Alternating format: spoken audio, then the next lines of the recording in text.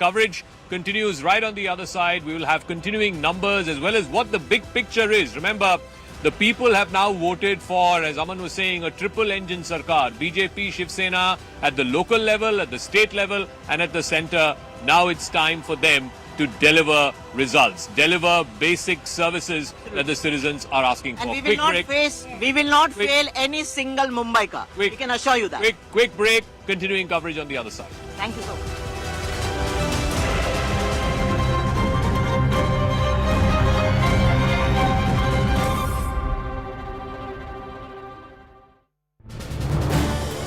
This is News 18 Network.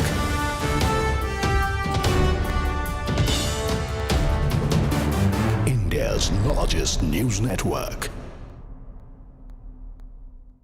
Gateway, the gateway to दिख भी नहीं रहा because of the pollution. They are. See, ma'am just mentioned about coastal road. Yeah. See, it is about the willpower, right? So BJP decided to get it done, and BJP made it sure that कि ये कम से कम समय में हो जाए. उसके लिए whatever things needs to be done, Devendra Fadnavis ji, Eknath Shinde ji, they both are capable of doing it and they are doing it well. Okay, so Pradeep Bhandari of the BJP has just reacted to Rahul Gandhi's tweet. Rahul Gandhi, of course, saying that the Election Commission is gaslighting the people of India. Again, that familiar narrative of vote chori seems to be coming back to the fore. Let's just listen into what Pradeep Bhandari has said. He's put out a tweet saying the anti-national party, of course, in reference to the Congress, getting backing from Pakistan, is searching for a scapegoat. Looking at imminent defeat in the BMC elections, every season the Parivarwadi, to escape scrutiny, comes up with one or the other allegation, which turns out to be a damn squib in the court of law and court of public opinion. Abba Singh, why are we seeing again and again this whole vote chori narrative? Why can't some political parties accept that this is the mandate of the people? Exactly, because I don't believe that there's something like vote chori can go on in today's time when you have the mobiles, you have so much social media. You think people will not get evidence. So coming up with this and not trying to improve the problems. And in fact, I think Rahul Gandhi needs to get his house in order. There is no opposition. And when the joke goes that Modi is lucky because Rahul Gandhi is the one reason why he's winning, I think we definitely need to get things in order. Public is very intelligent. Today's youth, the youngsters in Mumbai, they also are realizing that no potholes, they want no traffic problems, and definitely now it is not going to be only talking about big things and forgetting the small things. This BMC elections is showing people that Mumbaikars now want what is there rightfully. So is that the overriding message, that they want the same party or the same alliance in all forms of government, all levels of government, so that there is accountability that can be fixed? It clearly seems so. I think as you were discussing earlier, Zaka, also that Mumbaikars don't want conflict anymore. They've already seen so many political alliances being stitched and broken up that, people are so confused which party is contesting on what symbol and all of those kinds. I think people want that there is a Modi at the center. There's very clearly Mr. Devendra Fadnavis, Eknath Shinde at the state level, and they've been given a wholesome mandate just 1.5 years back. Now they don't want a BMC being run by Uddhav Thackeray and Raj Thackeray, where they're continuously on a collision course with the state government, because that would lead to projects getting derailed. We've seen that when Uddhav Thackeray was the chief minister, the metro project, the coastal road project, the high-speed rail project between Ahmedabad and Mumbai did not take off because there were all sort of protests happening, and though the centre was trying to push them, there was no way these projects would. And since Mr. Fadnavis has come, all these projects in coastal road has come up. We have seen the Mumbai metro roll out, and we will soon see in a couple of years the high-speed rail coming out. But one thing interesting I'm seeing, Zaka, in these results, and I would like to ask Abhaji about that BJP plus it at 75 right now in the leads. The Shiv Sena UBT is at 49, and out of those 49, 40 seats are with Shiv Sena UBT. So clearly Mr. Uddhav Thackeray is not going down without a fight. 40 is still a respectable number. If Mr. Uddhav Thackeray proves to be a strong opposition in the BMC, do you think that's a good sign for democracy? Because you were hoping that in a way the Thackerays are history after this election. No, I'll tell you, Mumbai Manus is very emotional. The Thackerays still have that affection of Mumbaikars, and that is why those wherever they are. And let me tell you, at the grassroots, you will always have a Shiv Sainik who will come to help you. If there is a death, if there is an accident, there'll be Shiv Sainiks on the road. So they are getting those votes. We cannot deny them that. Shiv Sena has been at the grassroots. The shakhas are active. But yes, now the public is seeing the larger role. They want roads. They want jobs. jobs, they want things which are lacking. And of course, nobody can deny that there's been a lot of corruption. It's not that only one party is corrupt. So somewhere public is saying, okay, let us see whether Fadnavis is trying, makes BMC transparent. It's with a budget of 74,000 crores. Yeah. So much more than many states, Zaka. Right. So the public feel that is the kind of property tax we are paying. So are we getting those services? No. So that is why this mandate has come. So it's a mandate that, look, we are giving you a clean sort of all three levels of government. It's the BJP and the Shiv Sena, Shinde faction that's been brought to power. Now we want delivery. Now we want our basic services to be addressed. The numbers, very interestingly, the BJP alliance leading in 75. BJP alone is at 49. Shinde Sena at 26. Sena UBT combined with MNS is at 49. So the BJP alone is matching the number of the Thackerays. So I think that in itself is a message that this whole plank trying to appeal to, nativist ideology or nativist emotion, reductionist debate, that doesn't seem to be working. The people want development. They want, one party to be voted in all three levels of government so that finally delivery can begin, finally better services can.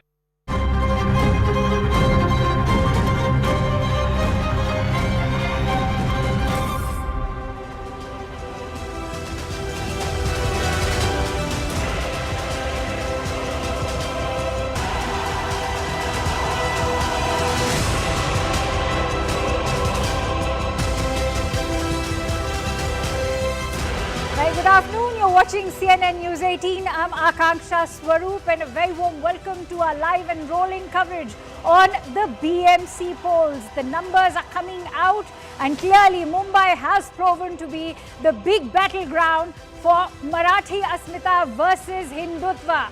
BJP is clearly emerging as the strong contender in the results that are trickling in. CNN News 18 is bringing you a minute-by-minute update of all the results. On that note, let's also break down the numbers for you. This is what it's looking like.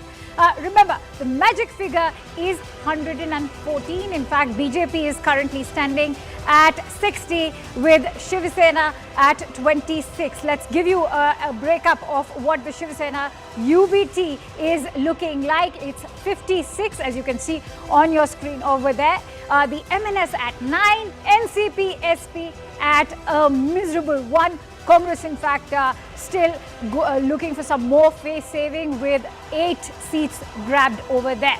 You also have the VVA, which is currently standing decimated at 0.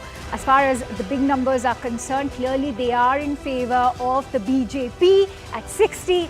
Shiv Sena, as far as Eknath Shinde is concerned, also aiding or rather cushioning the BJP's performance. Congress standing at 22 as far as Nagpur is concerned. You're also looking at, in fact, the Shiv Sena UBT, which is at a dismal 0, NCP SP again dismal 0, and the NCP Ajit Pawar a dismal 0 again. Let's also bring you some more numbers coming in from Pune. 57 out of 165 as far as the number of seats that are concerned. BJP standing strong at 45. You're looking at NCP, SP at 8. Congress plus Shiv Sena UBT at 4, and of course Shiv Sena Eknath Shinde faction at 0, which is a tad bit surprising over there. But as far as Pimpri Chinchwad is concerned, BJP again holding strong, 38. NCP SP in fact is 11. Remember, this is where there was an alliance between both the NCPs. You're looking at Shiv Sena Uddhav Thackeray faction at 0, and Shiv Sena under the Eknath Shinde is standing at 1. On that note, let's quickly bring you all the minute-by-minute updates as far as these results that are trickling in. Let's quickly go across to Yesha Kotak, who's joining me live on the broadcast. Yesha, the results that are trickling in are clearly showing that BJP and the Shiv Sena Eknath Shinde faction are leading. But what does it speak now of their performance? Also, is the UBT Shiv Sena now finally being challenged because they were the ones playing on that Marathi Asmita? Is it a befitting response that the Marathi voter does not really care about that Marathi identity? Absolutely. In fact, before I could answer your question, I'd show you the kind of visuals from right outside the BJP office. This clearly, like you've been speaking about, speaks of the performance of BJP, and rightly so, because we clearly see the kind of preparations that are underway with the kind of results that are coming in. Maybe in the next couple of hours, there'll be celebration that will be held right here at BJP office. You see a stage is being set. There's an LED that's put to show the figures, the numbers that are trickling in. And, on both the sides, you see barricading. Clearly, in the next couple of hours, we'd also see that the state leadership, possibly the chief minister, the Mumbai BJP leadership, all of them would be present here to hold the celebration. This, when we speak of, clearly BMC was a big battle. In fact, 25 years since last 25 years, we saw that Shiv Sena, UBT, of course, then the BJP was in alliance with them, had a stronghold over BMC, but this time around the Mahayuti was quite clear that it could be a triple engine Sarkar, in the sense that there would be a BJP at the center, at the state, and at BMC. The figures that in fact revealed so far. But what's also important to know that is, like we were discussing, Pimpri Chinchwad, Pune, some of these places which have been stronghold for NCP. So far, BJP is leading in those areas as well. So will the Nagar Panchayat, Nagar Parishad election be repeated all over again now in municipal corporation election? That's something we'll be able to clarify only in the next couple of hours. But in several other municipal corporations apart from BMC, let's quickly come just to the BMC now, Yesha, and let's look at the numbers. You're looking at BJP standing at 86. You're looking at Shiv Sena UBD faction, in fact, standing at 57, which is not bad at all. And that also goes on to say that with the Thackray brothers now uniting after, say, 20 years, that magic somewhere seemed to have played. And there's also this affection that perhaps the Marathi Manus has for the Thackeray legacy. Absolutely. In fact, let's understand the whole concept of why the Thackray cousins had to come together. Of course, we see the whole Marathi Asmita, the Marathi pride concept being spoken time and again in the run-up to this election. But if you compare this to the Vidhan Sabha election, at that point it was quite clear that the Marathi Manus vote or the Marathi votes had shifted towards the Shinde camp, which is where there was this need for the Thackray cousins to come together. This was more of an emotional appeal for the Marathi Manus to unite, and that's what we saw in the speeches, be it that of Raj Thackeray or for that matter of Uddhav Thackeray. They wanted the Marathi Manus to come together under them and say that they were the ones who are actually carrying that legacy of Balasaheb Thackeray. Because let's remember, be it the symbol, be it the name of the party, all of that is with Eknath Shinde. But here it was an emotional appeal, and like we speak of the numbers right now, if you're saying it's more than a 50 at this point, it is a clear-cut indication that the Thackeray magic has somewhere worked, for the only reason that so far in all of these elections we've seen that BJP has been absolutely unopposed. Ever since the Vidhan Sabha election, be the Nagar Panchayat election, it's been an absolute majority so far. But if you speak of the Shiv Sena's individual numbers, in the previous BMC election, that's in 2017, almost a decade back, when there was an undivided Shiv Sena, they were at 82. Even now in the early tallies, when the Shiv Sena is close to 60, it's absolutely not bad a number, as we've been speaking about, because so far it shows that, of course, their clout would have diminished, but it's not really over. When we in fact saw the press conference of both the Thackray cousins, when they were addressing, what they spoke about was, we're coming together for BMC elections. There was no path ahead. Now, will this, because clearly, so far, when we speak of the numbers, if this means a strong opposition by both the Thackray cousins, then it could clearly mean that this very alliance is there to stay for longer. Yes. Absolutely, and perhaps it's not the end of the Thackerays just yet, contrary to what perhaps yesterday's exit polls had been indicating. But stay with me, Yesha. Let me quickly introduce my guests today. I'm joined in by Varun Singh, who's a political analyst, also joined in by Raj Lakshmi Joshi, who's a political analyst too, also joined in by Mr. Akhil Swami, also a political analyst. Many thanks to our esteemed guests, also joined in by Jayant Menkar, who's a journalist. Many thanks to all four of you for joining in. Varun Singh, if I were to begin with your thoughts, what do you think has worked in favor of the BJP and for Shiv Sena Eknath Shinde faction now that the Matoshri dominance in the civic body will finally be coming to an end? Let me tell you one thing first, that there is, unlike the assembly or the Lok Sabha, there's no majority mark when it comes to a municipal corporation. During the mayor election, whichever party, whichever candidate gets one extra vote wins. So ऐसा 114 का जो हम we have been almost every media house has been saying that there is nothing like that. Okay. So it doesn't exist over here. That is, I think the viewers need to know that there is nothing. क्योंकि कल को क्या होगा? Then opposition will start saying कि अरे they don't have 114. How are they becoming a mayor? Or anyone, whosoever wins, that would be the case. So let's be factually correct on that. That any candidate who wins one seat, one vote extra than the competitor wins the mayor post. Secondly, answering to your question, the Marathi voters, to be very honest, has not always been consolidated against the Thackerays. Had that been the case, they would have won 180 seats long back. They have never won that. Their maximum has been 117 even when they were united. And right now, to be very honest, the Marathi plank, the Marathi Asmita, the youth and the oldies aren't falling for it. Those people who are falling for it are the one who are of the middle age, and they are still with the UBT and MNS in Mumbai, and they have voted for them. And surprising to see that in spite of heavyweights, ministers working in the Worli, Mahim and Civic constituencies from the Bharatiya Janata Party, from the Shiv Sena, trying to थोड़ा सा हवा निकालने की कोशिश कर रहे थे of UBT and MNS. There they have failed, because right now what I see is that Hemangi Varlikar has won from Worli Koliwada seat, which from where Aditya Thackeray is the MLA. So all those seats they have retained. But in the larger picture, the larger perspective is, yes, for the first time after 25 or 30 years, the Bharatiya Janata Party will have a mayor in BMC. The Shinde Sena has performed exceptionally well than what was projected in the exit poll. And MNS has dragged the UBT way down, and Congress is decimated. Sad to say that 30 years ago, they had a mayor in Mumbai. R.R. Singh was, I think, their last mayor, or probably second last mayor. And now they are decimated to single digit. Probably the Samajwadi Party or the MIM might be performing better than... So Varun Singh, that's a very Congress. interesting point that you've just now made, which I want to take forward with Rajlakshmi Joshi as well. Rajlakshmi Joshi, your thoughts on now the Mahapaur coming in from the BJP. Do you not think that this is going to be a historic moment? And is this now BJP solidifying itself at a triple engine level? Yeah, this looks like a historic win for the BJP, because very frankly, if you look at it, it's not just in the BMC. If you look across all municipal corporations, that there are 29 municipal corporations that went to the polls yesterday. And if you look at it, everywhere the BJP, I'm talking about BJP individually, is leading everywhere.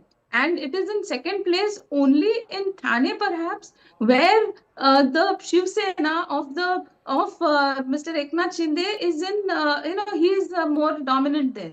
But then, if you look at it in BMC especially, I see that the BJP has basically, it has swept over most of the places. Now, in some of the places which were like, you can say that they are the god of the Shiv Sena, of Mr. Uddhav Thackeray, there actually, I think that they have created this narrative where they have started saying things like that the BJP is going to take away Mumbai and they want to separate Mumbai from Maharashtra. So that kind of a narrative, I think, is what is causing a lot of people. This is something that they're pushing extremely hard. So they are talking about Marathi Asmita. They're talking about that all the business is going away to Gujarat. All these kind of narratives, which are perhaps finding favor with the loyal voter base of the Uddhav Thackeray faction. Now, all said and done, in Mumbai, Uddhav Thackeray is definitely stronger than Mr. Eknath Shinde, even though if you look at it, that almost 60 of the 84 corporators had gone away with Mr. Eknath Shinde. But even then, Uddhav Thackeray does have some presence in Mumbai. But if you look at it, I'm glad that you acknowledge the fact that it's not been an easy walkover for the BJP and for the Eknath Shinde faction of the Shiv Sena, which is why I want to quickly bring in Akhil Swami on that note. Mr. Swami, do you think it's a moment of deep regret and much needed introspection. All right, let me take that forward with Jayant. I think we will try and reconnect with Akhil Swami in the moment. But Jayant, how do you weigh in on the numbers today? Do you not think that the Congress party is going to be regretting having parted ways, because the internal wrangling has cost them mighty as you go by the numbers? Congress has to be blamed for today's defeat of Thackeray brothers or the Mahavikas Aghadi defeat. Just go through all the figures. You will find that actually even now the Mahavikas Aghadi, including Congress, is above 65. It may reach even 75 also in the present situation. And had Congress tied up with Shiv Sena, considering the importance of Thackeray brothers, they might have even reached to 100. And it is Congress to be blamed, and the Vanchit, that their so-called alliance with Vanchit Aghadi Prakash Ambedkar, who always ditched nearly every party and who always helped only BJP. So it's the Congress and Congress leadership, particularly Harshavardhan Sabka, has completely failed in having the alliance with Shiv Sena, the Thackeray brothers, and that is because that is why the Mahavikas Aghadi, now they will come together, will not go beyond 75 squarely. It's on the Congress's mistake. Stay with me, Jayant. I want to quickly take that forward with Akhil Swami now that he's back with us. Mr. Swami, do you not think that this is a moment of deep regret today for the grand old party? Had they been perhaps a little more large-hearted and as the big brother that they claim to be within the India alliance, that's cost them mighty today going by the numbers? Mr. Swami, can you hear me? All right, I see Mr. Swami is enjoying his glass of water. Okay.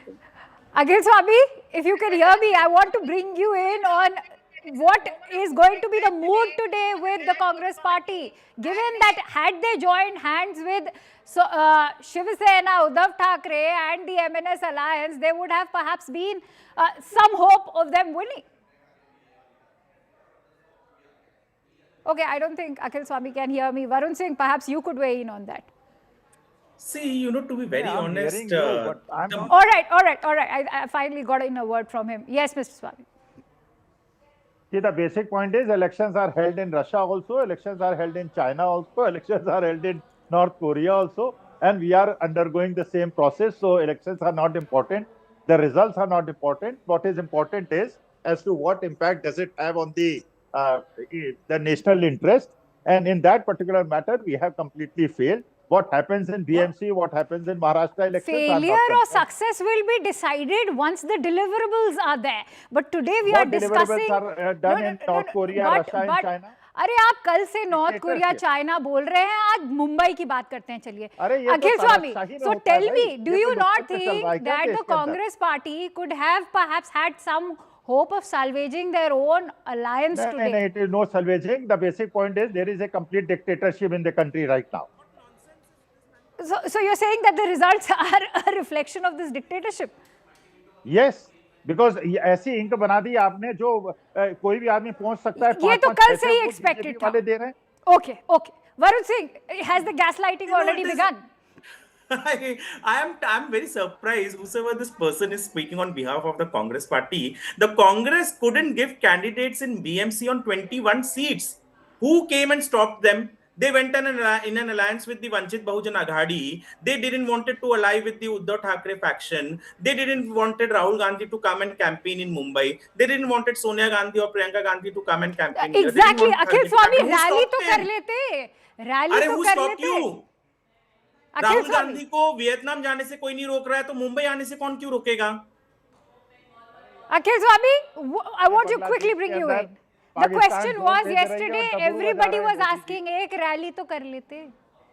अरे rally करना important है कि देश की अस्मिता को बचाना important है. तो अस्मिता बचाए क्यों नहीं? हाथ जोड़ देते ठाकरे ब्रदर्स के साथ. Who is this man? कमाल है. I'm very. What is wrong with this person? Mr. Swami, what was stopping the Congress party from joining hands? दिख रहा हूँ, मैं तो इंडिविजुअली बात कर रहा हूँ. Yes, sir. लेकिन मैंने साहब को जिनको आश्चर्य हो रहा है, मैं इनका चेहरा देखना चाहता हूँ. कौन साहब हैं ये? देख लीजिए. मैं फ्रेम दिख नहीं रहा है मुझे. मैं असल में I'm seeing only myself. Let me introduce you. That's Varun Singh, who's also a political analyst. Varun, meet Mr. Swami. Mr. Swami, over to you now. Your words. See, the basic point is that Congress is follower of Gandhi and BJP is a follower of Godse. So Godse again, right. Because Godse killed Gandhi again in political process. The Godse is doing it for last 11 years. Yeah, I'm more concerned about Mr. what Swami, is happening on Bangladesh front, what is happening in Nepal front, what is happening in Pakistan front, what is happening in China front. Varun, I'll come to you. Let him finish. One second. No, then why has he come to discuss BMC elections over here? They have called me, I have come, but I am interested in my national interest. I am not interested in what happens in elections. Say that you don't want to talk on BMC okay. So Akhil Singh, hold on to those thoughts. I've been hearing you very sincerely since yesterday, Varun Singh. Akhil, Swami has in fact been speaking about the situation in Bangladesh. He's been speaking about the situation in China and North Korea. But Varun Singh, let's talk about what has mattered to the people of Mumbai. What is the message going across today with the results trickling in? Let's not deny the fact that the Sena UBD faction along with the MNS have in fact done much better than what was perhaps being projected till yesterday. No. To be very honest, I was expecting them to cross 70. They haven't even reached 60 yet. Let's see. I hope if they cross 70, then I would say yes, UBT has managed to do better. But one simple thing, the Congress today cannot cry foul. They had the entire machinery with them. Varsha Gaikwad, the Mumbai state Congress, Mumbai president for Congress, has been saying that we want to go alone. We wanted to go solo. They didn't want to go with Raj Thackeray in spite of Harshvardhan Sapkal, the state president insulting Bihar, sitting over here, following the same lines as that of Raj Thackeray, but they didn't both wanted to come together. And what is surprising is that, in spite of having the all wherewithal, I am very surprised that the Bharatiya Janata Party hasn't been able to penetrate the strongholds of UBT, that is the Mahim, Worli, Shivri belt. Had that happened, I think the UBT would have not performed even this well. They would have come down. But yet the results are yet to come. The non-Marathi, the belts where the non-Maharashtrians are in large number, are influenced the seats. Those seats are yet to open. So let's hope what exactly happens. Exactly. And Marathis have not always been supporting UBT. Let me be very clear. They are not the one who have supported UBT, or else we would have had 170-80 seats for UBT in the past. So Marathis do vote for every party, and that is visible across Maharashtra, where Pune BJP is winning, where KDMC BJP is winning, where Thane BJP is winning, where Kolhapur BJP is winning. Are those non-Marathis voting for them? No. All right. Varun, Varun, I'm going to request you to stay with me, getting in some breaking inputs. In fact, Payal Mehta bringing us some breaking inputs over there from the Shiv Sena sources. They're saying that the decisive victory of the Mahayuti is a clear mandate for development, stability and decisive leadership. This result once again proves who the real Shiv Sena is in Mumbai. The Sena that works on the ground and delivers results. Over to Payal Mehta for more details on this. Payal, many would say that ये तो बहुत पहले ही decide हो गया था जब symbols उनके पास गए थे. Yes, Eknath Shinde has always been maintaining that he is DCM doesn't mean that he's the Deputy Chief Minister. It means dedicated to common man. He would call himself CM. As a CM, he would call himself somebody who worked for the common man as well. And time and again, the Shiv Sena, ever since the split, has proved that who the actual Shiv Sena really is. The fact that Balasaheb Thackeray's legacy has gone to Eknath Shinde is a huge slap on the face of Uddhav Thackeray. At least that is what the Shiv Sena on the other side seems to be really thinking, and the performance has been adding up. They've been very, very confident, Akansha, from day one, that their alliance will work magic in this election. It's a big, big stamp of approval as far as the BMC elections are concerned, big stamp of approval as far as the multiple municipal corporations are concerned, and the BJP and the Shiv Sena coming up as a formidable force. Of course, the architect of the BJP is undoubtedly a person called Devendra Fadnavis, who's gladly once again being referred to as Deva Bau's magic as well. So big numbers coming in so far. We'll have to wait for the final results, but the writing seems to be pretty much on the wall, on the lines of what we saw yesterday at the various surveys that were out. Okay, many thanks to you, Payal, for bringing us all those latest inputs. We will keep coming back to you as more information actually trickles in. Let's quickly go back to Mahalakshmi Joshi, who continues to stay with us also. So, Mahalakshmi, now that the Mahapur is going to be one from BJP, and the BJP is, including Mr. Devendra Fadnavis, made it amply clear that it has to be a Marathi Manus, and you know, there's a bit of a paradox over here. If you are fighting that Marathi Asmita, then why emphasize on the fact that it has to be a Marathi Mahapur? Yeah, firstly, I'm Rajlakshmi Joshi. And yes, yeah, no problem. So, see, the thing is that there are a lot of loopholes that the UPT seems to be taking when it comes to when they talk about Marathi Asmita. You know, then because then they first they started talking about that the person should be a Marathi person, and then they started saying that it should be it could be anybody who knows Marathi. So then that could extend to any and everybody. So any and everybody in the city. So now the BJP is very firm about this part that it has to be a Marathi person, that is a somebody, a Hindu, a Marathi, and somebody from the Mahayuti. So that they are very clear about that. So because this is a Hindu majority area, and that is the reason why they are talking about you know, that the BJP has been consistently talking about, you know, their ideology is very consistent. They are not wavering from that. In contrast to what Mr. Uddhav Thackeray has been doing. So he has been changing his ideology every now and then. So that is the reason why now perhaps the Congress also chose to move away, because now with the entry of the MNS, so that thing becomes very diluted. And so the core voter base of the Congress will definitely not vote for Mr. Raj Thackeray and vice versa. So that is something that the Congress, I think that in a way that was a smart move, but at the same time, what they did is they have, I have not seen any of those candidates, any of them, whether it may be in Mumbai or Thane, none of them have done any kind of door-to-door campaigning or any of that sort. So, you know, they have been extremely lackluster in their approach. Now, on the other hand, Mr. Devendra Fadnavis, he has been talking about Marathi Asmita. He has been talking about the culture of Mumbai. He has been talking about development. He has been talking about all issues and about taking everybody ahead with them. So they are not excluding somebody, and at the same time, they're very firm about the fact that the mayor will be somebody who is going to look after this Marathi Asmita, and at the same time also talk about development, because this is obviously concerning all the civic issues. So then that is something that the focus is on, and at the same time, the culture, the demography, all of those issues play a very big role. Now, there have been some reports in the past where the demography seems to be shifting. So that is again a matter of concern, because it involves a lot of illegal immigrants. So then, you know, that is why they're insisting on the Hindu part of it. And Rajlakshmi, stay with me, because we have a lot of inputs trickling in as we speak. Also important to keep our viewers up to speed. In Thane, what we are being told is that the Eknath Shinde Shiv Sena is maintaining the lead, and as we speak on your screens you can see the celebrations have begun and they are in full swing. I really wonder, Rajlakshmi, if Rasmalai is finally going to be served by the BJP today or not.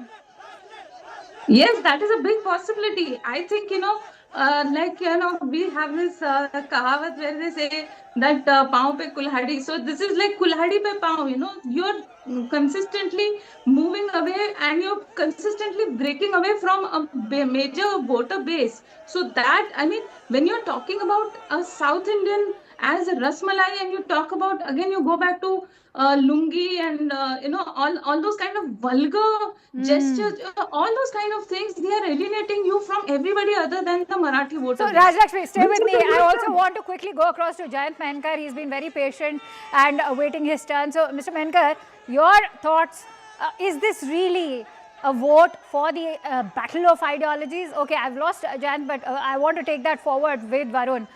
Okay, Jayant is back with us. Jayant, if you can... so my question is, going by the kind of vitriolic campaigning that we had seen especially say from the Shiv Sena, Uddhav Thackeray faction and MNS coming in, insults being hurled at say Annamalai in the latest, the ones being attacked for not speaking Marathi. What is your thought? Has the Maharashtra voter finally spoken up where they prioritize development over Marathi Asmita?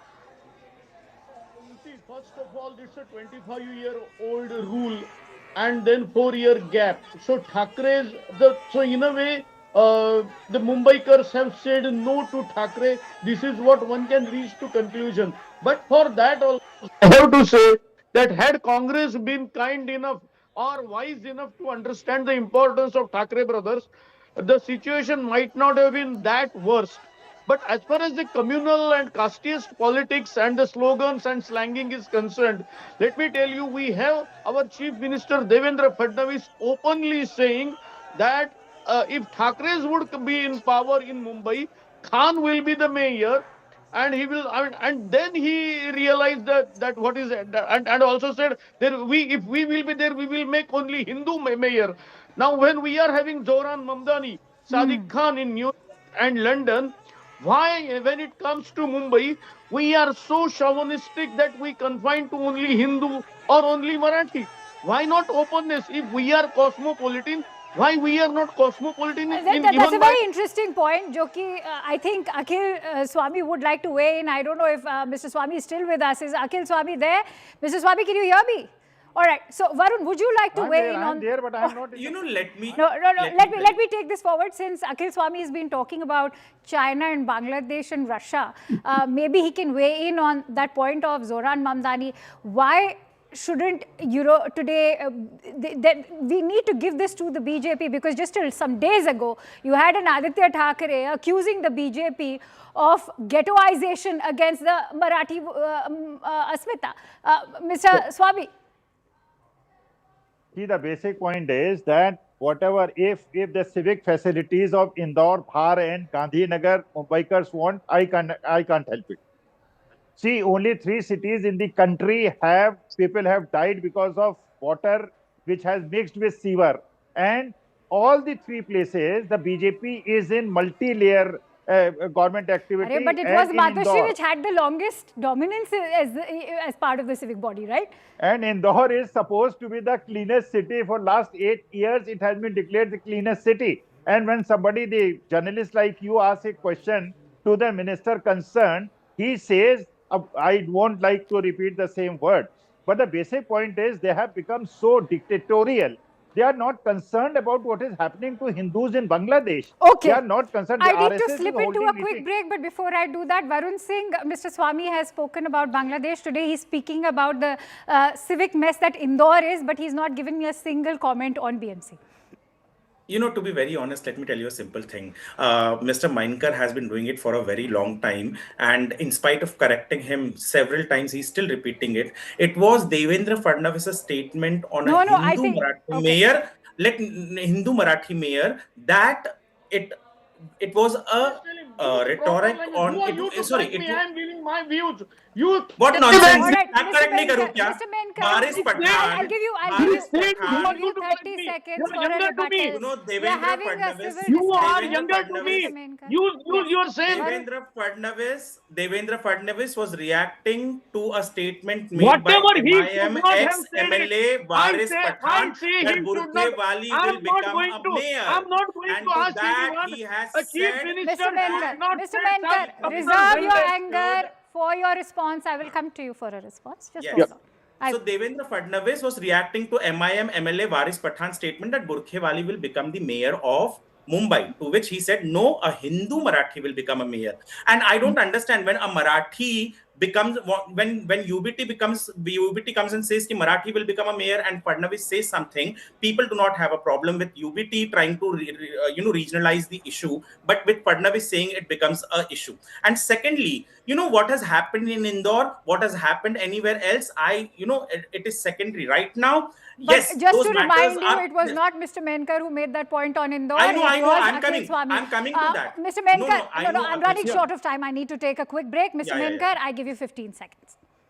Yeah, one thing is, why Devendra Fadnavis' stature of chief minister, he said something because of what he has said and all that. You are leading the very progressive state, and are you saying such communal statements?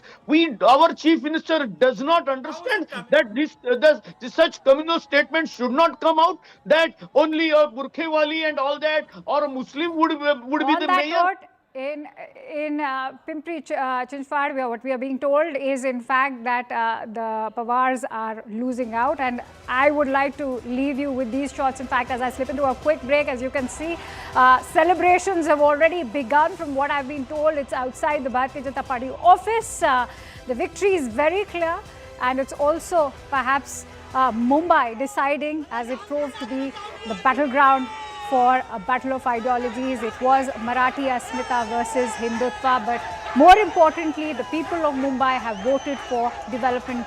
We'll be bringing you minute by minute updates. Stay tuned to CNN News 18.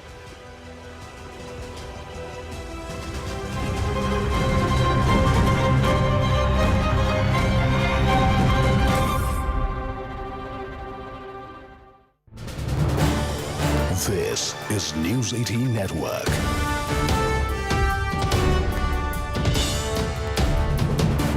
India's largest news network.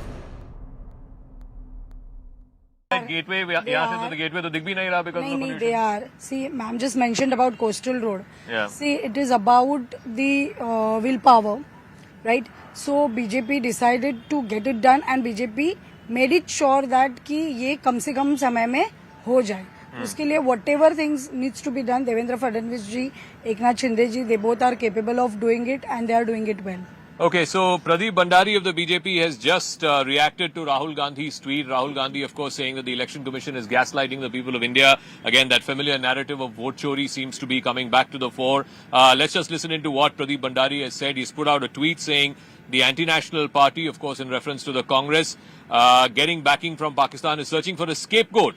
Looking at imminent defeat in the BMC elections, every season the Parivarwadi, to escape scrutiny, comes up with one or the other allegation, which turns out to be a damn squib in the court of law and court of public opinion. Abba Singh, why are we seeing again and again this whole vote chori narrative? Why can't some political parties accept that this is the mandate of the people?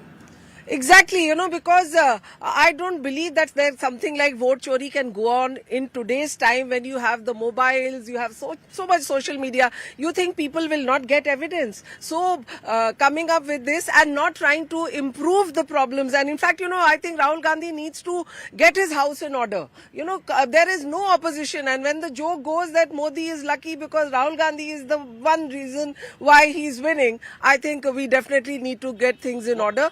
Public is very intelligent. Today's youth, the youngsters in Mumbai, they also are realizing that no potholes, they want no traffic problems, and definitely now it is not going to be only talking about big things and forgetting the small things. This BMC elections is showing people that Mumbaikars now want what is there rightfully. So is that the overriding message, that they want the same party or the same alliance in all forms of government, all levels of government, so that there is accountability that can be fixed? It clearly seems so. I think as you were discussing earlier, Zaka, also that Mumbaikars don't want conflict anymore. They've already seen so many political alliances being stitched and broken up that, people.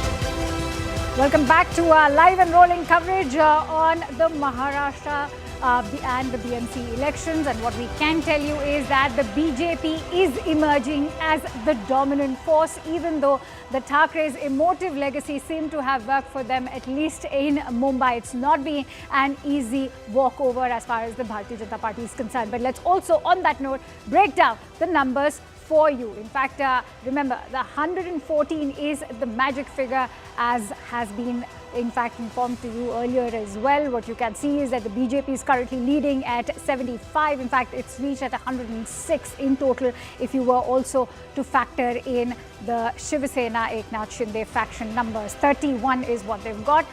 Let's also in fact take you through what Nagpur is looking like. BJP and Shiv Sena Eknath Shinde faction are standing at 78, Congress at 26, the Shiv Sena UBD faction at a dismal 0, NCP SP again at a dismal 0, and in fact Ajit Pawar NCP also at a 0. Let's also tell you what the numbers are looking for as far as Pimpri Chinchwad is concerned. BJP again as a formidable force emerging at 70, NCP in fact emerging at 41. This is an interesting seat given that there's been an alliance between both the Pawars. You're looking at the Shiv Sena UBT and MNS at a dismal 1. Eknath Shinde's Shiv Sena standing at 6. And of course, Congress at 0. But if you were to look at BMC, the numbers are very interesting. Perhaps it could be a moment of introspection for the Congress party. Let's now break down what Navi Mumbai is looking like. BJP standing at a strong 63, Shiv Sena at 29, and the Shiv Sena UBT and MNS at 0. At the same time, it is the BMC numbers which are in fact looking extremely heartening for the BJP and the Shiv Sena Eknath Shinde, where the chatter is already suggesting that the Thackray legacy has already been decided. On that note, getting in breaking inputs, Mahayuti has crossed the 100 mark.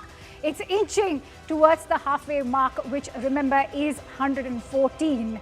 Just another 14 to go and it should be to its victory mark. So the big breaking input coming in that Mahayuti has crossed 100, and this is going to be the big talking point now for us. On that note, let me take that forward with my guests. I'm joined in by Varun Singh, who's a political analyst, continues to stay with us. Rajlakshmi Joshi, another political analyst. Mr. Akhil Swami, also joined in by Jayant Menkar, who's a journalist.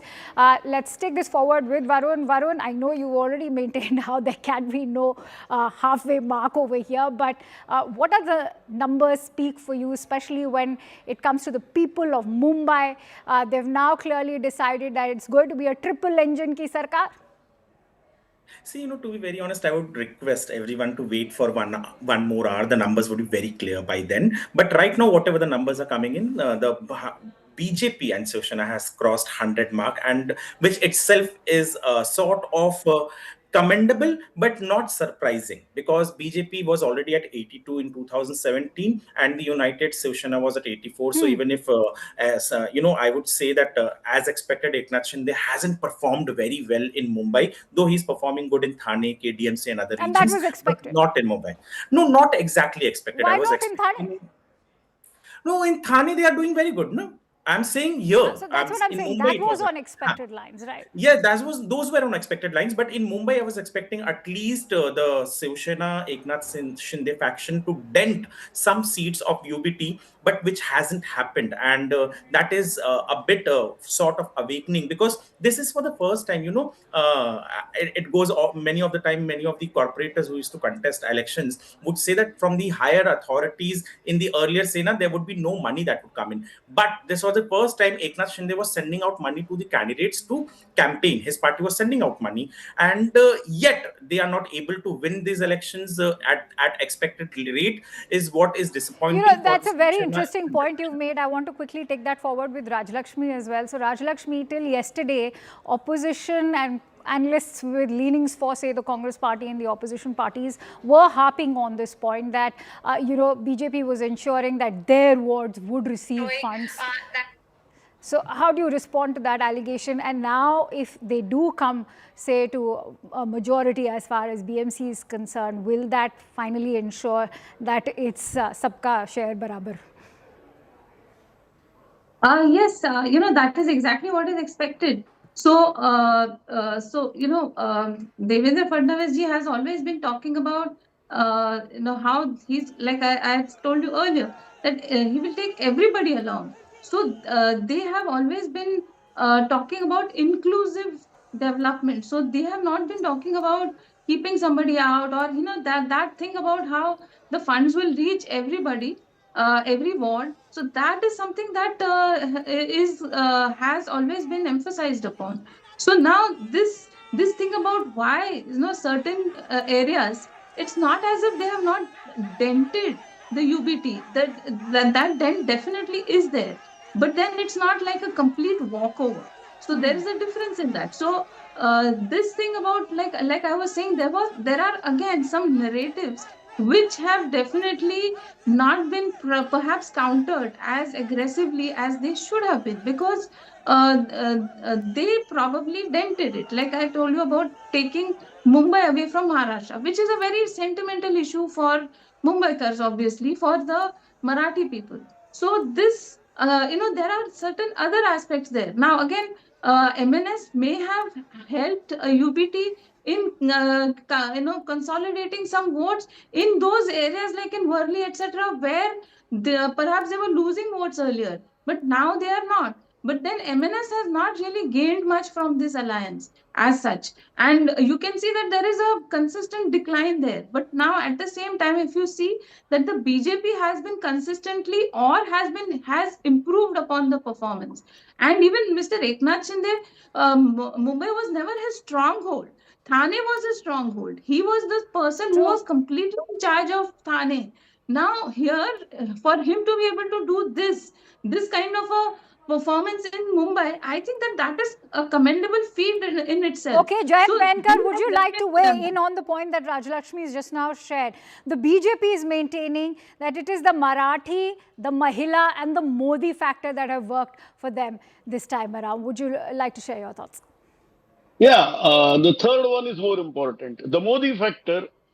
You know how before assembly, they in a way virtually distributed the largesses of 1,500 rupees to all the women in Maharashtra, and the figure given even in Maharashtra Legislative Assembly says 450 crore. 450 crore rupees were given to the women who did not deserve. Is it not the bribe? The impact that we got in Vidhan Sabha, we know how the impact came.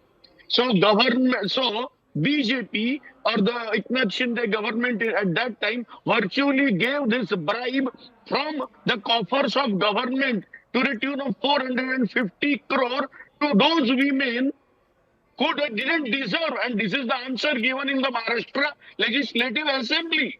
So, yes, Modi factor, Hindutva factor, women factor, and the most important factor is Uddhav Thackeray was ruling for the last 25 years. So Varun Singh, how do you weigh in on that point that he's making, that the Ladli Behna was bribed? To be very surprised, I don't know whether you can call it a bribe or whatever, but every political party does it. Before the Lok Sabha election and during the assembly election, Congress was also saying that 8,000 rupees khatakhat scheme. So every political party does it, and whosoever does it properly wins the election. The Congress couldn't do it earlier. They couldn't come with DBT. The BJP did it here in Maharashtra. The BJP and JDU did it in Bihar. They won it. So, and saying undeserving to women, I don't know what exactly he means to, or anyone means to say about that. But a simple factor I would like to tell you that in Mumbai right now, what we are seeing is, I wouldn't say a clean sweep, but the BMC was very crucial for the existence of Uddhav Thackeray. And that is the reason, if you see the facts and data, he didn't step out of Mumbai. He just held 2 more rallies, one in Thane and one in Nasik, but constantly focused on BMC because BMC is the cash cow. BMC is that organization that gave the money to the Shiv Sena so that it existed. Right now, it would be an existential crisis for UBT to maintain, because if he doesn't have much say in the BMC, in BMC, there is nothing called opposition or ye. In standing committee is the main committee that decides on almost all the projects, and it will have UBT leaders. But the problem will be, till now, UBT has to have the chair. Over there, the standing committee chairperson belonged to Uddhav Thackeray. Right now, the standing committee chair will belong to the BJP or Eknath Shinde, if they divide it, That's very but not to interesting. UBT, and that is where the money came from. That is where the projects were decided. That is where it was decided. Okay, Mumbai will have this road, Mumbai will have that Nala Safai, Mumbai will have this contractor, and that thing is being snatched away from Uddhav Thackeray, which will come to him as a cultural shock. So, Because Rajlakshmi, since the Varun time, has made a very critical point. It's not just about who the Mahapaur is going to belong to. Is it going to be the BJP? Clearly, it seems like it will be, but it will also be the standing committee now calling the shots within the BMC. Rajlakshmi. Yes, definitely. So, but then the majority of it will definitely be from the BJP and the Shiv Sena combined. Now, that obviously, that will have a major impact on the entire standing committee, and obviously, there will be people from the other parties as well. But then the majority of it will definitely be the BJP and the Shiv Sena of the Shinde factor. Now, I also wanted to clarify one thing, that this thing about giving out money, I would just like to remind you that in Rajasthan also, Mr. Gehlot, as the chief minister, he was also giving out a lot of money. He was also promising a lot of amount, but then he lost. He lost miserably. So, and also in other places also, if you see where money is being given right now, say maybe in Karnataka or in Himachal Pradesh, they are facing a lot of financial issues. So Mr. Menkar, this politics of you. Revdi culture is not Yes, just unique to Mumbai or say Maharashtra right now. Let me hear what Mr. Menkar has to say, and I'll come back to you, Rajlakshmi. I have to just say one point. See, total Ladli Behna amount of Maharashtra is huge. I am saying 450 crore rupees given to those who did not deserve. That is the major point. No, That but look at the women who are receiving it, Mr. Menkar. Have you even spoken to the ones? These are women who are in fact coming from humble backgrounds. They are not getting any money from their families. Don't deserve means you are not understanding my point. But right now, let's also focus on the talking point, which is Maharashtra. Yes. Go. If you are having a car, you are not supposed to take this amount. If you are earning so much, you are not supposed to. Even in Maharashtra, several men also applied and they got this money. What I am stressing is those who did not deserve. Total amount running in 1,000 or 2,000 odd crores. The real amount I am taking objection is 450 crore, which they got when they did not deserve. So let's hear what Rajlakshmi has to say to that, Mr. Menkar, if you've made your point. Rajlakshmi. See, what makes a huge difference is the fact that in spite of whatever amount is given, I am not even going to get into the deserving, undeserving part of it. In spite of all of that, you see that all these development projects are happening at the same time. You see huge projects happening everywhere. Everywhere you look, there are projects happening, which is not the case in Karnataka and Himachal Pradesh. Mr. Menkar, I did not Yes, Mr. Menkar, she allowed you to speak. Mr. Menkar, please allow me the favor. Hold on. A little bit of patience will go a long way.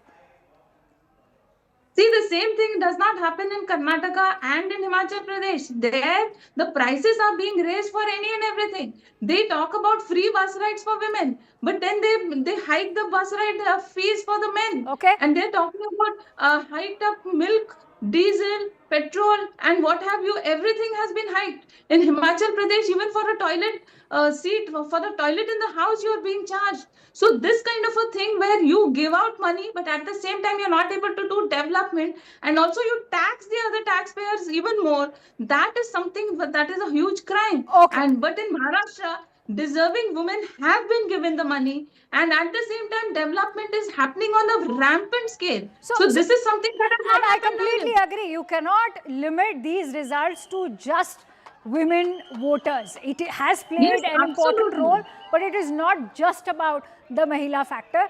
On that note, Varun Singh, let's talk about how the social engineering of the Bharatiya Janata Party has worked out right now. They've appealed to four major classes over here. You're looking at the Marathi middle class, you're looking at the North Indian migrants, you're looking at the Dalits, and at the same time, the Gujarati, the Marwadi elite class as well. Absolutely. Just one correction. The migrants don't vote. The people who have been residing over here, the North Indians who have been But residing I'm here sure for you'll decades, also agree including me, that they are including not me given who the have. status of being a Marathi Manus. No. Please. Let me be very honest. I'm born and No, brought up over I've here. also lived in I Mumbai. don't. I have Yeah, lived yeah, in Akansha. Mumbai. So that is the reason I'm saying, ki, I don't need a Raj Thackeray or a Uddhav Thackeray who are decimated by people not accepted by the Marathis themselves to give me a certificate, or his Ji. supporters to give me or you a certificate that we are Marathi or not. I proudly say that Labhale Amasabage Bolato Marathi. I read Marathi books, I go for Marathi plays, and that is what most North Indians, most South Indians staying in Marathi do. Marathi culture is very welcoming and it is lovable, and that is the reason why you see that UBT and MNS, in spite of going on the stage shouting from there that Marathis will not go with the BJP, Marathis will not go with other parties, they have been voting for them, they have voted for them. It was previously Congress, now it is the Bharatiya Janata Party who's getting the votes of those Marathis who do not like the politics that Uddhav Thackeray and Raj Thackeray has been doing. Yes, BJP has catered to the class of middle class, BJP has catered to the working class, BJP has catered to the people who used to slog in the train dive because the trains used to be overcrowded. They worked on metros, the same metro which was stalled by Uddhav Thackera's government. So, They have worked on it. then The why act was harp created. on the Marathi identity for a Mahapur then? He didn't harp only on the Marathi identity. Let me be very clear. He But clearly said, it's come and straight also from why the not? horse's But mouth, why that is not? Devendra Fadnavis Yes. And why not? Why shouldn't be the mayor be Marathi? Absolutely, Hindu. the mayor in Mumbai has to be Hindu. Marathi. Hindu Marathi. हाँ तो Hindu Marathi Why? रहेगा. Why? Yeah. What about Why Muslim? not? Till now, I'm glad, Varun, no that you and Mr. Muslim. Menkar agree on one point at least, that it has to be a Hindu I'm not Marathi. agreeing. I Acha, said, you don't. I said where He is doesn't Zoran agree. Mamdani? I'm- Very Are sad Zoran man. Mamdani is not an Indian citizen. Why do you bring him? We should be cosmopolitan. Why Why do you we bring should be him? Varun, let's paranoid? listen into No. what his point is. Mr. Menkar. हाँ बोलिए Mr. Menkar. You see, why a chief minister should raise the point that we should have Hindu mayor? Why can't we? See, Mumbai is third largest city after New York and London. It's Mumbai, financially and otherwise more important. If New York can give Zoran Mamdani, Indo-American, African. If Sadiq Khan, a Pakistani England, he can become the mayor. We had Rishi Sunak. Why can't we be also Okay, that's a equally fair point. That's a open-minded? fair point. So, Varun would like to come in on that. Varun, remember, there were headlines for an entire week when they spoke about Sadiq Khan ruining London, Zoran Mamdani ruining New York now. So, yeah, your thoughts. Probably Mumbai still has a lot of Maharashtrians, native people who are eligible, capable to become the mayor of Mumbai, and that is the reason why we do not want anyone else, and that is one big reason why we do not want any South African born. Okay. We do not want anyone else to be the mayor. A Marathi mayor, a Hindu Marathi mayor, as Balasaheb Thackeray used to say. I'm running as short of Devendra time. Fadnavis. Quick 30 seconds to Raj Lakshmi. I am shocked to hear all the kind of examples that are being quoted here. Mr. Mamdani, he spoke about the 9 and 11 in reference to an aunt who was scared about traveling in a subway after the 9/11 attacks for wearing a burqa. I mean, that is the kind of fear that he was talking about. He doesn't care about the people who died. He didn't care about the terror attack. Okay. And even Mr. Sadiq Khan has So, as rampantly they say, allowed ये all public the है, ये terror सब and जानती all of है, that. and perhaps it will speak through its vote.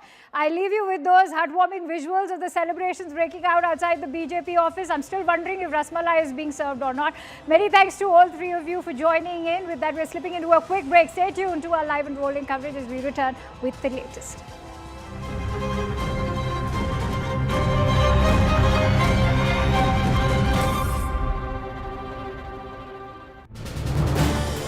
This is News 18 Network.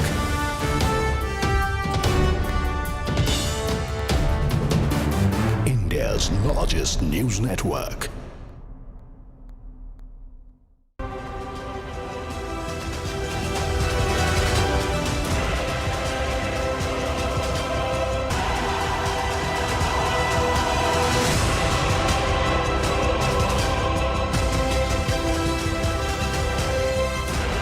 Good afternoon. You're watching watching CNN News 18. I'm Akanksha Swaroop and a very warm welcome to our live and rolling coverage on the BMC polls. The numbers are coming out and clearly Mumbai has proven to be the big battleground for Marathi Asmita versus Hindutva. BJP is clearly emerging as the strong contender in the results that are trickling in. CNN News 18 is bringing you a minute-by-minute update of all the results. On that note, let's also break down the numbers for you. This is what it's looking like. Remember, the magic figure is 114. In fact, BJP is currently standing at 60 with Shiv Sena at 26. Let's give you a breakup of what the Shiv Sena UBT is looking like. It's 56, as you can see on your screen over there. The MNS at 9, NCP SP at a miserable 1. Congress, in fact, still looking for some more face saving with 8 seats grabbed over there. You also have the VVA, which is currently standing decimated at 0. As far as the big numbers are concerned, clearly they are in favor of the BJP at 60. Shiv Sena, as far as Eknath Shinde is concerned, also aiding or rather cushioning the BJP's performance. Congress standing at 22 as far as Nagpur is concerned. You're also looking at, in fact, the Shiv Sena UBT, which is at a dismal 0, NCP SP again dismal 0, and the NCP Ajit Pawar a dismal 0 again. Let's also bring you some more numbers coming in from Pune. 57 out of 165 as far as the number of seats that are concerned. BJP standing strong at 45. You're looking at NCP SP at 8. Congress plus Shiv Sena UBT at 4, and of course Shiv Sena Eknath Shinde faction at 0, which is a tad bit surprising over there. But as far as Pimpri Chinchwad is concerned, BJP again holding strong, 38. NCP SP in fact is 11. Remember, this is where there was an alliance between both the NCPs. You're looking at Shiv Sena Uddhav Thackeray faction at 0, and Shiv Sena under the Eknath Shinde is standing at 1. On that note, let's quickly bring you all the minute-by-minute updates as far as these results that are trickling in. Let's quickly go across to Yesha Kotak, who's joining me live on the broadcast. Yesha, the results that are trickling in are clearly showing that BJP and the Shiv Sena Eknath Shinde faction are leading. But what does it speak now of their performance? Also, is the UBT Shiv Sena now finally being challenged because they were the ones playing on that Marathi Asmita? Is it a befitting response that the Marathi voter does not really care about that Marathi identity? Absolutely. In fact, before I could answer your question, I'd show you the kind of visuals from right outside the BJP office. This clearly, like you've been speaking about, speaks of the performance of BJP, and rightly so, because we clearly see the kind of preparations that are underway with the kind of results that are coming in. Maybe in the next couple of hours there'll be celebration that will be held right here at BJP office. You see a stage is being set. There's an LED that's put to show the figures, the numbers that are trickling in. And on both the sides you see barricading. Clearly in the next couple of hours we'd also see that the state leadership, possibly the chief minister, the Mumbai BJP leadership, all of them would be present here to hold the celebration. This, when we speak of, clearly BMC was a big battle. In fact, 25 years since last 25 years, we saw that Shiv Sena UBT, of course, then the BJP was in alliance with them, had a stronghold over BMC, but this time around the Mahayuti was quite clear that it could be a triple engine Sarkar, in the sense that there would be a BJP at the center, at the state and at BMC. The figures that in fact revealed so far. But what's also important to know that is, like we were discussing, Pimpri Chinchwad, Pune, some of these places which have been stronghold for NCP. So far BJP is leading in those areas as well. So will the Nagar Parishad election be repeated all over again now in municipal corporation election? That's something we'll be able to clarify only in the next couple of hours. But in several other municipal corporations apart from BMC, let's quickly come just to the BMC now, Yesha, and let's look at the numbers. You're looking at BJP standing.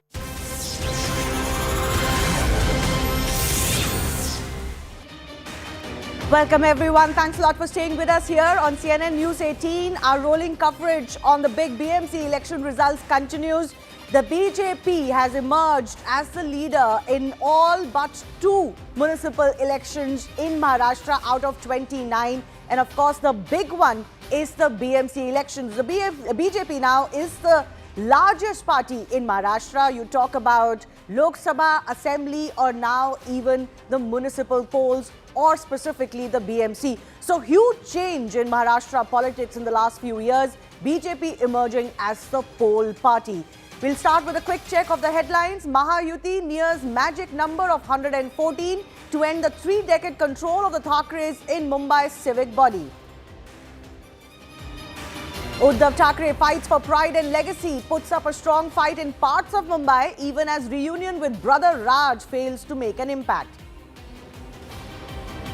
Pawar family reunion fails to make any impact in the bastion of Pune as United NCP languishes far behind the BJP. Mahayuti source says the resounding success of BJP-Sena alliance in Mumbai is a ringing endorsement of development politics. Rahul Gandhi leads Congress chorus of vote chori as the party shifts blame to poll panel for its drubbing in the Maharashtra civic polls. Bengal's border district of Murshidabad burns over a migrant worker's death in Jharkhand. National highway blocked and trains forcibly halted as BJP blames TMC. Hyderabad on edge as second temple vandalism sparks protests, road blockades, clashes in Purana Pul Darwaza. Badminton Association of India General Secretary denies sightings of monkeys inside the stadium despite video. Says even if reports are to be believed, no harm was caused. Air India flight AI 101 to New York returns to Delhi after engine damaged by baggage container during taxing. US moves carrier strike group to Middle East amidst Iran tensions.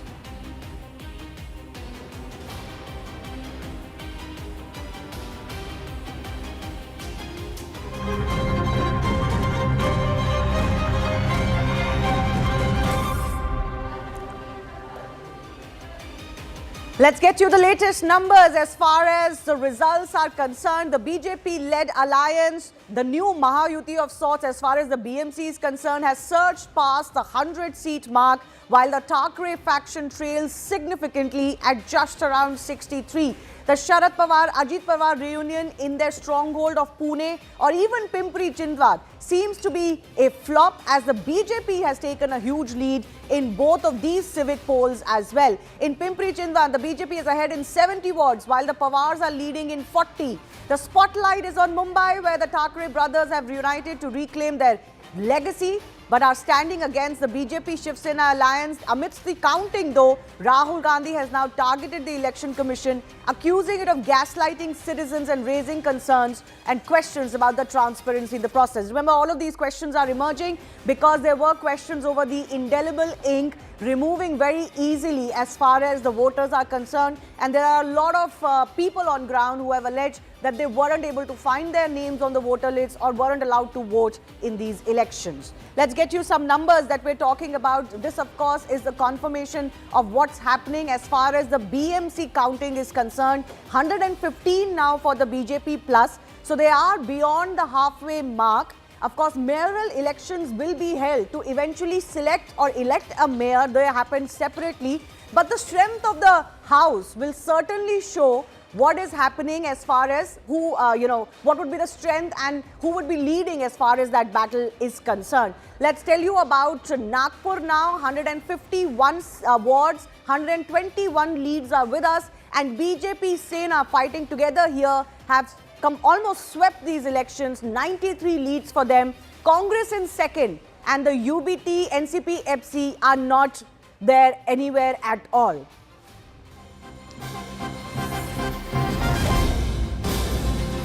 BJP touching the halfway mark. That's a big update coming in as far as the counting is concerned. The counting is happening 2 wards at a time at about 23 locations. So it's taking a little bit of time, but We will have absolute clarity in just a bit from now. What we do know as far as the numbers are concerned, the BJP has crossed that halfway mark in leads. So they are at 115 now, and 114 is that halfway mark. This just goes to show on the strength. When the mayoral elections take place, BJP-Sena combined would be much ahead and will not have any danger in selecting or electing their mayoral choice. Let's also go across to my colleague Yesha, who's joining us. Yesha, big update coming in, halfway mark crossed for the BJP, and this is going to be a historic moment because the BJP alone as a party is the single largest. Absolutely, and rightly so. When we speak of the BMC elections, it reminds you of the Vidhan Sabha elections as well, when BJP alone was the single largest party. In fact, ever since then, we've seen BJP pick that momentum right from the Vidhan Sabha elections to Nagar Panchayat election to Nagar Parishad election, and rightly so for the BMC election. What's important at this point, the reason why these BMC elections were really important was that in the last 25 years, we've seen a Shiv Sena mayor being at BMC. Clearly then, of course, the BJP and Shiv Sena were in alliance with each other. But so far now, with a divided Shiv Sena, you're clearly, the vision was that there would be a BJP government at the center, at the state, and eventually, a BJP at the BMC level as well. So a triple engine sarkar that the BJP led by Devendra Fadnavis has been touting is now becoming a reality. And what's also interesting is that BJP that played a slightly smaller partner role to the undivided Shiv Sena, Aman, during previous years is now the single largest. Even the way they were fighting these elections, the number of wards they were fighting already indicated the BJP is the bigger partner now. But they've also come true with their strike rate, to win as many as 80 wards on their own.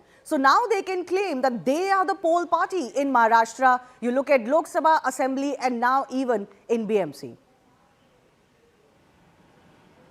Well, Shivani, I think big message coming from this particular election win, I think, is the number that you see on the screens, 115 for the NDA. Out of that, almost 85 for the BJP. This is BJP's best ever performance in the BMC election. Last time, they had also crossed the 80-seat mark, but at 85, this is BJP's best ever performance in the BMC election. It is the number one party. It is the party to beat in a way in any election in Maharashtra now. It is clearly the strongest party in Maharashtra, be it the Lok Sabha, be the assembly elections, or now even the BMC polls. In fact, Shivani, the BJP at 85 is more than the entire seat tally of the Shiv Sena alliance. At just 67 seats, we are seeing Shiv Sena UBT at just at 67. So it is much more than the entire opposition alliance. While the Shiv Sena, Eknath Shinde has proven to be a tested partner, and he is also notching up 31 seats so far. The MNS on the other side is proving to be a disaster in the Shiv Sena Uddhav Thackeray alliance because they are winning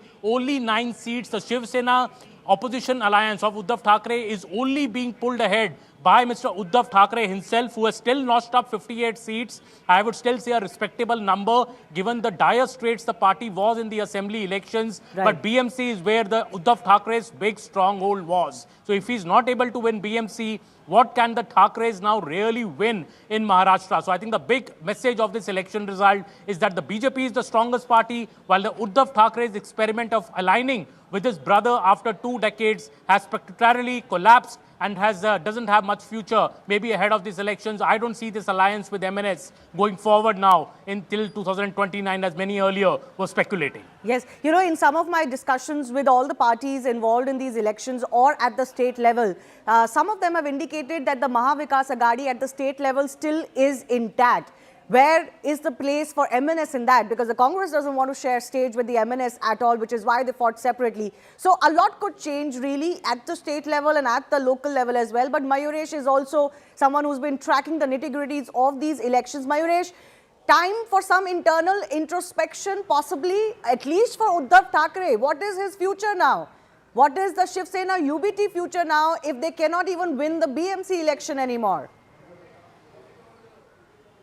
Absolutely, because it's a time for them to introspect, and one of the, I will say, the agenda of the introspection should be the alliance which they have formed with the MNS, and also the way they kept Congress aside. Because at most of the places we have seen that either the Congress have eaten their votes, or Congress have split the vote, Marathi votes, or wherever the Congress candidate had fallen, we have seen the either MNS or the Shiv Sena have got their split their votes. So certainly, if they would have in a alliance, then the scenario could have been different. That is now we are talking about, or everyone is talking about. But yes, it is a kind of a thing that Uddhav Thackeray has to look into, because alone if he is getting more than 60 seats, but MNS is not basically coming up to that number and pushing him the way Eknath Shinde's Shiv Sena is helping BJP to form the mayor in Mumbai. Yes. Nalin Mehta, Managing Editor, Money Control, Bodhisattva Ganguly Group Consulting Editor, Network 18 would be with us. Sanjeev Srivastava, Senior Journalist, and Daniel Francis, Political Analyst who knows Mumbai and Maharashtra very well, all with us. Nalin, I begin with you. Is this the end of the Thackeray brand?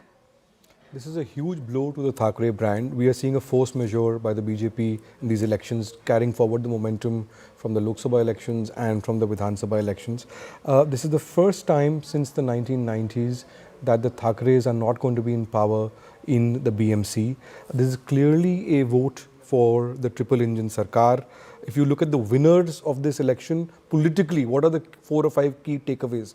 Takeaway 1, the big winner is Devendra Fadnavis. The BJP is clearly in the driver's seat, and this is a vote for a triple engine Sarkar. The big losers are the Thackerays. Both Thackerays, if you look at the two Shiv Senas, Shiv Sena UBT and the other Shiv Sena and the Shinde faction, both have got about 32% strike rate. In terms of the seats they contested, the strike rate is similar. Yes. The Shiv Sena UBT is doing better, but they are clearly not being able to pull their weight in an arena where they've always been in power for over 3 decades now. The INC, which went solo, is a big loser. Raj Thackeray and this whole idea of this Marathi Manus and all of that thing around that has clearly failed. There are big questions now for the opposition and for the MVA. There's also big questions on the Ajit Pawar. What is the utility of Ajit Pawar while he is an important player? What does that, all of these things, the shenanigans around that, it puts the BJP in the driver's seat. And I think this is probably a bookend to a much deeper process that began about 4 or 5 years ago with the last Maharashtra election, with the BJP from being second. The old BJP was always content to be second fiddle in Maharashtra, right, to the Shiv Sena, which was the Vajpayee-Advani era. Yes. The new BJP has focused on, with fits and starts and with setbacks originally, saying that, look, we are going to be the dominant Hindutva party in Maharashtra, and we will be the big player in the game. And it all started. This is a further movement in that process. In that direction. And it all started with that split that happened, allegedly because of how the chief ministerial position will be divided between the BJP-Sena government. And look what all has happened since then. When one wonders if that split with the BJP originally has really cost Uddhav Thackeray and others quite a bit. Let's also go across to Bodhisattva Ganguly joining us, Group Consulting Editor, Network 18. How do you read into these results? Could we also say, apart from the setback to Uddhav Thackeray and his brand, the Thackeray brand itself, that this is finally a proof that very aggressive Marathi Manus politics is no longer having that purchase in Mumbai? Yeah, no, I think that's one clear takeaway. I think the biggest takeaway is that it's a victory for Mr. Devendra Fadnavis. I think it clearly establishes himself as the preeminent leader of the BJP in Maharashtra. I mean, you can say there's been no doubt about that for some years, but I think it consolidates his position. He has led this campaign at, this is the second round of municipal elections in Maharashtra that was won a couple of weeks back, where also the BJP-led Mahayuti, as the NDA is called here, they did very well. I think the victory in Mumbai with 95 wards is the single largest party, which is, I think, these numbers could change. But even if you add the two Shiv Senas, although in different alliances, the BJP's numbers are still slightly more than that. So it established himself as the preeminent party and the undisputed leader of the BJP in Maharashtra across, and the victory in these large urban areas, not just Mumbai, but also Pune and, what is known as the MMR, the Mumbai Metropolitan Region, which is an engine of economic growth for the country. I think it is extremely important. And I think the voters seem to have opted for a triple engine sarkar because there are, as you're aware, there are big infrastructure projects going across, being built across this entire area. So yeah, and I think the Marathi Manus factor may have played some role, but I don't think it was enough of a game changer as the Thackeray, as Uddhav and Raj Shivani, if I may Thackeray add may have something to what hoped. Bodhi is saying. Yes. Shivani, if I may Yes. add something to what Bodhi Yes, is go saying. ahead, Nalin. The point that Bodhi is making about Devendra Fadnavis, this also has huge implications for the political economy. One of the big things in India that Devendra Fadnavis has been driving is a upliftment of the infrastructure and a whole bunch of investments and positioning of Maharashtra and getting much more investment and so on. Look at the budget of the BMC. Yes. About 74,000 crores is what they spend in a year. It's the largest municipality in Mumbai. Capex out of that is around 60%, about 43,000 crores. Having control of the BMC gives Devendra Fadnavis many more options in terms of the larger developmental play that he's positioning himself for as the Mr. Development of Maharashtra. Absolutely. Anywhere I went in Mumbai, there was one thing that everybody agreed on, that Mumbai needed a lot of infrastructure and it was falling behind for decades. But everybody, regardless of their individual motivations and sidings, credited this government, which is the Mahayuti government, for delivery of those big ticket infrastructure projects. They had set themselves aside, at least in that. And one could argue BJP's main calling is exactly that delivery of big ticket infrastructure along with some welfare schemes nationally as well. Sanjeev Srivastava, do you think that was just too large a narrative to cut through, even for the cousins coming together or for the Congress fighting solo? See, we have seen time and again, Shivani, that when something is in a roll, it just keeps gathering momentum. That's what is happening with BJP, and the reverse is happening with the opposition. So opposition, like we were speaking yesterday evening as well, the opposition right now looks discredited and fragmented. And also they don't have that urge or somehow the wherewithal to fight and win. So mentally also they have lost the plot during the course of post-2024 Lok Sabha elections after the string of defeats. So yes, the vote chori issue may be there, ECI partisan may be there, but at the end the result counts till you establish otherwise. So we recently had certain other elections that were actually held on ballot paper.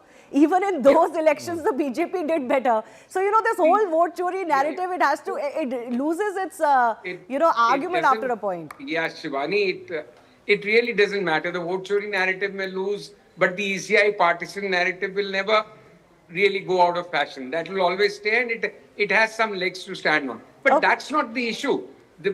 I don't think that the BJP is winning because of vote chori or ECI being partisan, even if that was the case. So the opposition somehow has to now get back its act, have a narrative together. There are a few silver linings. I completely agree with whatever Bodhi and Nalin analyzed about Devendra Fadnavis, the infra push, the triple engine, all that is there. I'm just trying to move and see a little beyond that. Sure. So there is some good news, definitely. Whatever one may say, Uddhav has not performed as badly as some of his critics may have wanted him.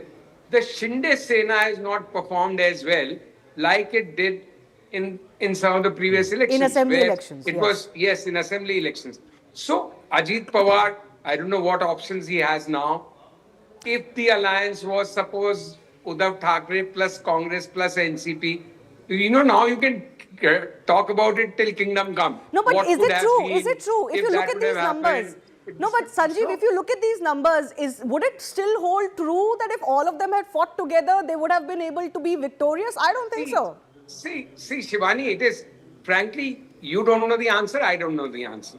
Because what has not happened, it is not just the numbers, it's the chemistry, it's the message, it's the morale, everything. When you are divided house and fighting with so many fragments and segments, these numbers I think these numbers do some kind of credit to them. I To was Uddhav expecting Thackeray, surely. yes. So the numbers could have been worse. And if they were together, numbers may have been better, may not have been. Okay. Then we could have analyzed it. You know, for analysts, hindsight is the best sight. So we can try and explain anything. Okay. But I the want to... issue is we don't know the answer. But BJP on a roll is something that now even a blind person and his uncle can see. Okay. That they are on a winning streak last 1.5 years, and the stain or whatever setback of 2024 Lok Sabha elections is now a distant memory. Nobody is talking about this being a weak government on two crutches, this, that, because Absolutely. spring of victories has washed that away. Daniel Francis, two-part question. One, how would the Shiv Sena Shinde be looking at these results, given that their strike rate is not very strong? And what is the future of Uddhav Thackeray now?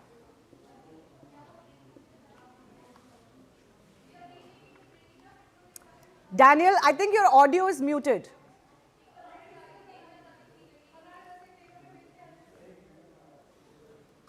Yes, Thanks, go ahead. Shivani. There are places in which Shiv Sena Shinde faction is an ally of the BJP. For example, in Mumbai, if you see the last assembly election, the BJP had 34% vote share and Mr. Shinde had 20% vote share. I think that 54% is doing the magic even now. And there are places in which Mr. Shinde and BJP have fought against each other. So there are two types of results for Mr. Shinde. One is as an ally of the BJP and second is as a competitor of the BJP.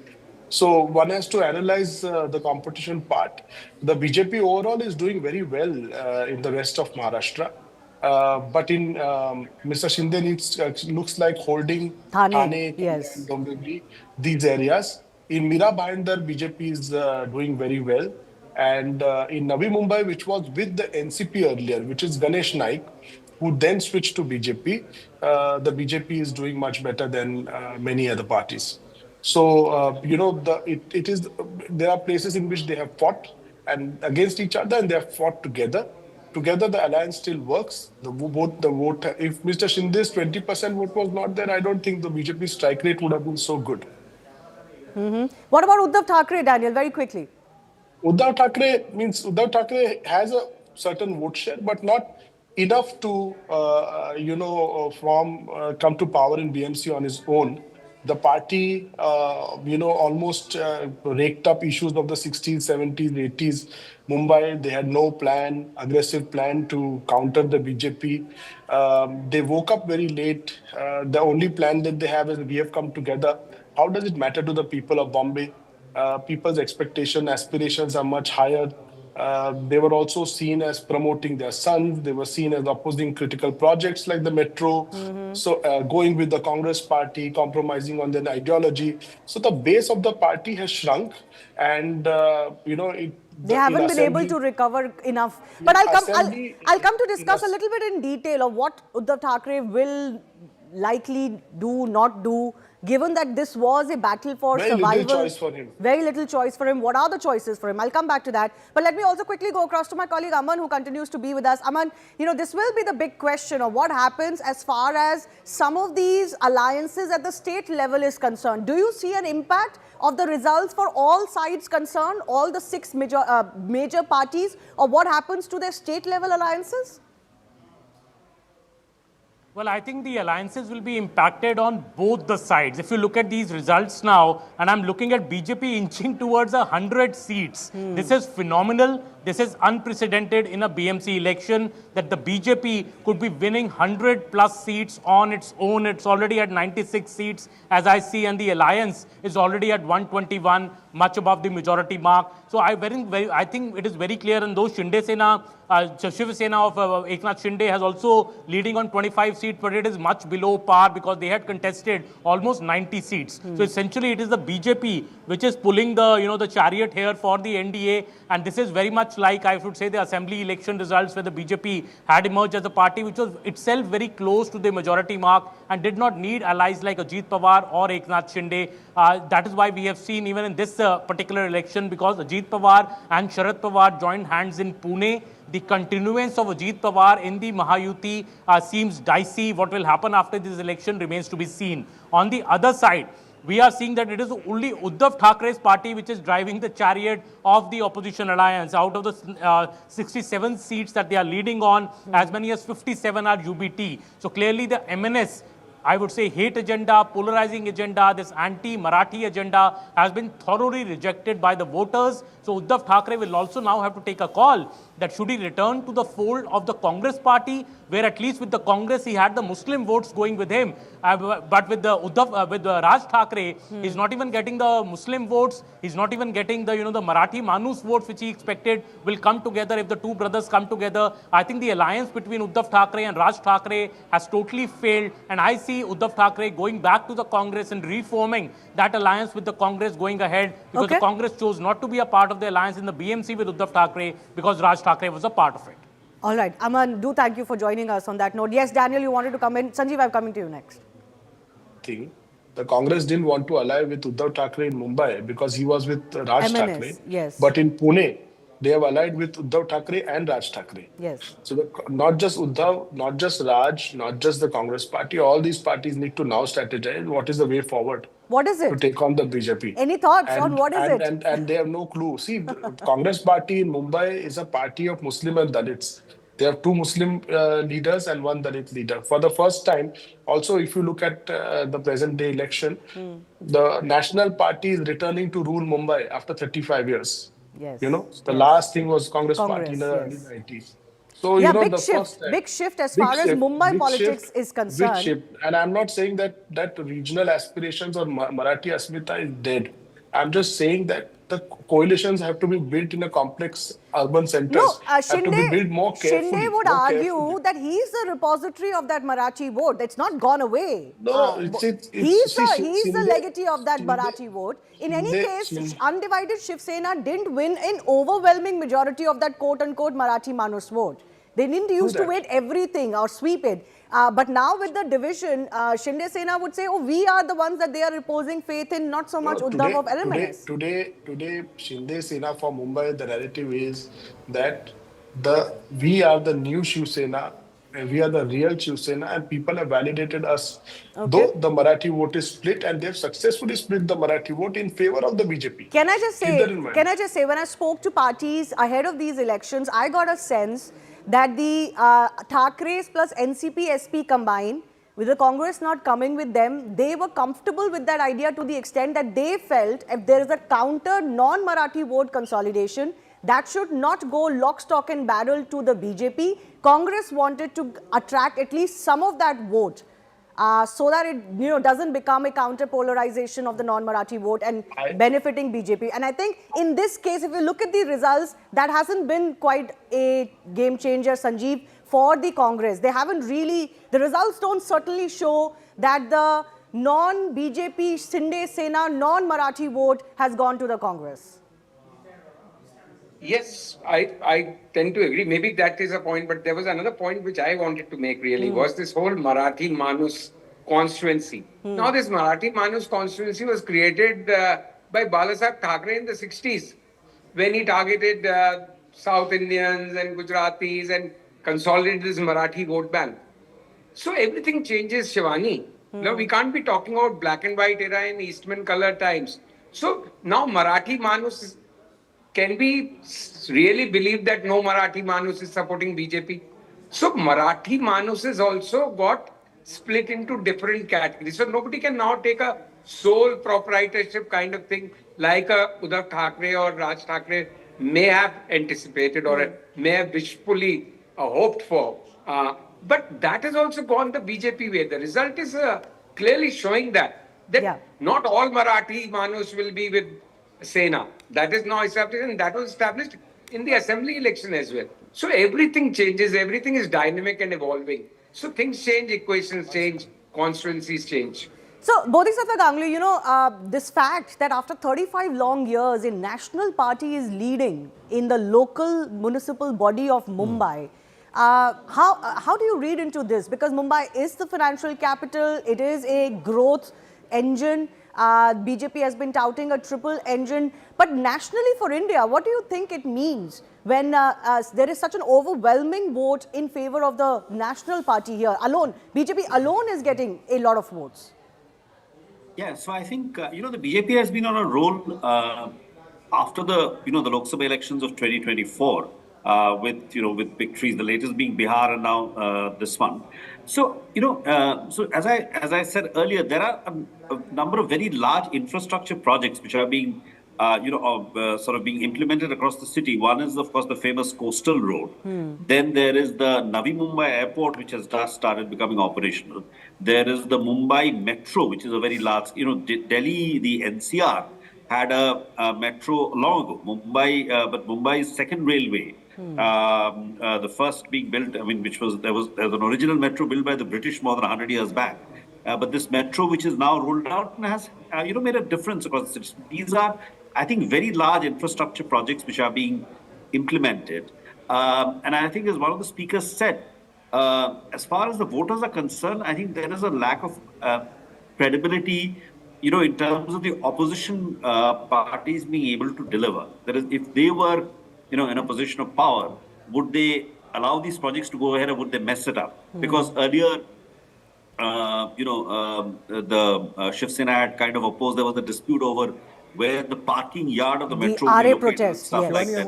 Yeah, the RA forest, this thing. Now, whatever the merits of that, so there is that anti-development plank which has come to stick with them to some extent. There's also been problems. The bullet train which is being built, which is going to end near Bombay, near Mumbai. That also land acquisition became a problem when Uddhav was the chief minister and so on and so forth. So those issues are there. So I think it should, and I think the voters, just as in Bihar, the opposition seemed to have no credibility. The people, I don't think, trusted Tejasvi Yadav in the case of Bihar. It was visible. It was visible on ground. Let me add to what Modi is playing out here. So I think it is. So it's this region is an engine of economic growth for the entire country, for India. So, so in that sense, the BJP's victory and Mr. Fadnavis, who I think is emerging as a very dynamic chief minister, attracting, billions of dollars of investment. It's a triumph for him, and I think it's... And now it will be for the BJP to make this a showcase. Now, they will have no issues to raise that somebody is not allowing them to go ahead with these projects. Let me make a more hardcore political point. Modi's made the larger... It gets more difficult from now on, possibly.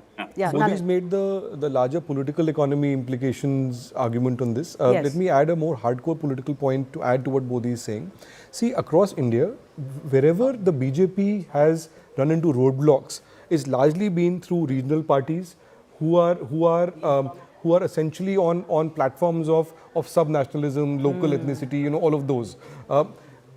In Maharashtra, the difference was that while there is a Marathi Manus argument and all of that, fundamentally, ideologically, Shiv Sena, both the factions and BJP have always been on the same side, on the Hindutva side, right? Yeah. Maharashtra was an outlier on that. This is unlike DMK in Tamil Nadu or AAP in Punjab or BJD or Mamta Banerjee, which is on a Bengali plank and all of that, right?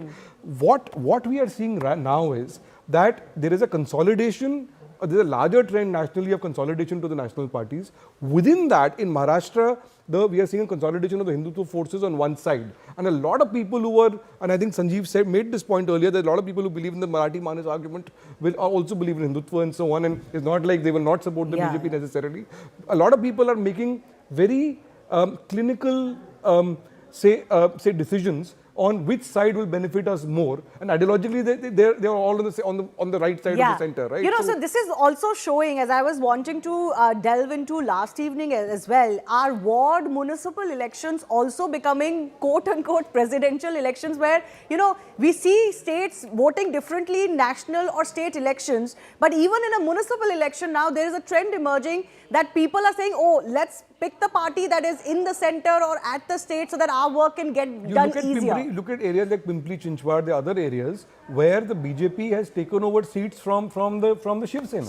Right? So you're seeing a shift of vote from within the alliance itself to the BJP. Yes. I have to, of course, take some updates as they are coming. There are, of course, more sense that is emerging as far as the Mahayuti is concerned. The Mumbai numbers, the Mahayuti believes, indicates that the combined vote share of the BJP, which is 34% roughly as we speak, and Shiv Sena at 20% is totaling 54%, and that has decisively pushed the UBT and the MNS combined to the margins. So that is the sense that is emerging as far as the Mahayuti is concerned. But Sanjeev, you mentioned earlier that sometimes when a party is on a roll, it tends to, kind of become a juggernaut, if I can use that term. But I think in this case, it would be unfair to take away that delivery plank from the BJP. It's not just the fact that they are on a roll because they won certain other state elections, Haryana, Delhi, etc.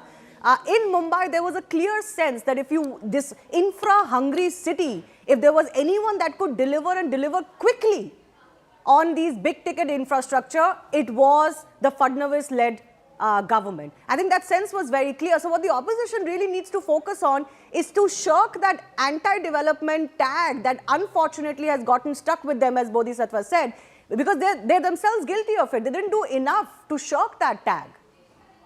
Yeah. So, Shivani, the answer to that would be yes and no, please. Because, see, in an election where 50% people voted, how many of them would be really hungry for good infrastructure and great development? You know, the classic cases of Kolaba and South Mumbai voting percentages have always been pathetic. I have stayed and reported out of Mumbai. Bodhi is based there. So, yes, in principle, it must have played a part. It must have had a role. But one has to look beyond these things. Yes, and Mumbai has been under Devendra Fadnavis. There have been some very good examples like the Coastal Road or Navi Mumbai Airport coming up or the new this harbour line being developed. There are things happening. Mumbai has changed and for the better. Definitely that angle was there. But is that the principal reason for this win? I would not. What else could it be? I think this is as much a victory for the BJP. It's a kind of a Tina factor. It's a no alternative. The opposition right now lacks that kind of confidence of the people. And yes, and it is not entirely opposition's fault. It is the uneven battlefield. It is the fragmented opposition, their lack of resources, money power, and the BJP's super machine election. All of that. So I would say, yes, BJP deserves the win, but the opposition also keeps giving them on platter because of a set of factors, some of them within their control, some beyond their control. So everything has combined together. If we were such a great, sorry, I will just to say, add this, if we were such a great infra-led, our currency is the worst performing in the world last 2 years. Our stock markets are the worst performing in the world in the last 2 years. So let us not tom-tom too much about our infra and economy and all of that. No, I'm limiting my point only to big-ticket infrastructure. So I'm not limiting on the state of the economy per se. That can be argued. I have just expanded it with your permission. Yeah, but Bodhi can expand on this because that's the clear sense I got that everybody was really fed up, one with dug-up roads all the time in Mumbai. Especially that is that falls directly under the purview of the BMC, so they wanted that solved. The BJP-Shiv Sena combined promised, a very catchy promise that within 1 year all roads will be pothole free and there will be all dug up areas would have been concretized. There would be no digging, that perennial perpetual digging of Mumbai roads that you would see anymore. So one, they caught on to that very local sentiment. The other was that the public was like, there's the coastal, there is the Bandra-Versova link now coming in, the metro has finally come in, the Atal Setu has come in, and it has changed people's lives on ground. Yeah, so a couple of observations. I think just to be clear, and in the interest of fair, one should add that there is a very big welfare component also, which is the Ladki Bahin scheme here, which is the cash transfer to women, which was introduced and which helped them to win a sweeping victory in the assembly elections in November 2024. That, of course, continues. In fact, there was a bit of a controversy as to whether a couple of the installments could be, and the state, could be transferred to the beneficiaries. And the State Election Commission stopped it. So that, we should not forget, that component is there. My sense is that there is all the problems, including the dug-up roads, are certainly there. In fact, if one wishes, I don't want to get into the rupee and all that, because that I don't think was and the stock market performance. But one of the flip side of one of the downsides of a big infrastructure built out is that Mumbai's equi, while it is not at Delhi levels, it's pretty has bad started, has started deteriorating. I mean, that is very clear. But having said that, I think my sense is that there is a great desire for stability on the part of the voters. It is not that there are no issues with the existing governance of the BJP-led government here. There are. But it's just that the alternatives are not very credible. Yeah. Nalin, I think it's really also a vote for stability. Stability. And, Mr. Fadnavis here, Modi at the center, are seen as tried and tested leaders.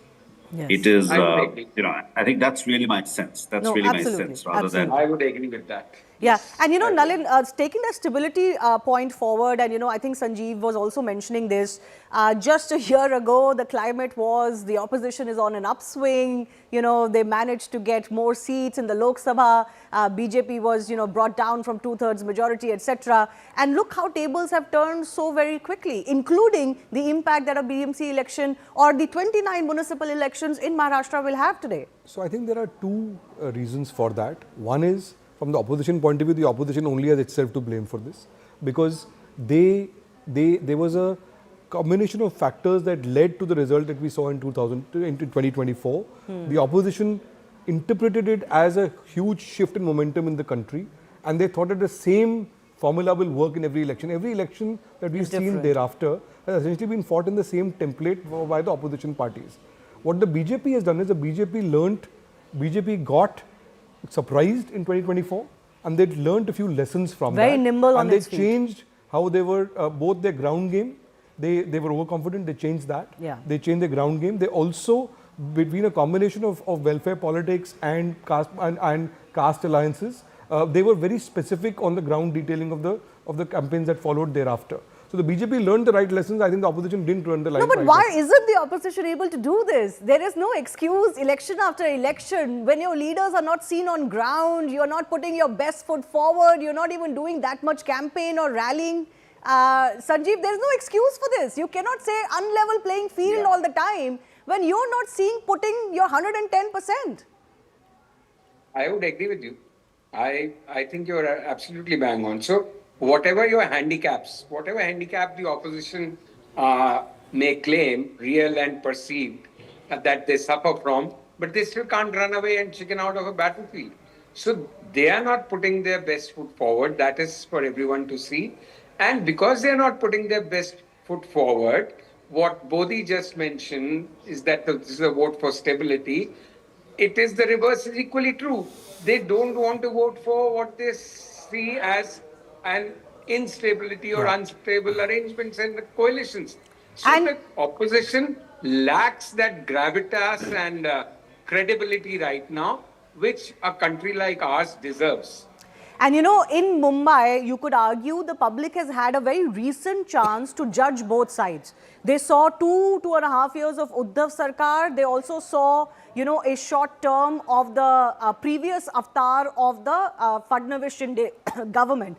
So they can compare very quickly in recent memory what happened in terms of development and issues on ground when Uddhav was the CM versus when, Devendra Fadnavis is the CM. So I think that hasn't played out very well for the opposition. The track record wasn't there. The report card wasn't there for them to say that, we did this when we were in power for whatever number of years. This is an important point. I want to pick on something that Bodhi said and Sanjeev also said.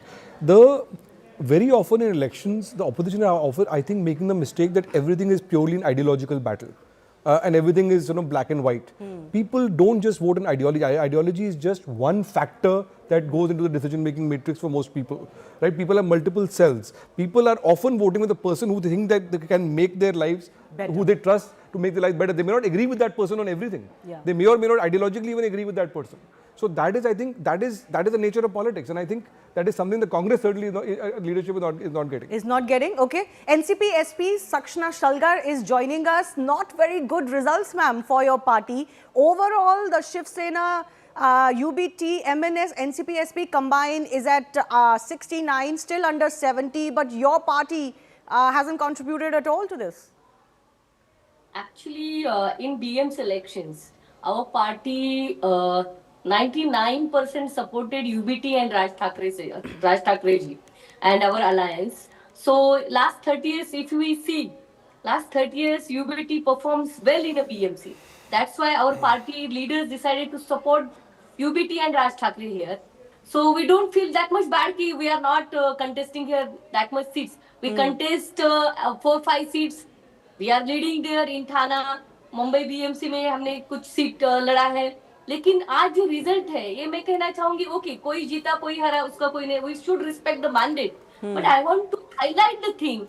Whatever happened in this election, जो लाड़की बहन योजना, मेरी बहना, मेरी Ladli Behna, what is this रेवड़ी योजना? 3 weeks, 5 for what? You look the safety of the Mumbai women. We should focus on the employment of the women and youth. We are not discussing that. Everyone was discussing Hindutva. Hindutva mayor, Hindu wala mayor, ये वाला mayor. What was that? There was not Bharat का mayor नहीं चाहिए था इनको. I want to, as a youth of the state. इस मामले में तो मैम आप ही के पार्टनर्स ने सबसे ज्यादा वो मराठी मानुस का पूरा कैंपेन किया है ना. उन्होंने क्यों नहीं किया डेवलपमेंट वाला कैंपेन? एमएलएस और शिवसेना नहीं तो शिवसेना यूबीटी नहीं तो ये सबसे ज्यादा इसको मराठी मानुस अस्मिता का इलेक्शन बनाया ना उन्होंने.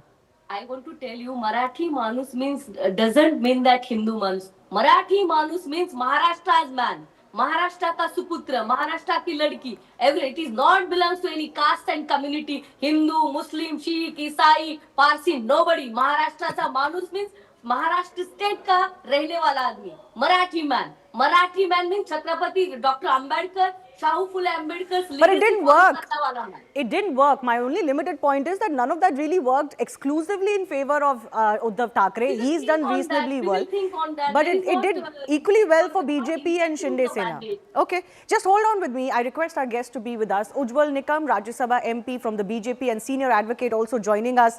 Thanks a lot for your time, Mr. Nikam. Big win for the BJP alone as a party in these elections. Yes, the combination has done very, very well. They're well past 120 at this stage. But the BJP alone is nearing 100 wards in BMC. Big turnaround in the Mumbai politics.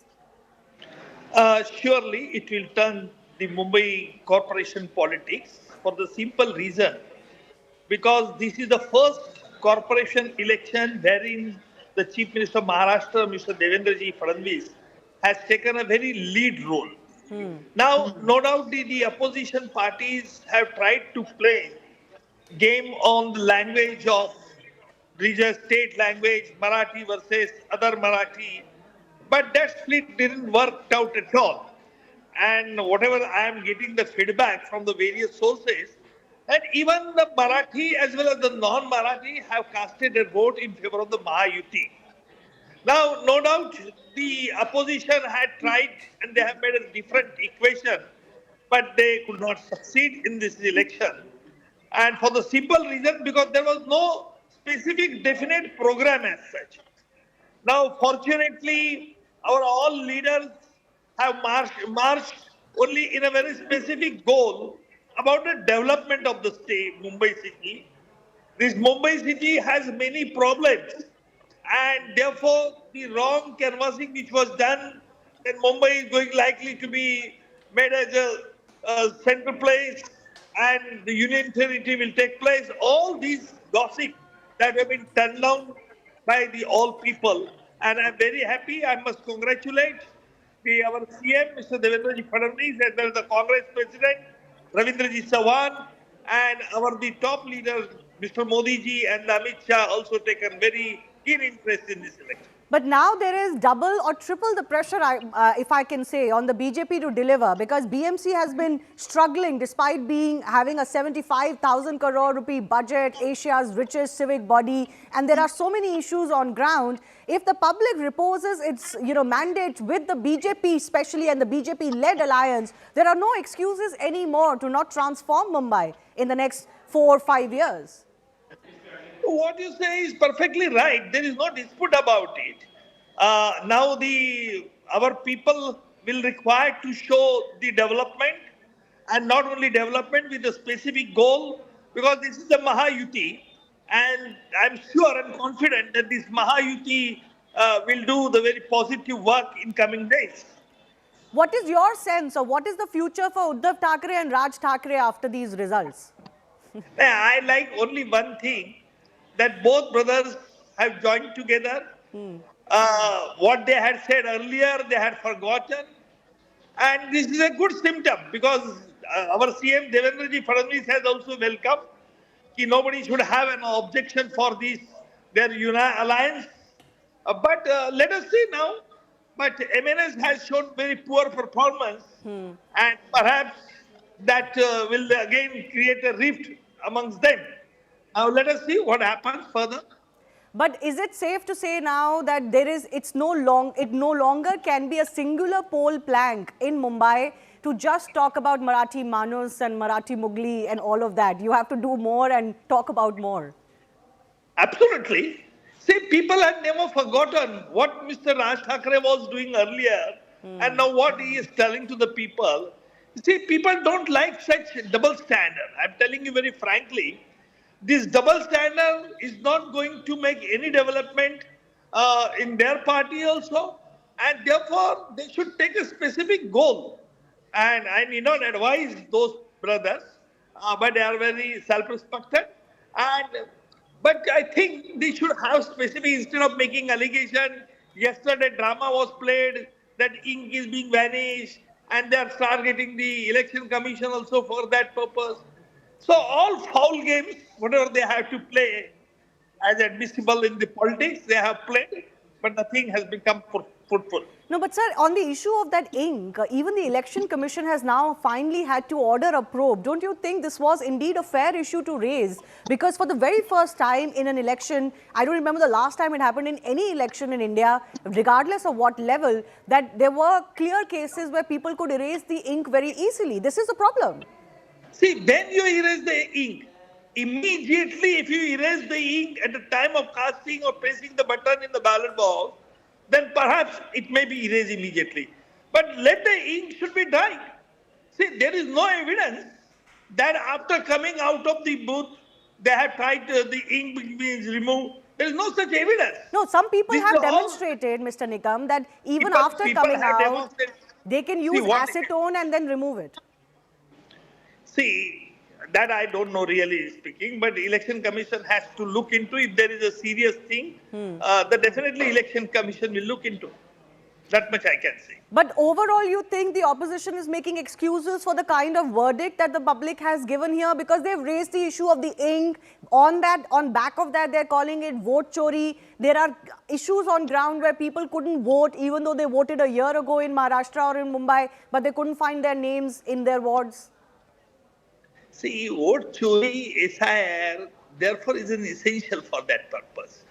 And you see, in Rajya Sabha, this topic was also discussed at length. And I must congratulate the government also. Even the Lok Sabha, this SIR problem was discussed at length.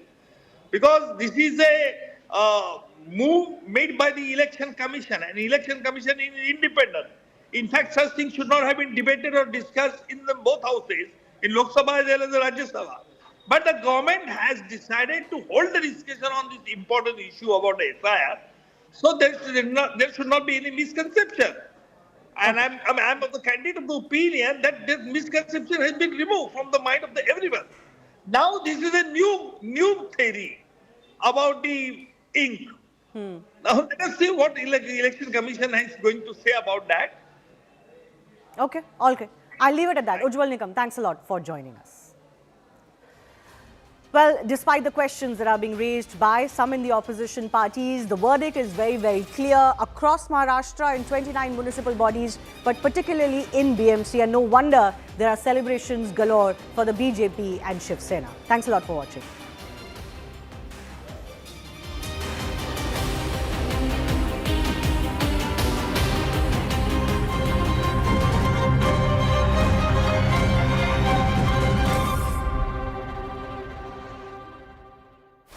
The world is rapidly evolving. It is also extremely interconnected. Developments in the White House can change business trajectories, even affect the common man here in India. That's where our long-standing partnership with CNN gives us the edge. With 4,000 plus CNN reporters across 200 countries, our reach is unmatched. And with renowned names like Farid Zakaria, Anderson Cooper, or Richard Quest, our access to in-depth analysis is exhaustive and exclusive. Whether it is conflicts in Europe and Asia, the New York City mayoral elections, or trade wars and tariffs, our partnership with CNN enables us to keep our finger on the global pulse, to bring you reports and analysis with unmatched authority. Now that's a partnership that makes sense. This is News 18 Network.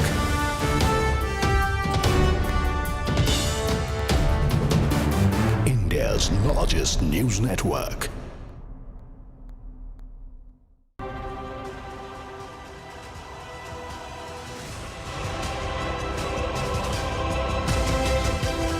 Welcome back to our live and rolling coverage on the Maharashtra and the BMC elections. And what we can tell you is that the BJP is emerging as the dominant force, even though the Thackerays' emotive legacy seemed to have worked for them, at least in Mumbai. It's not been an easy walkover as far as the Bharatiya Janata Party is concerned. But let's also, on that note, break down the numbers for you. In fact, remember, the 114 is the magic figure, as has been in fact informed to you earlier as well. What you can see is that the BJP is currently leading at 75. In fact, it's reached at 106 in total if you were also to factor in the Shiv Sena Eknath Shinde faction numbers. 31 is what they've got. Let's also in fact take you through what Nagpur is looking like. BJP and Shiv Sena Eknath Shinde faction are standing at 78, Congress at 26, the Shiv Sena UBD faction at a dismal 0, NCP SP again at a dismal 0, and in fact Ajit Pawar NCP also at a 0. Let's also tell you what the numbers are looking for as far as Pimpri Chinchwad is concerned. BJP again as a formidable force emerging at 70, NCP in fact emerging at 41. This is an interesting seat given that there's been an alliance between both the Pawars. You're looking at numbers as far as the results are concerned. The BJP-led alliance, the new Mahayuti of sorts as far as the BMC is concerned, has surged past the 100-seat mark, while the Thackeray faction trails significantly at just around 63. The Sharad Pawar, Ajit Pawar reunion in their stronghold of Pune or even Pimpri Chinchwad seems to be a flop, as the BJP has taken a huge lead in both of these civic polls as well. In Pimpri Chinchwad, the BJP is ahead in 70 wards, while the Pawars are leading in 40. The spotlight is on Mumbai, where the Thackray brothers have reunited to reclaim their legacy, but are standing against the BJP-Shiv Sena alliance. Amidst the counting, though, Rahul Gandhi has now targeted the Election Commission, accusing it of gaslighting citizens and raising concerns and questions about the transparency in the process. Remember, all of these questions are emerging because there were questions over the indelible ink removing very easily as far as the voters are concerned, and there are a lot of people on ground who have alleged that they weren't able to find their names on the voter list or weren't allowed to vote in these elections. Let's get you some numbers that we're talking about. This, of course, is the confirmation of what's happening as far as the BMC counting is concerned. 115 now for the BJP plus. So they are beyond the halfway mark. Of course, mayoral elections will be held to eventually select or elect a mayor. They happen separately. But the strength of the house will certainly show what is happening as far as who, what would be the strength and who would be leading as far as that battle is concerned. Let's tell you about Nagpur now. 151 wards, 121 leads are with us, and BJP Sena fighting together here have almost swept these elections. 93 leads for them. Congress in second, and the UBT, NCP, FC are not there anywhere at all.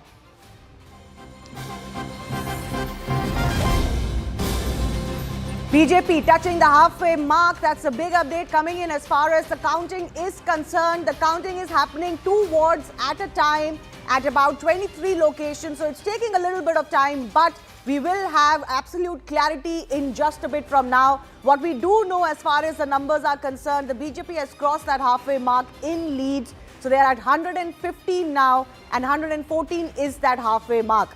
This just goes to show on the strength. When the mayoral elections take place, BJP Sena combined would be much ahead and will not have any danger in selecting or electing their mayoral choice. Let's also go across to my colleague Yesha, who's joining us. Yesha, big update coming in, halfway mark crossed for the BJP, and this is going to be a historic moment because the BJP alone as a party is the single largest. Absolutely, and rightly so. When we speak of the BMC elections, it reminds you of the Vidhan Sabha elections as well, when BJP alone was the single largest party. In fact, ever since then, we've seen BJP pick that momentum right from the Vidhan Sabha elections to Nagar Panchayat election to Nagar Parishad election, and rightly so for the BMC election.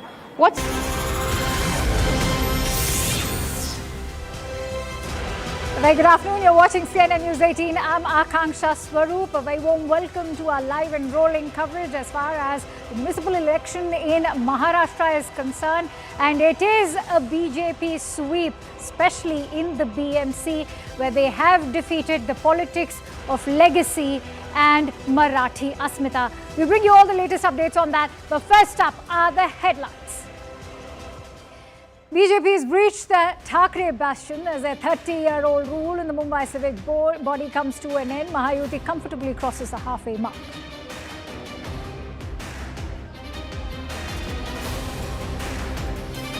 The reunion to help Thackeray brothers as the lag far behind the Mahayuti Marathi Manus backs Devabhau's leadership, and nativist Raj loses on over 90% of seats contested.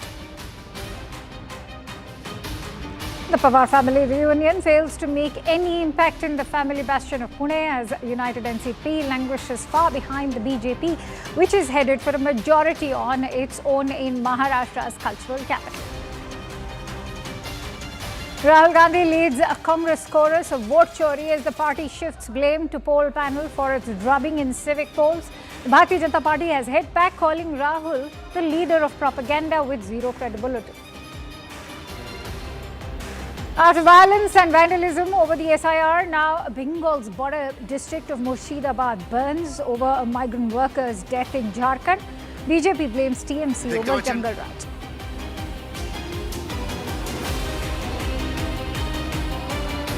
All right, let's quickly go across to my guest. Today I'm joined in by Mr. Amitabh Tiwari, who is the founder of VoteVi, Professor Sanjay Kumar, a psephologist, also joining in on the broadcast. This is with regards to the numbers that are trickling in. In fact, Mr. Tiwari, I'd like you to weigh in on this sweeping victory for the Mahayuti today that we are witnessing. What, in your understanding? All right. In fact, I'm joined in by Mr. Deepak Kesarkar. Mr. Kesarkar, thank you so much for joining in on CNN News 18. It's a moment to celebrate, and heartiest congratulations to you and the BJP, of course. Your thoughts? Thank you. Thank you very much. It's really a time to celebrate a great victory, which was a victory for development and progress. So many are saying, और नगर पालिकाओं में हमारी ये शानदार जीत दर्शाती है कि युवा पीढ़ी ने भी बड़े उत्साह के साथ भाजपा और महायुति का पुरजोर समर्थन किया है। हम इसके द्वारा कह सकते हैं कि जेन जी ने ये वीबी के पक्ष में मतदान दिया है। वीबी मतलब विकसित भारत। विकसित भारत के जिस मार्ग पर भारत आगे बढ़ रहा है प्रधानमंत्री जी के नेतृत्व में, और श्री देवेंद्र फडणवीस जी महाराष्ट्र में उसका नेतृत्व कर रहे हैं, मुझे लगता है कि जेन जी ने उस दिशा में हमें पुरजोर समर्थन देकर और शक्ति प्रदान की है। आपने देखा कि पहले बिहार में हमें सफलता मिली, उसके बाद केरल में सफलता मिली, अब महाराष्ट्र के नगर निगम में यह अभूतपूर्व सफलता निश्चित रूप से देश के भविष्य के लिए एक बहुत शुभ संकेत है, सकारात्मक संकेत है, और इसके साथ साथ नकारात्मक राजनीति करने वालों को महाराष्ट्र की जनता ने एक करारा जवाब दिया है। ये लोग, इस चुनाव का एक और निष्कर्ष है कि मैं विपक्ष से पूछना चाहता हूं, इंडी गठबंधन का अस्तित्व अब है या नहीं है। क्योंकि 2024 के बाद के चुनावों में दिल्ली विधानसभा में आम आदमी पार्टी कांग्रेस का गठबंधन टूट गया, केरल में कम्युनिस्ट पार्टी और कांग्रेस अलग अलग लड़े, महाराष्ट्र नगर निगम में उद्धव बाला साहब ठाकरे शिवसेना उबाटा और कांग्रेस अलग हो गए, और बंगाल के आने वाले चुनावों में कोई संभावना नहीं दिख रही है कि तृणमूल कांग्रेस और कांग्रेस मिलकर लड़ेंगे। अर्थात इंडी गठबंधन का किला बिल्कुल तार तार होता नजर आ रहा है कि बेनकाब चेहरे हैं और दाग बड़े गहरे हैं। यह इंडी गठबंधन में दिखाई पड़ रहा है, और टूटता तिलिस्म आज सच से भय खाता हूं, यानी उनका तिलिस्म टूट रहा है और सच को वो देखने की क्षमता में नहीं रहते हैं। और मैं अंत में यह कहना चाहूंगा, जिसे महाराष्ट्र की भाषा में कहते हैं जय जय महाराष्ट्र माझा। आज महाराष्ट्र की जनता ने जो हम लोगों को समर्थन दिया है, उसके लिए हम पूर्ण विनम्रता के साथ उनका आभार व्यक्त करते हैं, और उसके साथ साथ यह भी दिखाना चाहते हैं ये छत्रपति शिवाजी महाराज की वो भूमि जिनकी सेना के लिए कहा जाता था, जो महाराष्ट्र का बड़ा प्रसिद्ध नाटक है जानता राजा, उसमें जब शिवाजी की सेना चलती थी तो मानो मुझे लग रहा है। All right, so with the chants of Jai Jai Maharashtra, that was the BJP press conference celebrating its victory in the municipal polls. Let's quickly go across to my guest, a very esteemed one. In fact, I'm joined in by Mr. Mangal Prabhat Lodha, Maharashtra Minister. Many thanks to you, Mr. Lodha, for joining in. And I would like to congratulate you. It's a moment of celebration. Let's begin by sharing your thoughts first. Yes, it's a big celebration, not only for BJP, but for all the Mumbaikars. After 25 years of the mismanagement of the Uddhav Thackeray party, now we will have a new governance under the guidance of Mananiya Narendra Bhai Modi ji and Mananiya Devendra Fadnavis ji and Eknath Shinde ji. It will be a well-deserving facilities and all the infrastructure for the Mumbaikars. We thank them, all of them, by heart, and assure them that we will not defy your expectations and we will do much more than what we have promised. Mr. Lodha, what are those factors that have worked in favor of you and, of course, Shiv Sena, Eknath Shinde faction as well? The BJP has maintained that it was the 3 M's, which is, of course, Marathi, Mahila and the Modi factor. You see that people saw the governance of Honorable Pradhan Mantri Narendra Bhai Modi ji in last 10 years, and they have compared it with the 60 years. People saw the working of the government in the Maharashtra under leadership of Sri Devendra ji Fadnavis in last 10 years, and they compared with the last 60 years. And what the result is that the 10 years are much better than the total outcome of the 60 years. They know well that what we tell we do, and we don't tell anything which we cannot do. That faith they have in the Narendra Bhai Modi ji, Devendra Fadnavis ji and Eknath Shinde ji. That is the reason they voted for us. Secondly, they are concerned about the security. Ghuspaich is taking place, infiltration is taking place in Mumbai, all around. Not only Bangladeshi Rohingya, but the other way also. And they know well that if it is not stopped now, then it will become out of control and it will become another Bengal or Bangladesh. That is the reason they have come together. Thirdly, they want the new economic development and the job and the new businesses in Maharashtra and Mumbai. So Mr. Lodha, it's interesting you speak about that, which is why there was a lot of talk about how Mumbai and the BMC election was proving to be a battleground when it came to the battle of ideologies as well. When the Marathi Asmita, which was also on the top of agenda of the Thackerays, was being challenged by BJP's Hindutva ideology. But it's not just perhaps the Hindutva ideology, it's also politics of development that has spoken today. You see that it is not question of Marathi Asmita. It was a question of Thackeray Asmita. They were not concerned about the existence of Marathis. It is a Maharashtra. So there cannot be any question or any problem about the Asmita existence of Marathi dominance. It is there, it will be there forever. But only question is whether the Thackray will remain in power or not.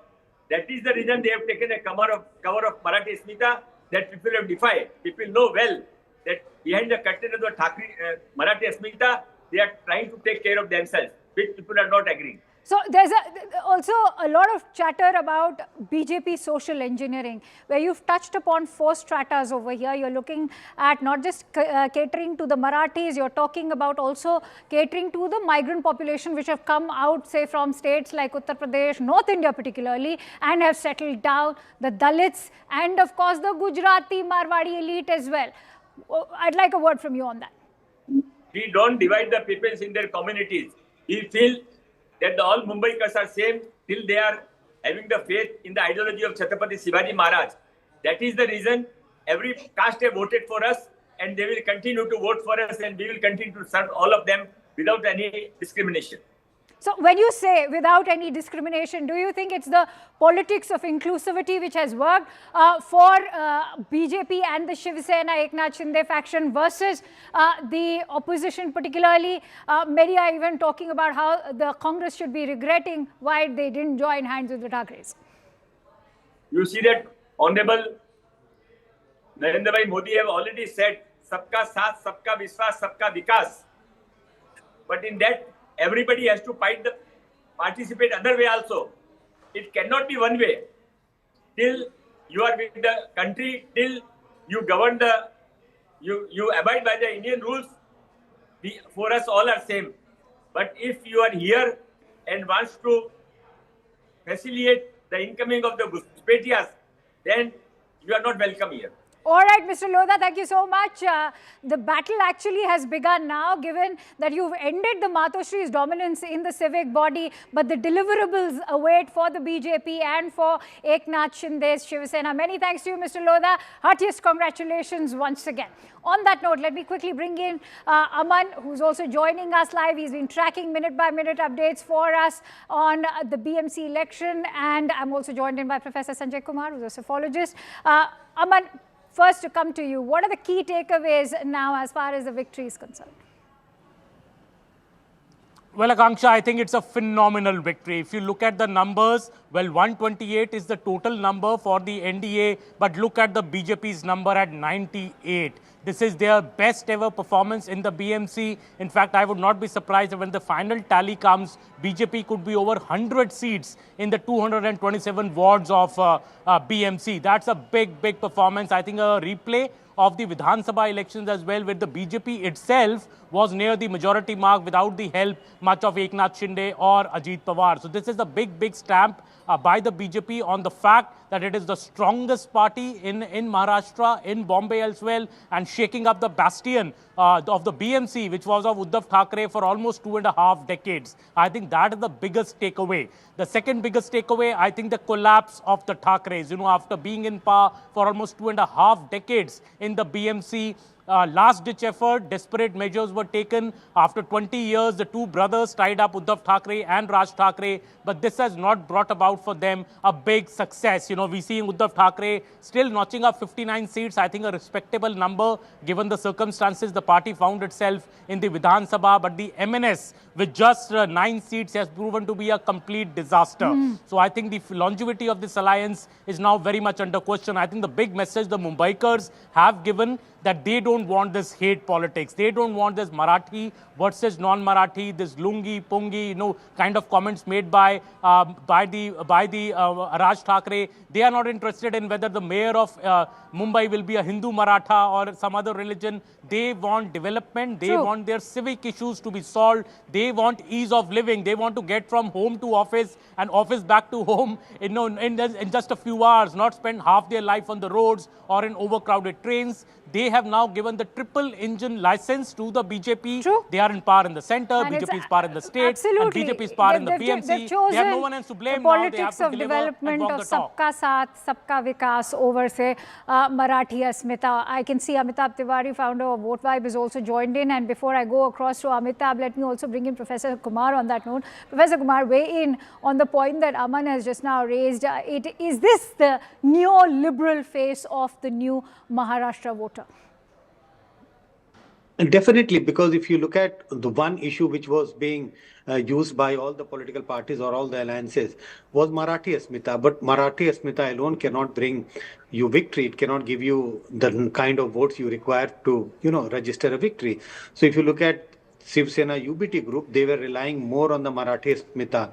But if you look at the BJP and Shiv Sena, the Shinde group, so they have been promising better development for Mumbai. It's about the infrastructure. They were raising the bigger issues. They were not saying, they were not keeping a distance from the Marathi Asmita. They were going along with that because no political party can afford to, keep a distance from the Marathi Asmita. But the whole point is that why BJP and Shiv Sena Shinde group has been successful is because they were able to attract sections of voters beyond their core voters, and that is what is being reflected at the early trends which we are getting at the moment. Quickly, Amitabh Tiwari, do you think that the Thackerays, there was a lot of question being posed on the legacy politics. What is your outlook now and assessment of where the Thackerays stand as of now? Is it Raj Thackray that has brought the UBT down? I think first point we need to understand is, though we say that the Thackerays have controlled the BMC for 2.5, 3 decades, the Thackerays have never got simple majority on their own. So they were ruling the BMC in alliance with the BJP and other smaller parties. That was a natural alliance. The Shiv Sena getting the Marathi Manus votes and the BJP bringing on the Gujarati, North Indian, South Indian community votes. Once that alliance broke, we saw that in 2017 also, when the Shiv Sena got 84 and the BJP standalone got 82. So clearly the demographic of Mumbai, wherein the percentage of Marathi language speakers is declining, then in that scenario, one party cannot just be relying on the Marathi votes to win. So going by what you're saying, do you think today's result has also sort of placed the baton or handed the baton officially over to Eknath Shinde as the Thackray, as perhaps the upholder of that Thackray legacy? I would say there are two factors here. One is who is the real inheritor of the Thackray legacy, who is now the real Shiv Sena. So the Eknath Shinde faction is clearly the real Shiv Sena. They had established that even in 2024 Vidhan Sabha election, Mumbai was the only region where in direct one-to-one contest, the UBT won 6 and the Shiv Sena Eknath Shinde 5. So this was the only region where the UBT had an upper hand against the Eknath Shinde faction. So they are clearly the real Shiv Sena. When we talk about the inheritors of the Thackray legacy, I think because Uddhav and Raj still carry that surname, they still are the inheritors of that legacy, but that legacy itself is not enough to get them victory in Mumbai. Okay. They have to change the strategy. Only playing on Marathi Asmita in a highly urban election where people talking about development, infrastructure growth, creation of a new Bombay like perhaps a Singapore or a Dubai, just playing the Marathi card when the population itself is declining did not work. I want to bring in Aman on that note. Aman, we've seen how the BJP and the Shiv Sena Eknath Shinde faction have successfully and very skillfully dented all of these bastions, not just the bastion of, say, the Shiv Sena UBT, but also of the Pawars. Absolutely, and it's a success across Maharashtra. All the 29 municipal authorities, you see, most of them, the NDA is sweeping them.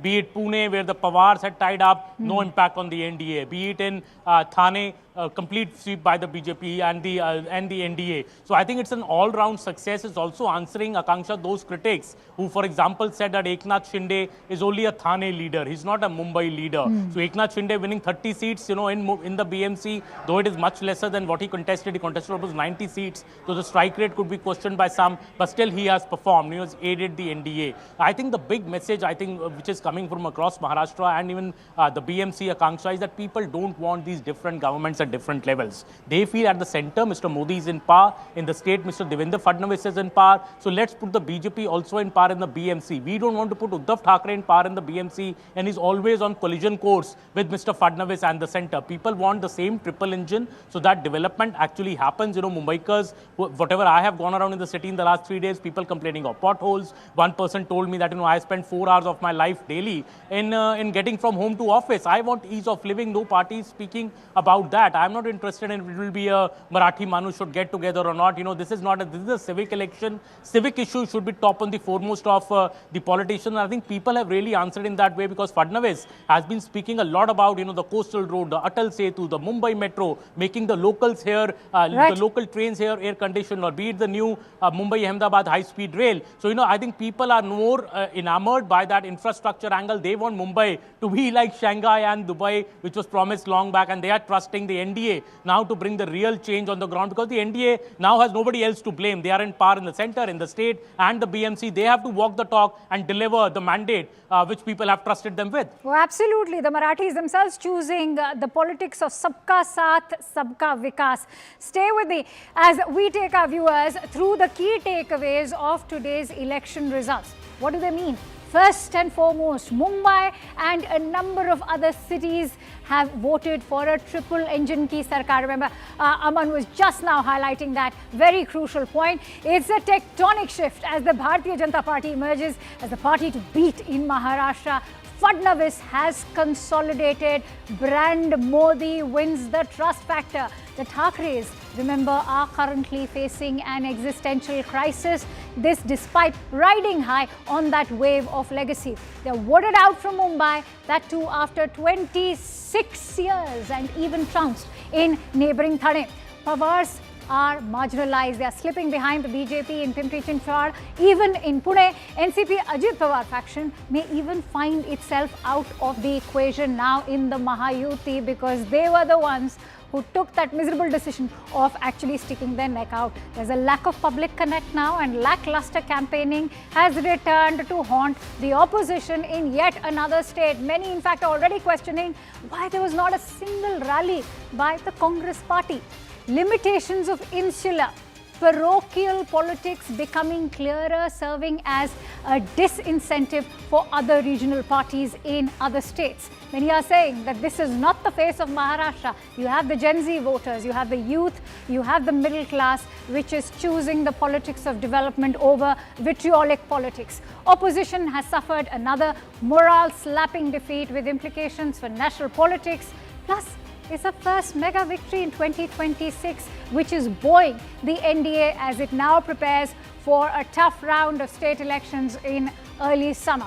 India's richest municipal corporation, which as we all know is the BMC, might undergo a revamp, which will now be about serving the nation's business capital that we all know Mumbai is. And Mumbai's impending transformation through unified governance model will directly impact India's economic credibility, because it is India's financial capital. Let's quickly go across to Yesha Kotak, who's joining me live on the broadcast from outside the Bharatiya Janata Party office. Celebrations galore over there. Let's quickly go across to Yesha. Yesha, what's the mood? Absolutely. In fact, like you rightly said, I'm right here outside the BJP office. I'd asked my VJ Manish to show you visuals of what the celebrations really look like outside BJP office. So we're expecting that by 3:30 is where the celebrations would begin, because clearly now, with the figures coming in even more concrete, it's evident that the halfway mark has already been crossed. In fact, the Mahayuti is inching towards the 130 mark even so. When we came in this morning, there were just barricadings that were put up. Now, as we see that the Mahayuti crossed the halfway mark, is where the celebration preparations is on in full swing. In fact, you see some of the people, some of the candidates who had in fact, one from the area, they've started coming in towards the BJP office. There is Gulal, there's also celebration. We also expect the Chief Minister to be here in some time. The stage has already been set. You see BJP flags all across this very street. An LED has been put up showing the kind of numbers that are coming in for the Mahayuti government. Right. So yes, at this very point, celebrations have already started here.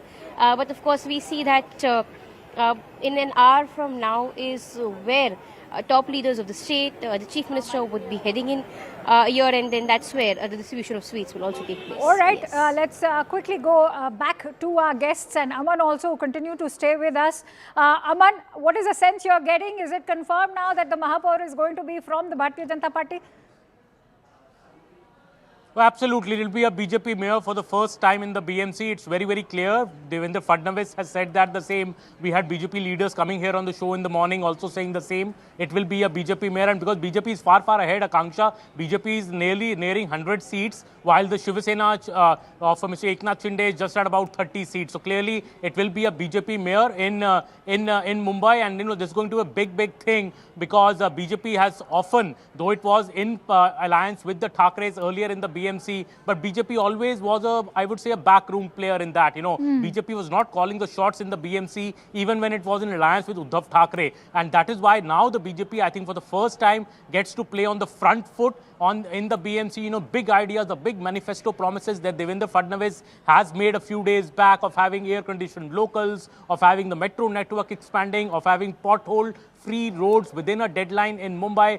These are big, big promises. Cleanliness in Mumbai, for example, many people here have told me that Mumbai is no longer clean. You see garbage dumps and garbage everywhere. Why is Mumbai not being clean as it should be? So I think all these points now the BJP needs to walk the talk. It will have its own mayor. It will have to hit the ground running. And, within maybe a few weeks or a few months, BJP will have to show a marked difference on the ground in Mumbai. Professor Sanjay, if you could weigh in on this historic victory for the Bharatiya Janata Party after 26 years, what would this mean now for overall development and the days ahead for the polity of Maharashtra?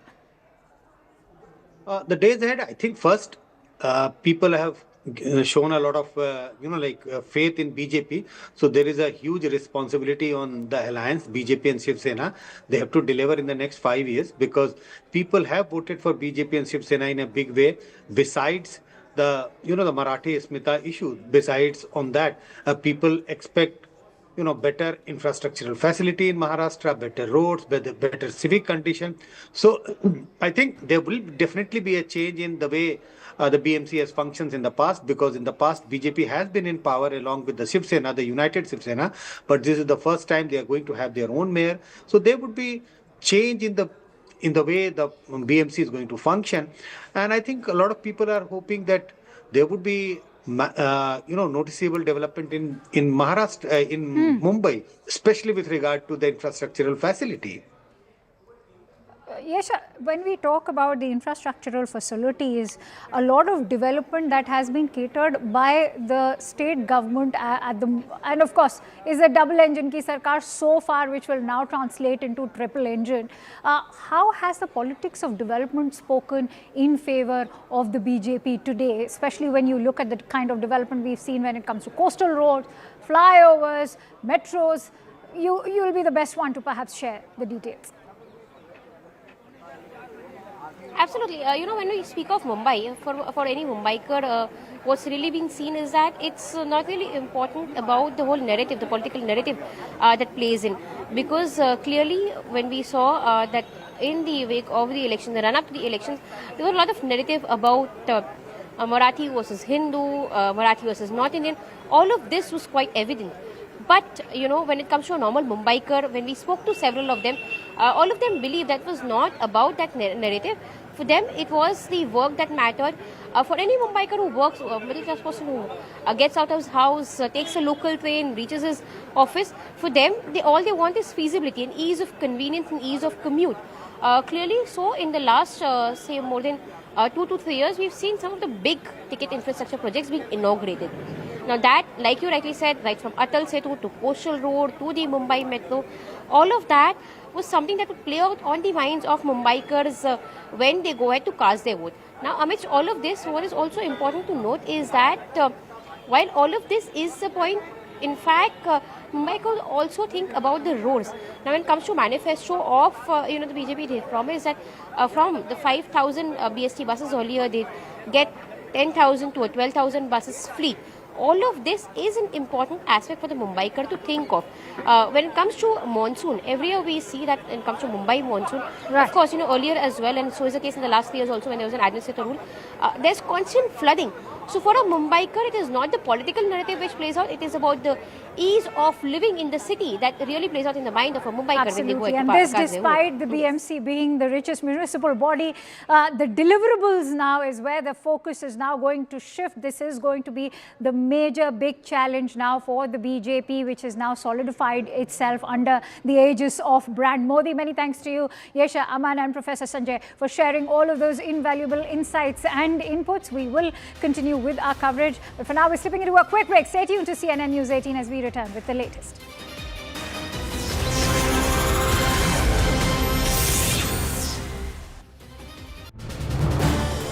This is News 18 Network.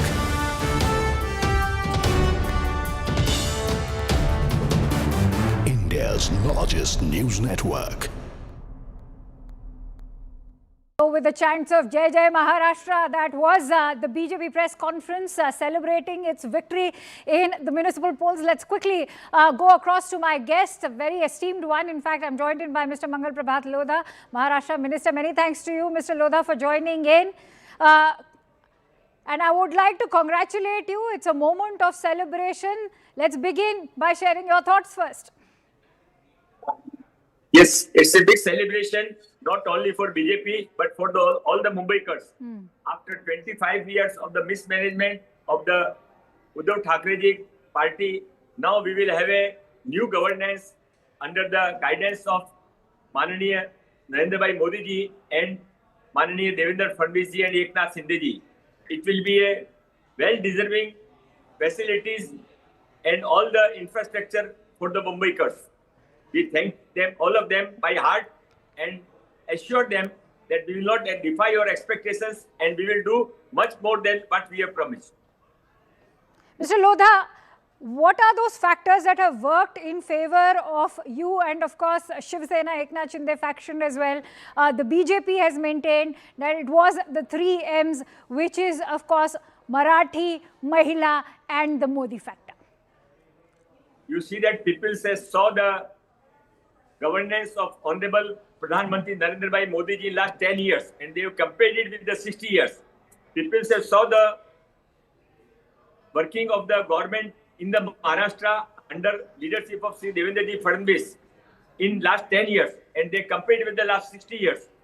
And what the result is that the 10 years are much better than the total outcome of the 60 years.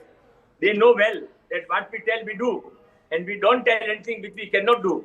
That faith we have in the Narendra Bhai Modi ji, Devendra Fadnavis ji and Eknath Shinde ji. That is the reason they voted for us. Secondly, they are concerned about the security. Ghuspaich is taking place, infiltration is taking place in Mumbai, all around. Not only Bangladeshi Rohingya, but the other way also. And they know well that if it is not stopped now, then it will become out of control and it will become another Bengal or Bangladesh. That is the reason they have come together. Thirdly, they want the new economy development and the job and the new businesses in Maharashtra and Mumbai. So Mr. Lodha, it's interesting you speak about that, which is why there was a lot of talk about how Mumbai and the BMC election was proving to be a battleground when it came to the battle of ideologies as well. When the Marathi Asmita, which was also on the top of agenda of the Thackerays, was being challenged by BJP's Hindutva ideology. But it's not just perhaps the Hindutva ideology, it's also politics of development that has spoken today. You see that it is not question of Marathi Asmita. It was a question of Thackeray Asmita. They were not concerned about the existence of Marathis. It is a Maharashtra. So there cannot be any question or any problem about the Asmita existence of Marathi dominance. It is there, it will be there forever. But only question is whether the Thackray will remain in power or not. That is the reason they have taken a cover of Marathi Asmita that people have defied. People know well that behind the curtain of the Marathi Asmita, they are trying to take care of themselves, which people are not agreeing. So there's also a lot of chatter about BJP social engineering, where you've touched upon 4 stratas over here. You're looking at not just catering to the Marathis, you're talking about also catering to the migrant population which have come out, say, from states like Uttar Pradesh, North India particularly, and have settled down, the Dalits, and of course the Gujarati Marwadi elite as well. I'd like a word from you on that. We don't divide the peoples in their communities. We feel that all Mumbaikars are same till they are having the faith in the ideology of Chhatrapati Shivaji Maharaj. That is the reason every caste have voted for us, and they will continue to vote for us, and we will continue to serve all of them without any discrimination. So when you say without any discrimination, do you think it's the politics of inclusivity which has worked for BJP and the Shiv Sena Eknath Shinde faction versus the opposition particularly? Many are even talking about how the Congress should be regretting why they didn't join hands with the Thackerays.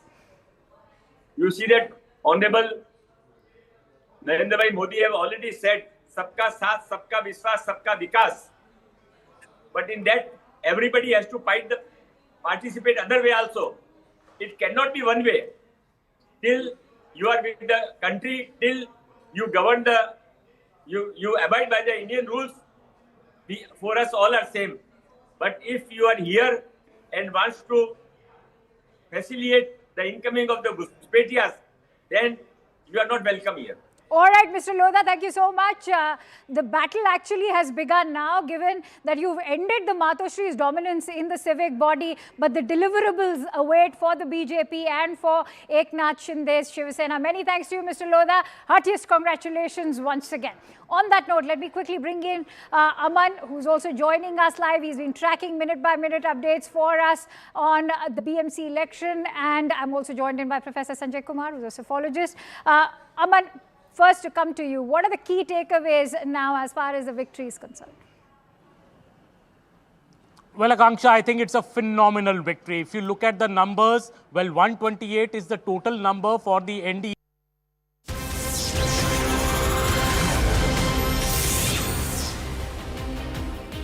Welcome back. Now shifting focus over to other stories that are grabbing headlines. This as violence broke out in Murshidabad and North Dinajpur districts of West Bengal during the special intensive revision of electoral rolls. Protesters have vandalized government offices and blocked highways in Farakka, Murshidabad. A mob even targeted the BDO office, disrupting SIR hearings. The unrest spread to Chakulia in North Dinajpur, where protesters blocked a state highway, the NH12, and vandalized the BDO office, causing an estimated 20 lakh in damage. Several police personnel were injured and an FIR has been filed. The Election Commission has directed authorities to identify and arrest those responsible for the killing that took place of the Murshidabad migrant in Jharkhand. आपका ये जो comment है ये itself थोड़ा communal है Ram communal किया है तो कम्युनियल तो किया है और कम्युनियल काम करता है वो आपका जो खसरा वोटर जो निकला है उसमें निकलने का बाद प्राय 79,000 आदमी को हियरिंग बुला रहा है उसमें से 75,000 आदमी 75,000 आदमी मोहम्मदन है जिस बूथ में आपको 1100 वोट है 1100-1200 वोट है 1000 वोट है 50% से ज्यादा आदमी को बुला रहा है तो खसरा वोटर कैसे निकल गए पर उसके बाद में लोग भड़क उठे और मतलब तोड़फोड़ हुआ हम आदमी को समझा रहे थे हम भी जानते हैं कि ये प्रॉपर्टी सरकारी प्रॉपर्टी आम आदमी का प्रॉपर्टी है हम संभाल रहे थे एक दो आदमी ऐसी कुर्सी फुर्सी मन के चलिए कि ऐसा किया है बाकी तो सब आज स्मूथली काम हो रहा है মানুষকে যেভাবে হ্যারাস করা হচ্ছে এটা ক্ষোভের বহিঃপ্রকাশ এরা ঘুষপেটিয়ার কথা বলে আমাদের বাংলাদেশি বলে এই যে 58 লক্ষ নাম বাদ গেছে তাদের মধ্যে কজন বাংলাদেশি আপনারা জিজ্ঞেস করুন বিজেপি নেতাদের মানুষের ক্ষোভের বহিঃপ্রকাশ কিন্তু আমি আপনাদের মাধ্যমে অ্যাপিল করতে পারি যে মানুষ যাতে শান্ত থাকে সংযত থাকে সবার উপর যে চাপ তৈরি করেছে ইলেকশন কমিশন 2 বছরের কাজ 2 মাসে করতে হবে এর জন্য একমাত্র দায়ী ভারতীয় জনতা পার্টি এবং ইলেকশন কমিশন এরা ভাবছে নোটিশ পাঠিয়ে মানুষকে শিক্ষা দেবো মানুষ ভোট দেয়নি বলে যত নোটিশ এরা পাঠাবে बीजेपी ভোট তত কমবে देखिए हम लोग कोई लॉ ब्रेक करने का कोई सपोर्ट नहीं कर रहा लेकिन देखना होगा वहां पे इलेक्शन कमीशन क्या कर रहे हैं जेन्युइन वोटर्स को हैरास कर रहा है बुजुर्गों को हैरास कर रहा है जो फिजिकली वीक है इल है और एम्बुलेंस में जाना पड़ रहा है और हैरास कर रहा है, बार बार एक ही आदमी एक ही परिवार को हैरास कर रहा है, डॉक्यूमेंट्स देने के पर भी वो रिसीव नहीं कर रहा है, तो पब्लिक को वो प्रोवोक कर रहा है। तो एक गरीब आदमी कितना बार एक ऑफिस में जाएंगे काम छोड़ के, तो शायद वहां पर वैसे कोई प्रॉब्लम हुआ, हम लोग डिटेल सब कलेक्ट कर रहे हैं। Let's take with the story, getting in breaking inputs. The BJP is now accusing the TMC of allowing violence and chaos in West Bengal from Farakka to Chakulia. Roads and trains have been blocked. Stone pelting is continuing and thousands of people, including women and children, are stranded. The party says lawlessness shows the state is under TMC-backed hooligans with no police action to restore order. Listen to the reaction coming in from BJP's Shukanta Majumdar. See, a similar kind of pattern was also observed during the when CA was passed in the Lok Sabha and Rajya Sabha, and also during the Waqf. So it's a pattern. So it is nothing to relate with SIR or CA or the Waqf. The main thing is the communal Muslim force. Some portion of the Muslim community has become, actually they have been radicalized by the preachers, those are from Bangladesh, and some people from this part of the state also. They are ready to disrupt the normal life. Remember, Shukanta Majumdar is currently talking about this lawlessness in Bengal, which actually has a pattern. He is referring to what happened during the time when CA was also being passed. And this time around, he's saying that Bengal is no stranger to this kind of communal violence, also often that it's labelled as it is complete lawlessness, anarchy on the streets of West Bengal. And that is also something that the Supreme Court had weighed in on. But remember, blocking a key arterial highway like the NH12, blocking a railway station, this is bound to have impact not just on the commoners of Bengal, but also on the kind of, say, transportation that's taking place, the kind of trade that's taking place. Let's quickly go across to Kamalika Sengupta, who's bringing us those breaking inputs right now. Kamalika, interestingly, Shukanta Majumdar is saying that there's a pattern to this kind of lawlessness which one is witnessing in Bengal today. What has been the impact so far now that a key arterial highway like NH12 has also been blocked?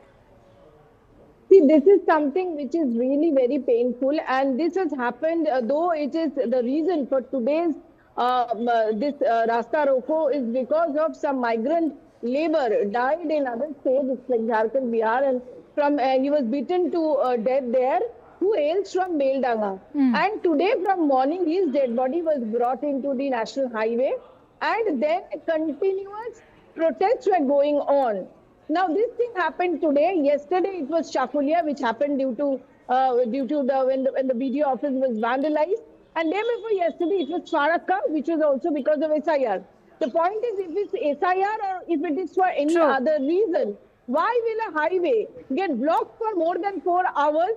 And there the role of the administration definitely is questionable. Not only that, Akanksha, let me update you. One journalist of a media house, she has been brutally attacked today, and she is now hospitalized in Murshidabad. Her name is Shoma Maiti. She hails from Zee 24 Ghanta, the regional channel out here, and she was also severely attacked today. What will a journalist do if something like this happens? That journalist will go to cover that. But she was also attacked today. Now that is, you may ask justice, you should ask justice from the administration or whatever. What led these people attack a journalist is also a question, and definitely for the last 48 hours with SIR, it is being seen, people are harassed, people are being called for hearing. There are ways of protest, but why vandalize a video office?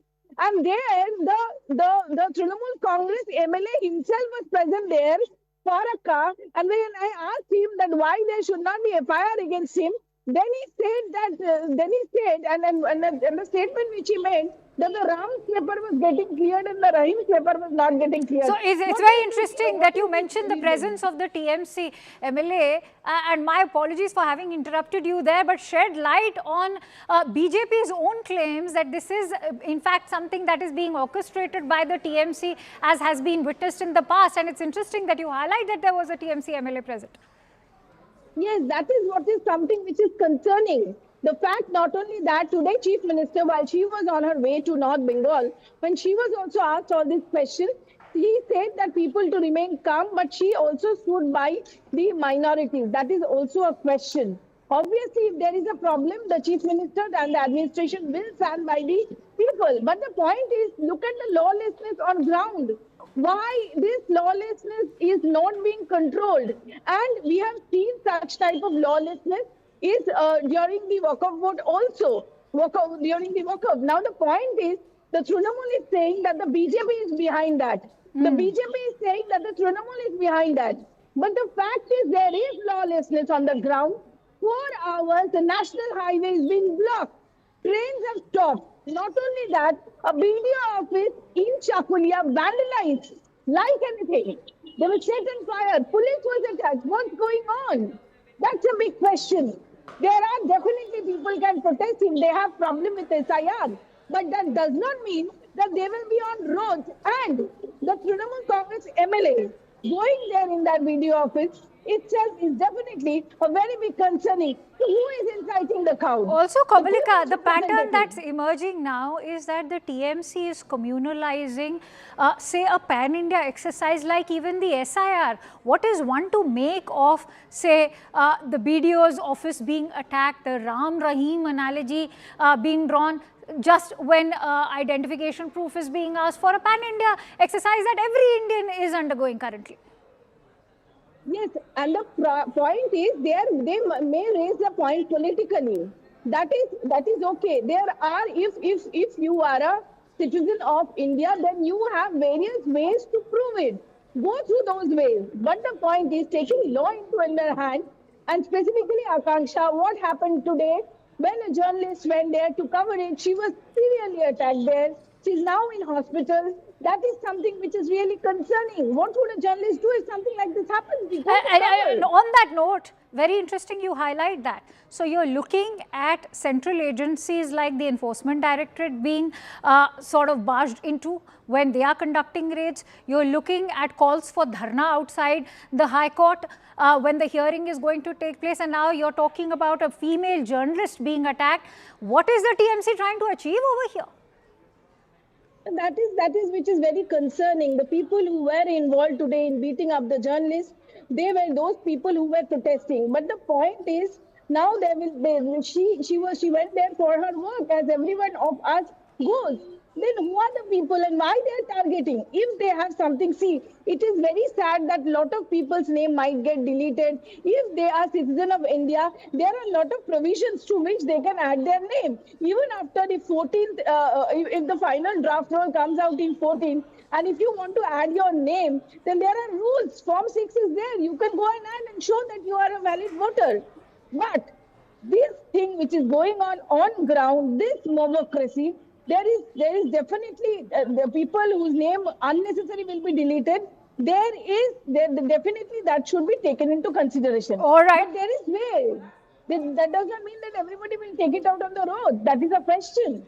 Absolutely. This is complete mobocracy, in fact, at the hands of the TMC. On that note, let's also listen in to the reactions that have come in. Remember, Shrikanta Majumdar of the BJP has already highlighted the pattern to this kind of hooliganism that the TMC has been resorting to. On the other hand, Kunal Ghosh of the TMC continues to, in fact, defend his party. Let's listen. देखिए, हम लोग कोई law break करने का कोई support नहीं कर रहा, लेकिन देखना होगा वहाँ पे इलेक्शन कमीशन क्या कर रहे हैं। जेन्युइन वोटर्स को हैरास कर रहा है, बुजुर्गों को हैरास कर रहा है, जो फिजिकली वीक है, इल है और एम्बुलेंस में जाना पड़ रहा है, और हैरास कर रहा है बार बार। एक ही आदमी, एक ही परिवार को हैरास कर रहा है। डॉक्यूमेंट्स देने के पर भी वो रिसीव नहीं कर रहा है, तो पब्लिक को वो प्रोवोक कर रहा है। तो एक गरीब आदमी कितना बार एक ऑफिस में जाएंगे काम छोड़ के, तो शायद वहां पर वैसे कोई प्रॉब्लम हुआ, हम लोग डिटेल सब कलेक्ट कर रहे हैं. See, a similar kind of pattern was also observed during the when CA was passed in the Lok Sabha and Rajya Sabha, and also during the walk-off. So it's a pattern.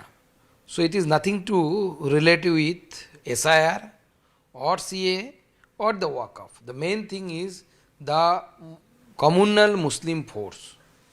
Some portion of the Muslim community has become, actually they have been radicalized by the preachers, those are from Bangladesh, and some people from this part of the state also. They are ready to disrupt the normal life.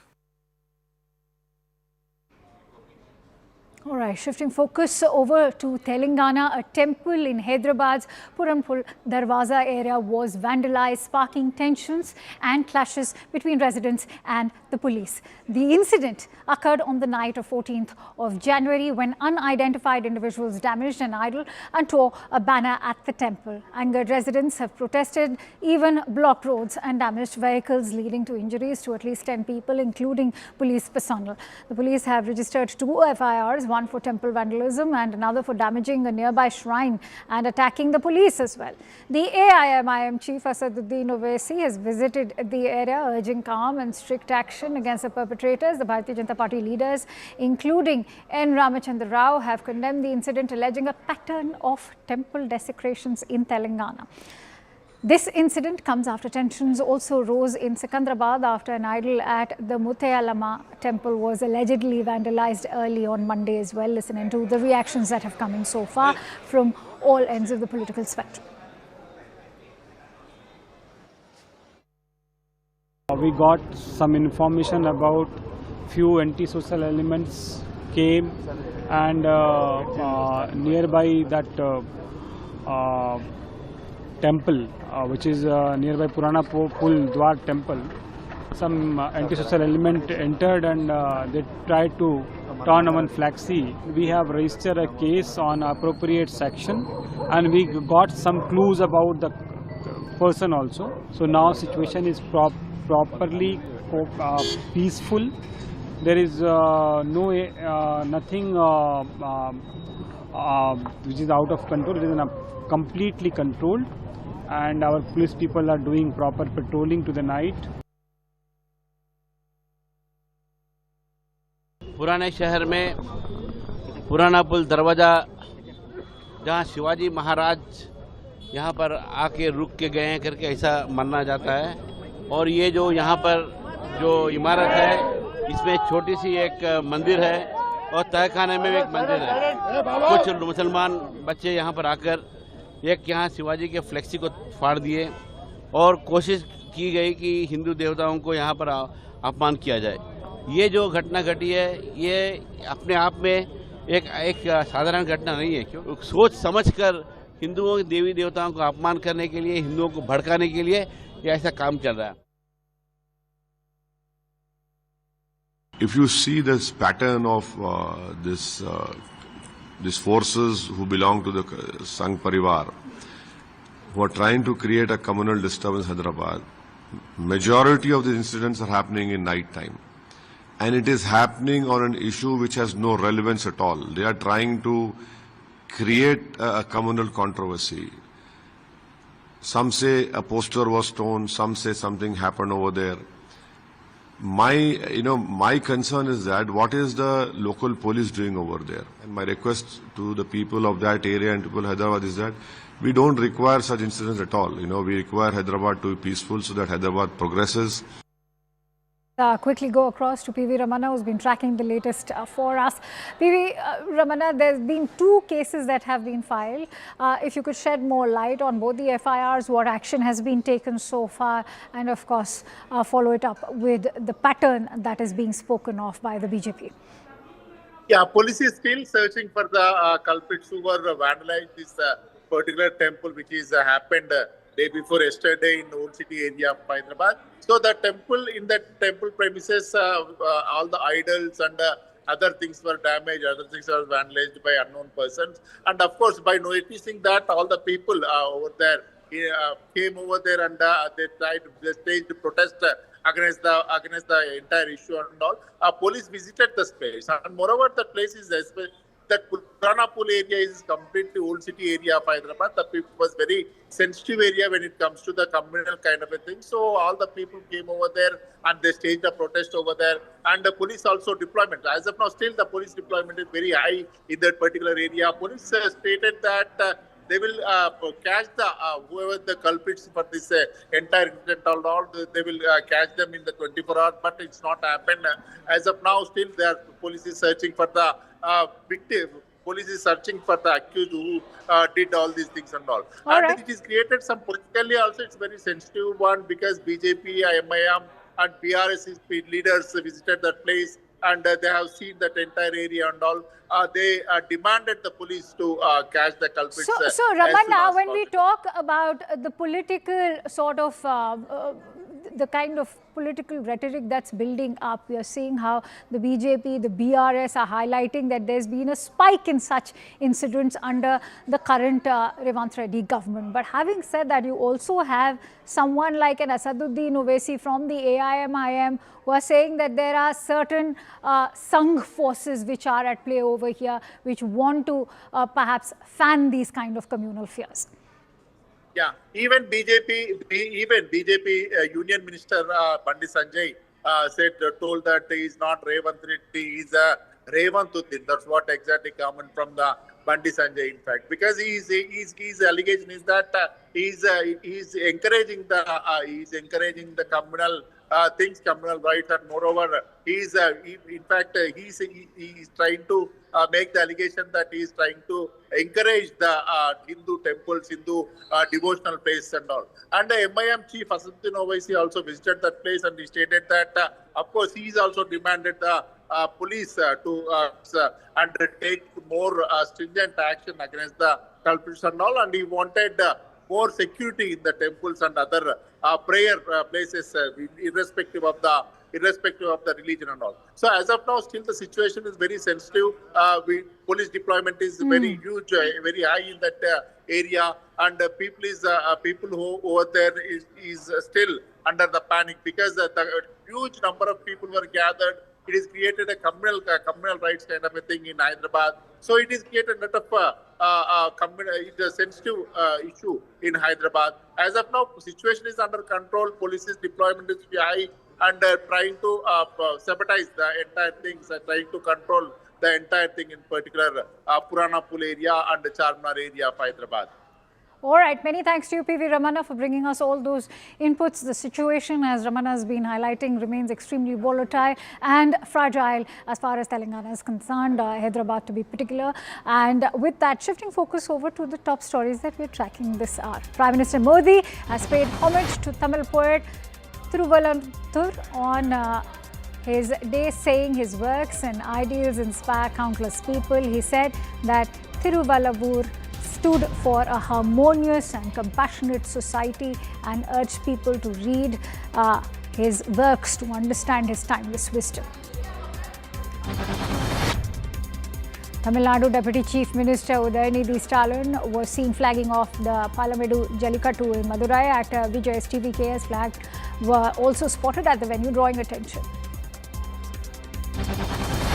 Posters reading non-Hindus entry prohibited area have been put up around Har Ki Pauri in Haridwar. The posters have triggered controversy with questions being raised over their legality and impact on communal harmony. Devotees are gathering in large numbers at the Triveni Sangam in Prayagraj as Magh Mela 2026 begins. Pilgrims are taking the holy dip or snans, believing it will purify their soul. Rehearsals for the 77th Republic Day Parade are in full swing at the Kartavya Path in the national capital. Marching contingents and tableau teams are gearing up for the grand celebration. Indian men's cricket team head coach Gautam Gambhir visited the Mahakaleshwar temple in Ujjain. He attended the early morning Bhasma Aarti, offering prayers at one of the 12 Jyotirlingas. And that's all I have for you in this broadcast. Thank you so much for watching. News and updates continue with Ayushman on the other side.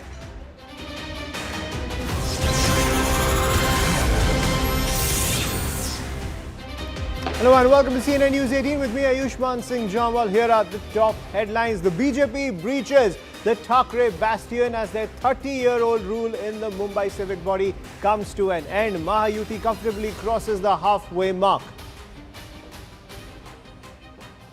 Reunion fails to help the Thackray brothers as they lag far behind the Mahayuti. Nativist Raj loses over 90% of seats contested.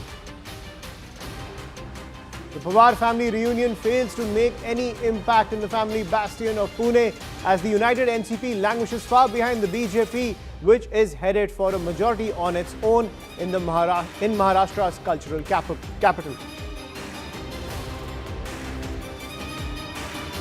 And Rahul Gandhi at it again leads the Congress chorus of vote chori as the party shifts blame to the poll panel for its drubbing in the civic polls. BJP hits back, calls Rahul the leader of propaganda with zero credibility. After violence and vandalism over the special intensive revision, now Bengal's border district of Murshidabad burns over a migrant worker's death in Jharkhand. The BJP blames the TMC, accusing it of jungle rush. The Badminton Association of India's General Secretary denies sightings of monkeys inside the stadium despite video evidence. Says even if the reports are to be believed, no harm was done. Doctors' body writes to the Union Health Minister JP Nadda expressing grave concerns over the sub-zero cutoff in NEET, say it must be withdrawn else it will erode public trust in medical institutions.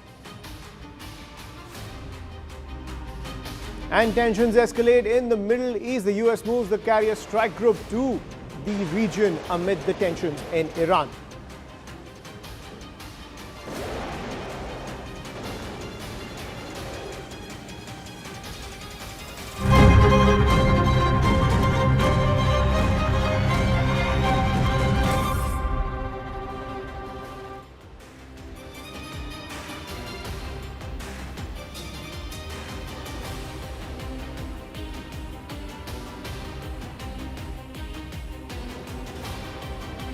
And shifting our focus to the big political shift in the maximum city, the Maharashtra Civic poll results continue to pour in. The BJP-led alliance has surged past the 100-seat mark, while the Thackray faction trails significantly at 68. NDA sources say that the Mumbai numbers indicate that the combined vote share of the BJP is at a whopping 34% and the Shiv Sena at 20%.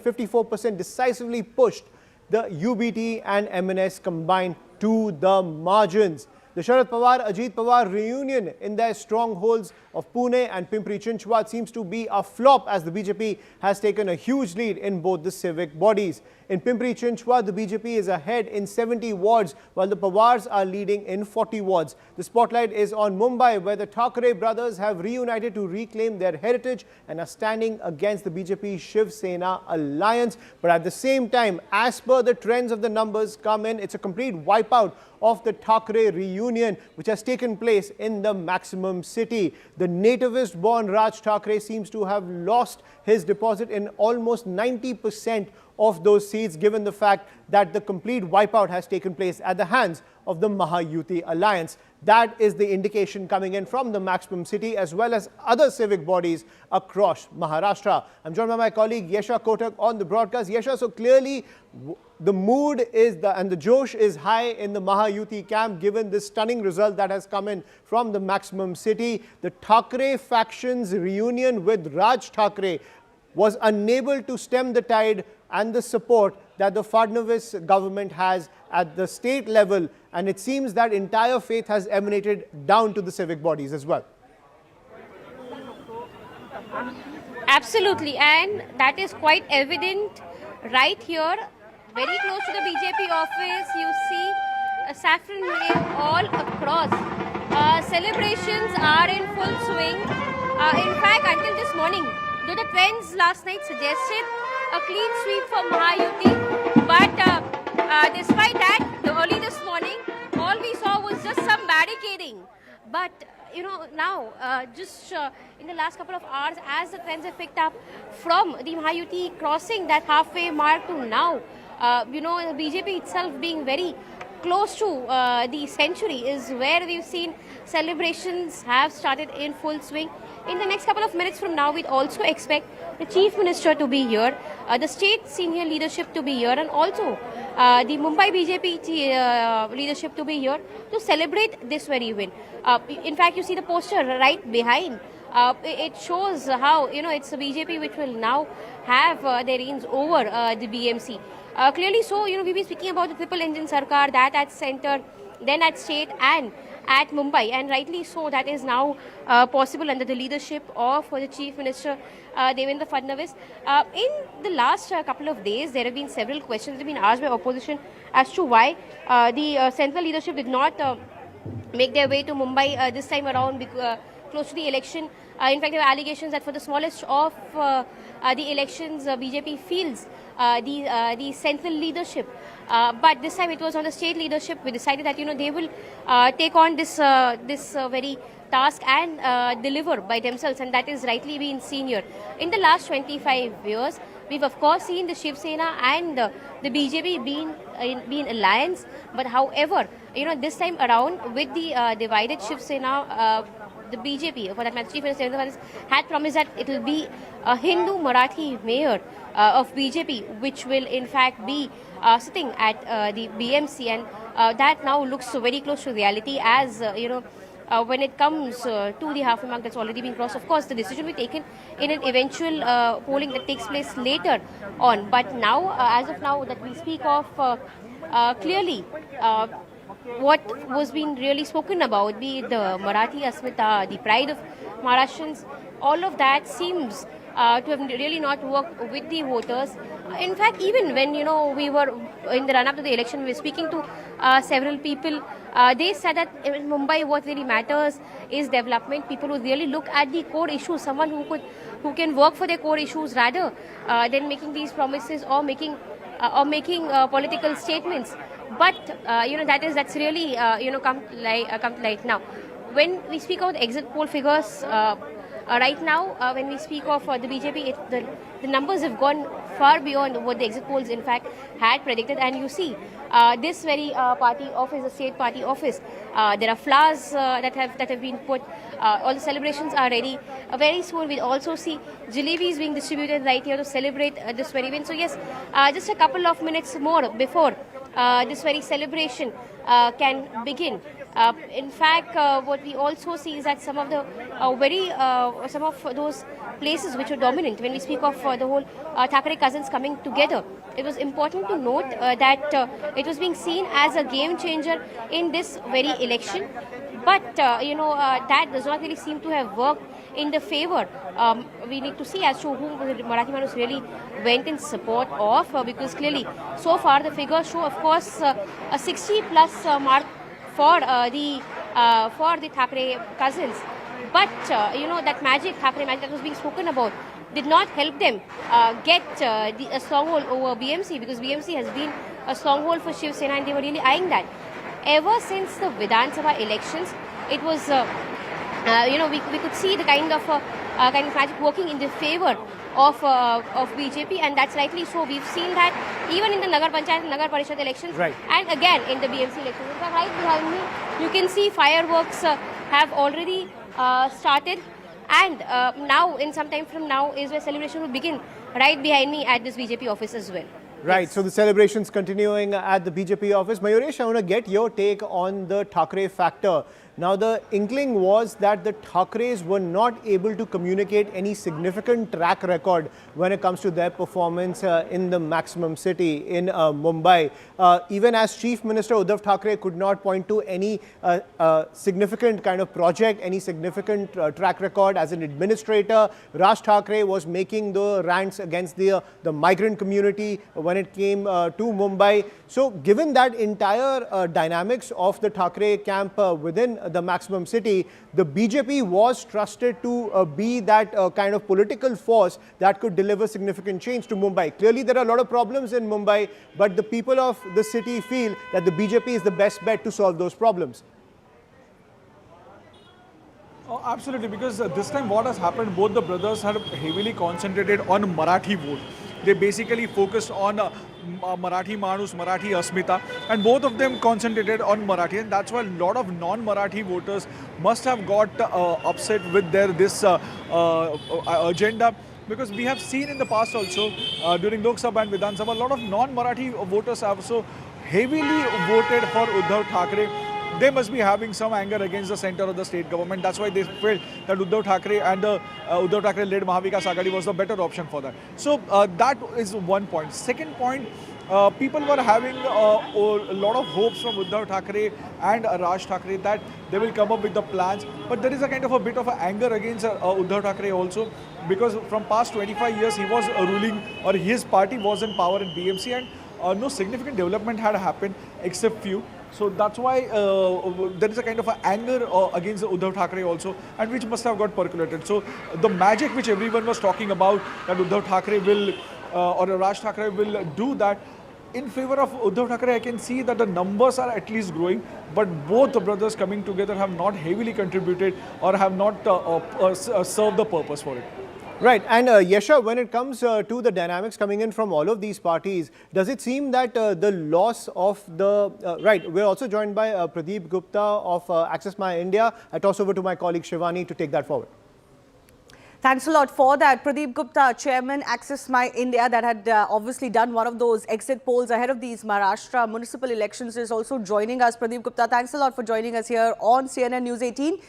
You had predicted anywhere between 131 to 151 for the Mahayuti. The numbers are settling just a little bit lower than that, about 10 lower than that. Is that because of lower voting percentages? How would you describe the results that are coming in? Yes, thank you for having me here. And I would say in other channel, and particularly there is a website which is a proper website of my corporator. There the number for Mahayuti at this point of time is 130, and for Thackeray brothers it is 72, and for Congress it is 14, and for others it is about 9 and 10. So I mean it is pretty much on that line. But having said that, if you see my prediction report, we have clearly said that if these numbers are based on the voter turnout, because in a city-based election, voter turnout plays a very vital role, and 54% voter turnout, now it end up near to 53, and 1%, I have also written that 1% will impact about 10 seats for Mahayuti. So which is the case, my range would have been in this case 131 to 141, and precisely the 130 what is likely to be there. So in your exit poll, you obviously saw the Mahayuti combine being the single largest and clearly crossing that halfway mark of 114. But did you anticipate the BJP alone doing so well? Yes, it was anticipated, but my range for BJP itself was about 95 seats. So they done little better than that, 99 what I can see on your screen. And Shinde Sena actual tally is 31. So in your screen it is showing 26, it is actually 31. We have predicted about 35 to 40 odd seats for these in this Sena. So how do you, what do you feel, did you feel worked so well favorably both for Mahayuti but particularly for the BJP? Because this is a big shift in Mumbai politics now. Yes, definitely yes, and we'll have to see that the kind of demography evolved over the last 20 years, particularly of Mumbai, for that matter, overall metropolitan region. So what had happened actually in last these many years, the Marathi votes total contribution has reduced, and the North Indians, Gujaratis, Rajasthani and others has increased. So at this time it is 37% to be precise. The Maharashtrian votes contributes in the BMC, and about 19% to the Muslim or the minority.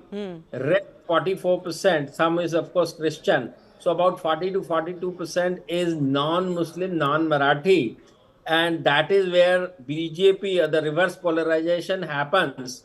And what you see actually in our when we come the vote share between these community group, Marathi BJP plus 30, UBT 49, half of the total Marathi vote share secured by UBT. Among the North Indian, there you see the sharp hike in favor of BJP plus 68%, and UBT only 90%. South Indian 61% to BJP plus 21 to this. Gujarati, Rajasthani 69% for BJP plus and 18%. So here you can see the clear cut. Had there been an alliance of Congress like Lok Sabha or for that matter Assembly election, this picture would have been little different. Right. So you are, of course, talking about how not coming together has hurt the Mahavikas Aghadi quite a bit in these elections. But, you know, these elections are also being seen as a litmus test for that quote-unquote Marathi vote.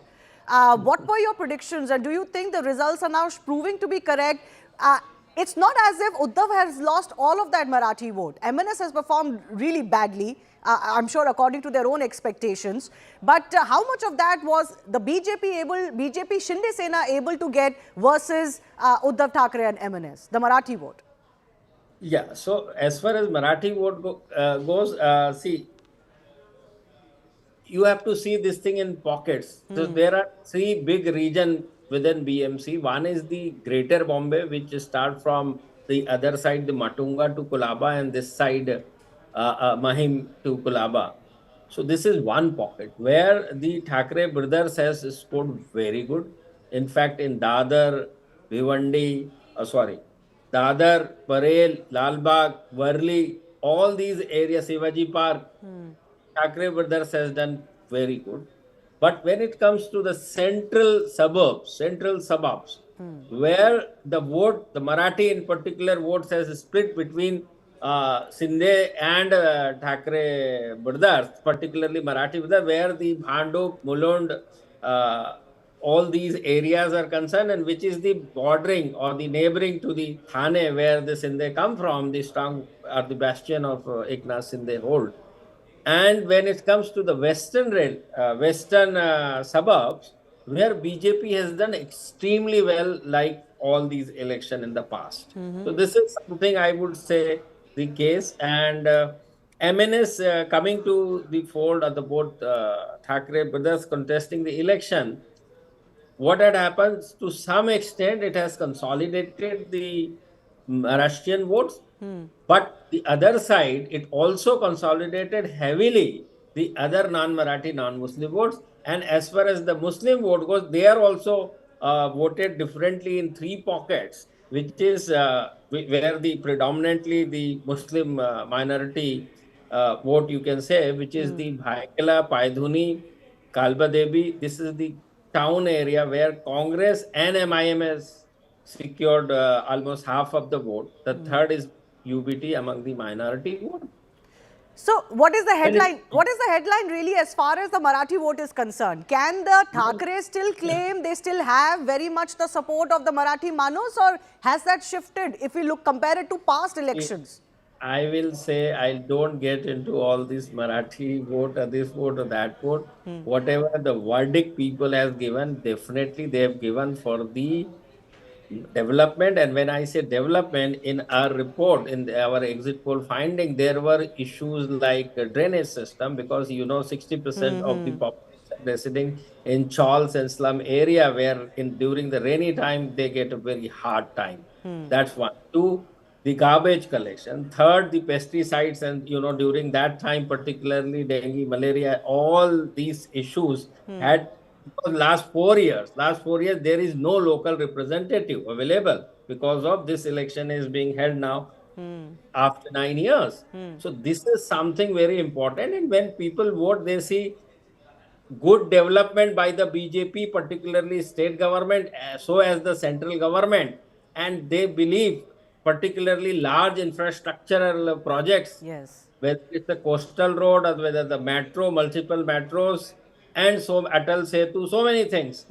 They see, without central support or without the state government support, it is not possible. And we know although that Mumbaikars and particularly Marathi Manus are smart enough to select the right candidate. party for that matter. All right. So it is local issues plus developmental issues that have really trumped every other narrative in this election. Yes. Pradeep Gupta, I do thank you for joining us and sharing your analysis with us. Back to my colleague Ayushman with more.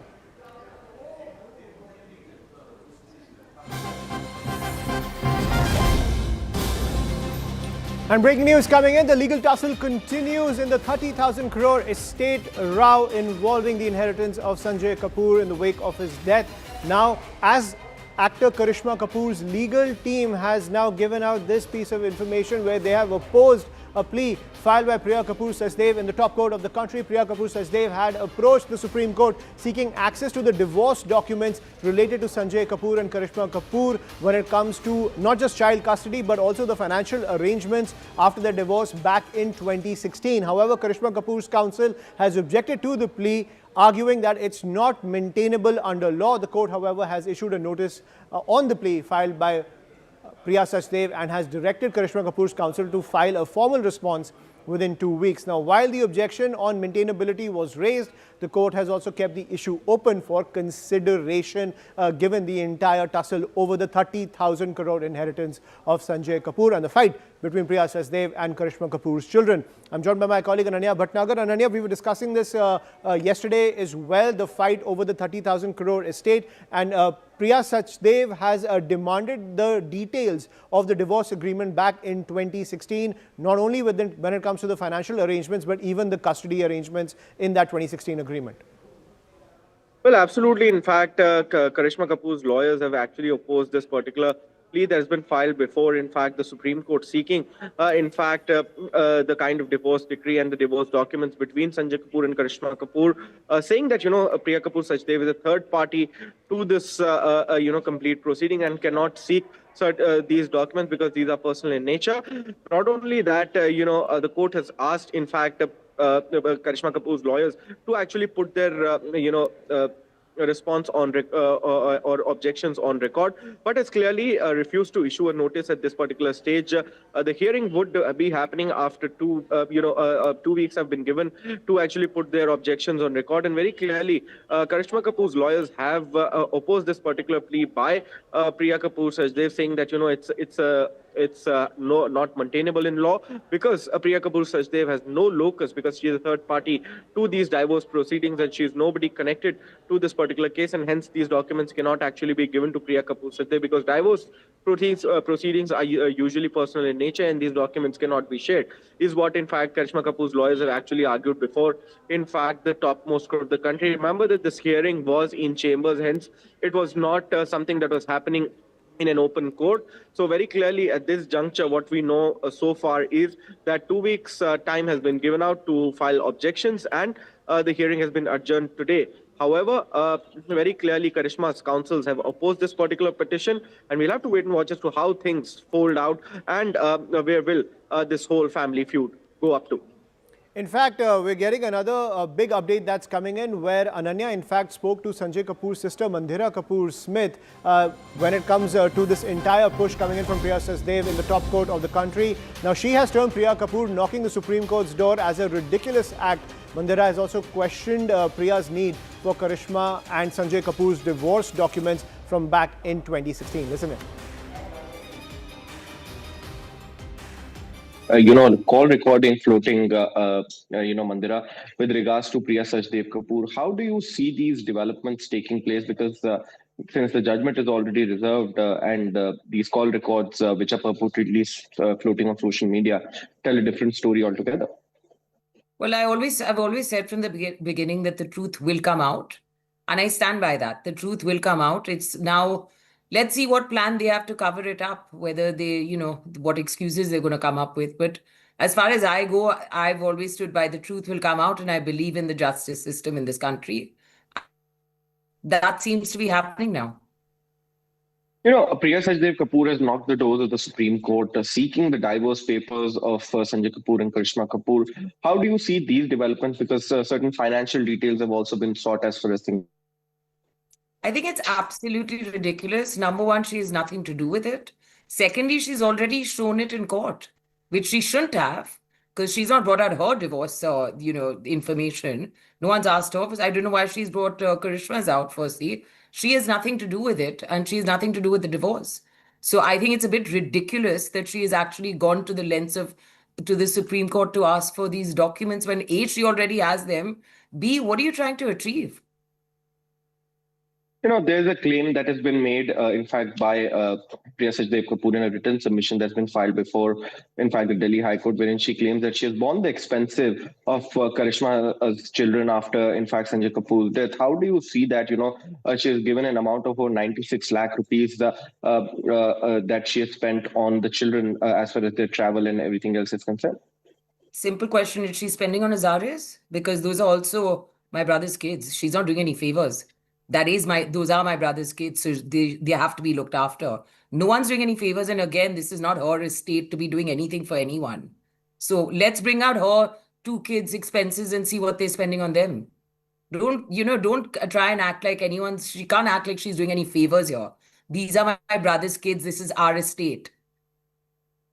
One thing that she has very categorically mentioned during the arguments also and in her written submissions is that both Ms. Rani Kapoor and the children of Karishma Kapoor have already gained a substantial amount of Sanjay Kapoor's wealth as far as the Rani Kapoor Trust is concerned. They've been given a big amount as per Priya Sajdev Kapoor. Is this something that you subscribe by, and why are basically she's questioning as to why then after receiving such a big amount these people are knocking the doors of the Delhi High Court? Firstly, let me make it really clear. It's not hers to give to anyone. It doesn't belong to her, number one. Number two, nobody has received anything. It's all lies. Let her back it up with some truth. But firstly, again, I'm going to stick to it's not hers to give. And again, I'm going to say, if she's so thinking about giving 19 crores or whatever she's claimed, why doesn't she keep that and give the rest back to the family? Because it's not hers to give.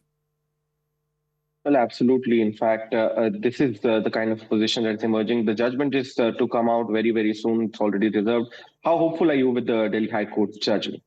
Again, I'll say I believe in the justice system. I think it's very clear to everybody what is going on, and more comes out every day. I think the ridiculousness of asking to the Supreme Court for a divorce papers or agreement, which has happened between someone who would, Lolo, Karishma and Sanjay, Sanjay is her ex-husband, but she has nothing to do with Karishma. So I don't understand. You can see the ridiculousness to distract and do all this rubbish for what? Let's just come out with the truth. Let's be done with this. You've got a whole family suffering this for what? And Ananya continues to be with us on the broadcast. Ananya, just decode for our viewers, where could the law lean on this, as the Supreme Court has not dismissed the plea that's come in from Priya Sajdev. Now, given the fact that she has sought details about the inheritance agreement that was between Karishma Kapoor and Sanjay Kapoor during their divorce in 2016, she sought the modalities of that agreement in their divorce agreement, and that's why she wants access to those records. Isn't that the nub of the entire tussle between the two sides? Because the family has made it extremely clear that the truth must come out. And Priya Sajdev's argument is that through getting access to those divorce records, the truth will come out. Well, absolutely. That's exactly what Priya Kapoor Sajdev is saying, though we might not preempt as to what the Supreme Court would be doing. It has not taken any view as far as the maintainability of this petition is concerned, because it has asked Karishma Kapoor's lawyers to actually, raise their objections in writing before the Supreme Court. And only after that, a proper hearing would actually take place in this particular matter, where Priya Kapoor Sajdev is seeking, in fact, the divorce documents of Karishma Kapoor and Sanjay Kapoor.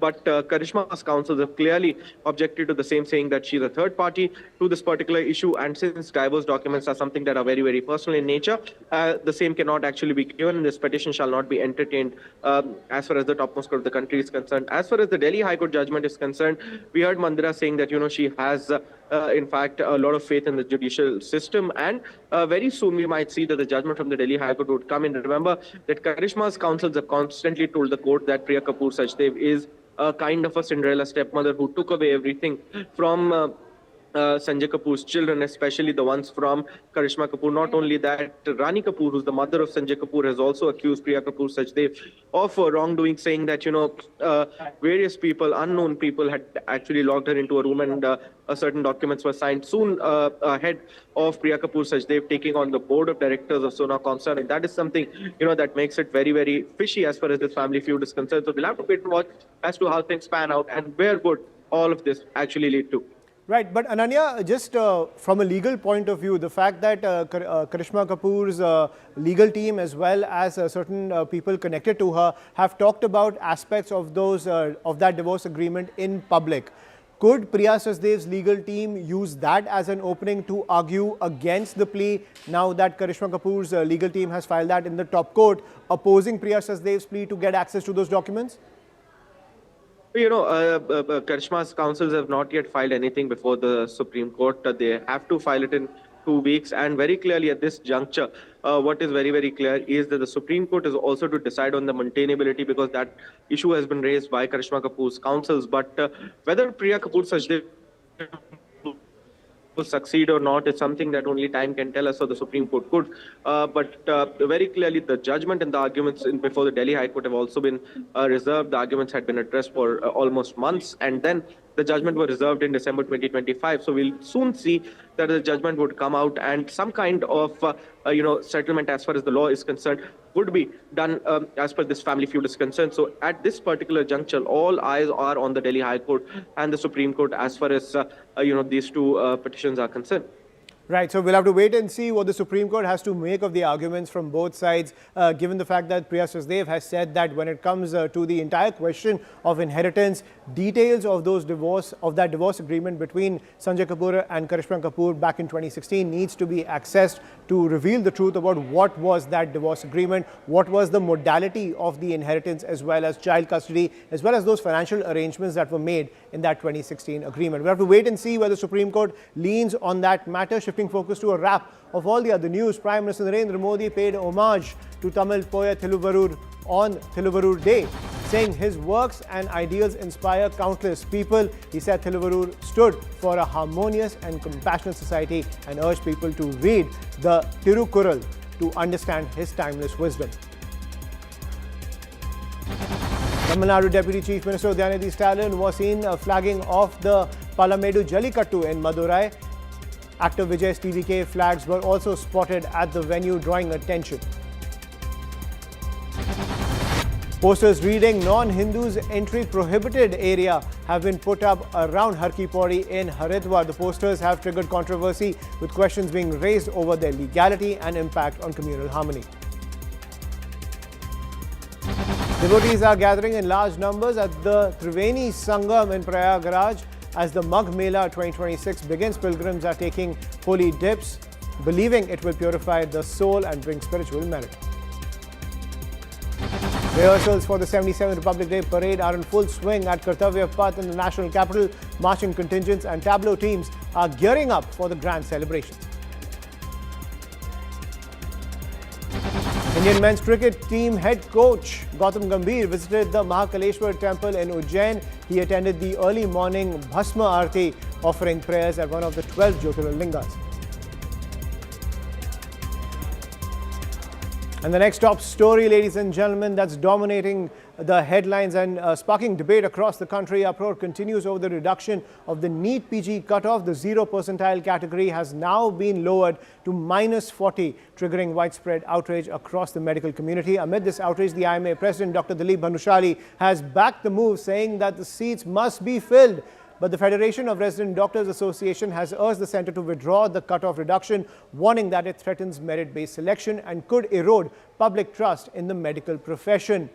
Another federation has also slammed the decision, calling the reduction illogical and unjustifiable. It said that allowing candidates with negative marks to qualify undermines the credibility of the examination and has warned of nationwide protests if corrective measures are not taken. And I'm joined by my colleague Himani Channa on the broadcast. So Himani, when it comes to the arguments coming in from the government, they have said that this move is essential when it comes to filling up the vacant posts across the country. But the issue of credibility and competence is something that the doctors are raising across the country. But the union government, as well as those backing the reduction of the percentile, they are saying that competence as well as credibility is not affected by this move. How do you square that?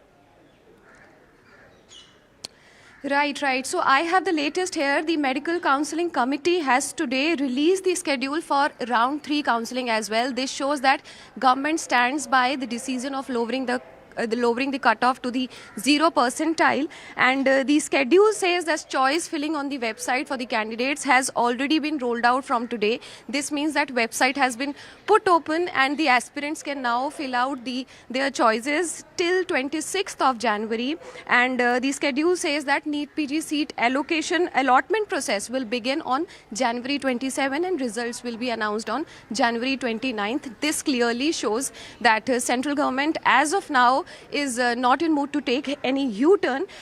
So far, whatever we can understand from the situation, it is the crisis management's. They are trying to manage the crisis because they were faced with heavy numbers of seats that were not filled, around 18,000. And what we understand is that majority of these seats were in the private sector. In the public medical colleges, the seats that were left vacant were the non-medical seats. These are the seats where students are not generally very interested to take up because they actually take up their chances of becoming the clinical, the practicing doctors. Instead, these seats push them towards taking the academic or the professor kind of roles. So majority of clinical seats are now available in the private hospitals, for which majorly the government has also said that they have lowered the cutoff to prevent the wastage of those seats. And when we talk about the private medical colleges and the availability of seats there, we must take into consideration the higher fees, which is upwards of rupees 75 lakh. So when we compare a student who has got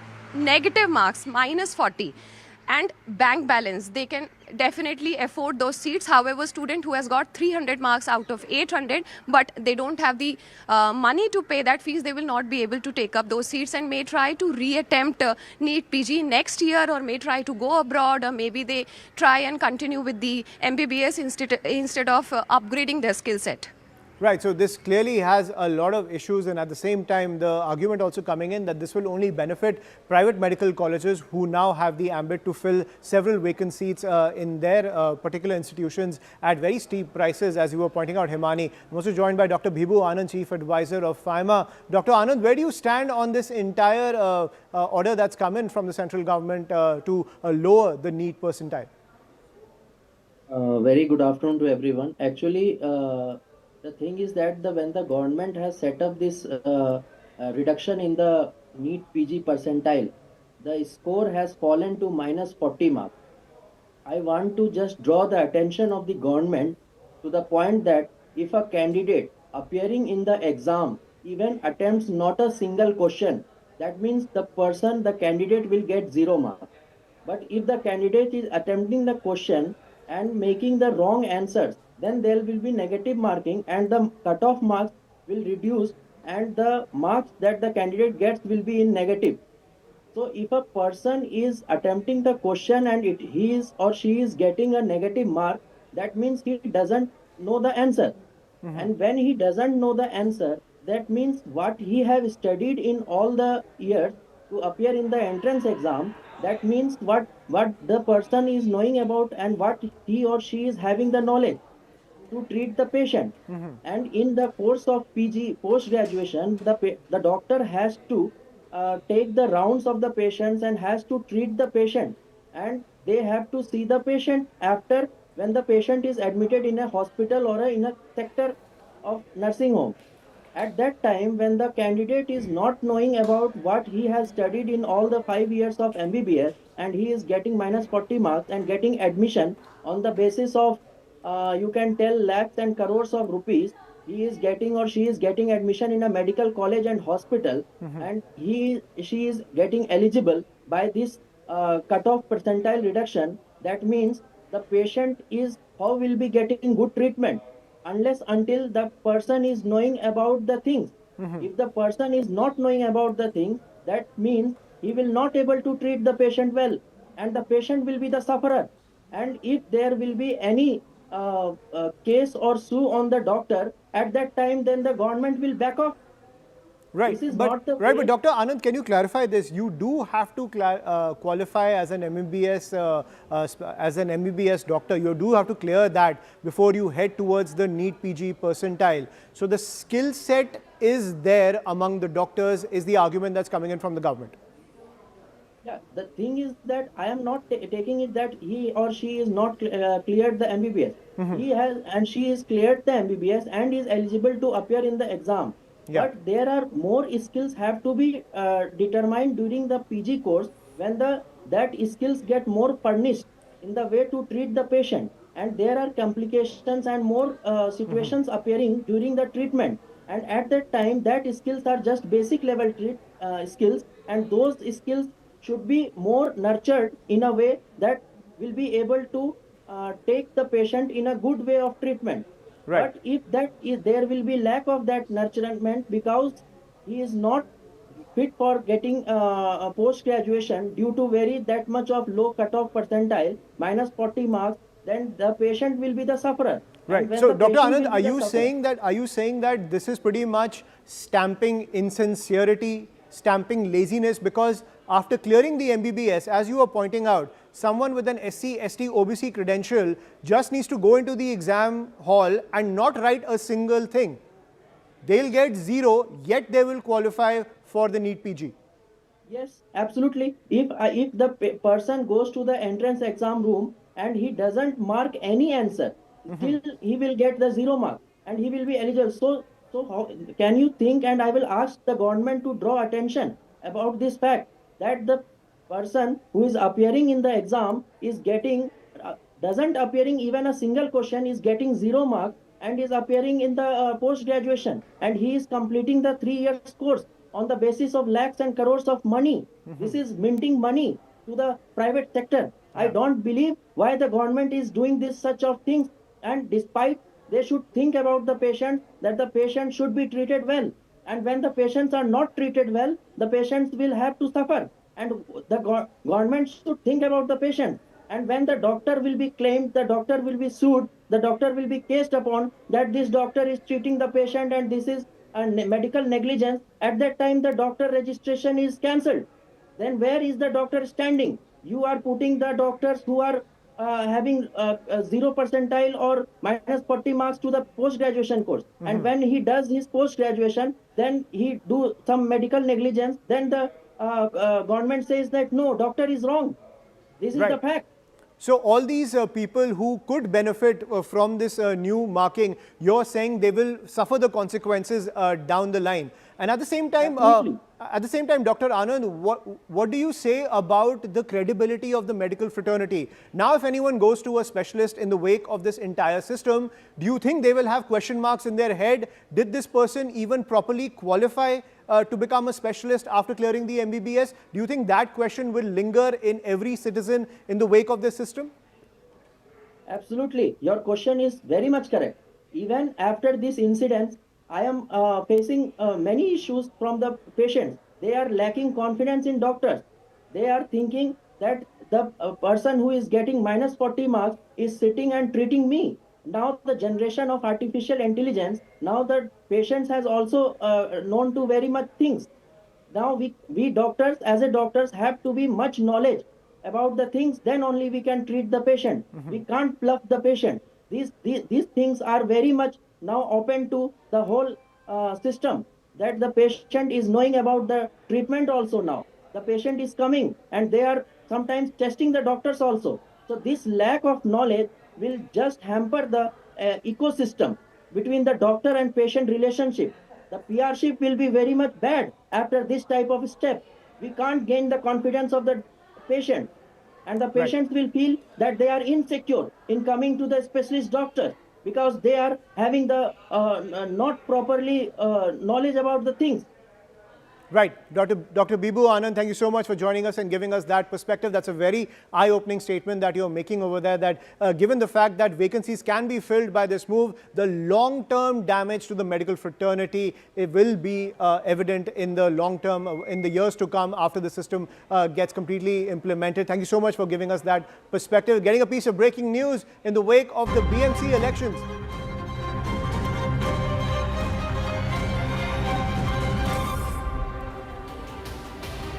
And breaking news coming in after the Mahayuti victory in the maximum city. Fadnavis has congratulated the BJP Mumbai unit chief Amit Satam. Listen in.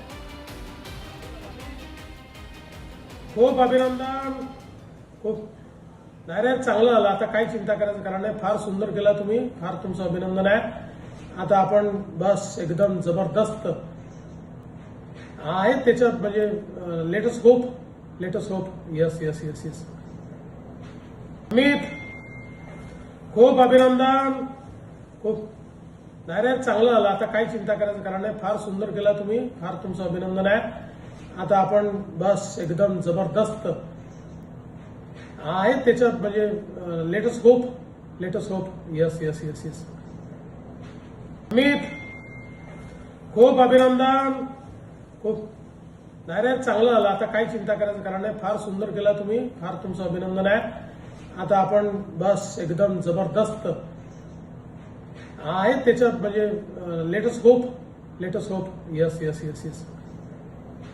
Amit, My colleague Yasha Kotak. Yasha, so we can see a very jubilant Devendra Fadnavis thanking the BJP unit chief in Mumbai, thanking him for that whopping victory in the maximum city as the BJP has swept the BMC elections from a fringe player when it comes to Maharashtra politics to becoming the big brother and now to becoming the big daddy, if you will, when it comes to Maharashtra politics. It's a huge sea change for the BJP working from the ground up, especially in the maximum city, and now claiming the BMC. Absolutely. In fact, not only did the Chief Minister call up the BJP Mumbai Chief Amit Satam, but he also called up BJP State Chief Ravindra Chauhan, congratulating them for the win. Clearly, rightly so. In fact, this is something that we've been speaking about for last couple of hours. How there was allegations by the opposition that this time around they did not choose to call up any of the national leaders whom the people resonate with early on, and decided that it will be the mandate or the onus on the state leadership to ensure that they deliver in the BMC elections. And that's rightly been, in fact, that's rightly showed up now in this very BMC and the other municipal corporation elections, because not only BMC but several other municipal corporations. Right. Yes, I'm sorry to interrupt. We're getting an exclusive interview with Eknath Shinde. Tossing over to my colleague Rahul Shivshankar. Thanks indeed. Yes, Ayushman, we're joined by the giant slayer, really, of this election. Perhaps the biggest headline interview at this moment coming out of Maharashtra on the back of this stunning electoral performance of the Mahayuti that is led, of course, by the BJP. We're joined by, of course, the Deputy Chief Minister of Maharashtra, Eknath Shinde, who is now the official Shiv Sena's chief. He also holds very important portfolios in the Ministry of Urban Development, Housing, Public Works. And I want to begin by first, of course, congratulating you, Mr. Shinde. Thank you very much for speaking to CNN News 18. But how do you describe the result, the mandate that you have got, this overwhelming mandate, the BJP doing phenomenally well, your party in alliance with the BJP, pretty much sweeping this election, ending 26 years of control of the UBT Sena or the Thackeray Sena or the remnants of it over the BMC. How do you describe this, sir? पहले धन्यवाद देना चाहता हूं कि उन्होंने हमारे महायुति गठबंधन को, भाजपा शिवसेना को बहुमत दिया है, मेजॉरिटी दिया है, इसलिए मैं उनको धन्यवाद देना चाहता हूं। उन्होंने डेवलपमेंट को चुना है और स्वीकारा है और एंटी डेवलपमेंट करप्शन नकारा है। और जो पिछले कई 20-25 सालों से मुंबई में जिनका सरकार था उनको नकार दिया है। और 3.5 साल में जो हमने हमारी सरकार गठबंधन की महायुति के आने के बाद मैंने और देवेंद्र जी ने जो काम किया है इसको स्वीकारा है। इसीलिए आज मैं मुंबई वासियों को बहुत बहुत बधाई देता हूँ, बहुत बहुत उनका धन्यवाद देता हूँ और अभी कार्यकर्ताओं को भी धन्यवाद देता हूँ कि ये महायुति गठबंधन की सरकार यहाँ पर स्थापित की और ये ट्रिपल इंजन की सरकार होगी। यहाँ पर हमारे एनडीए की सरकार केंद्र में है, महायुति की सरकार राज्य में है और मुंबई में महायुति की सरकार आ गई है तो निश्चित रूप से डेवलपमेंट के लिए बहुत फायदा होगा, क्योंकि आदरणीय प्रधानमंत्री नरेंद्र मोदी जी ने मुंबई को बहुत ही प्राथमिकता दी है। मुंबई के डेवलपमेंट के लिए उन्होंने काफ़ी योगदान दिया है।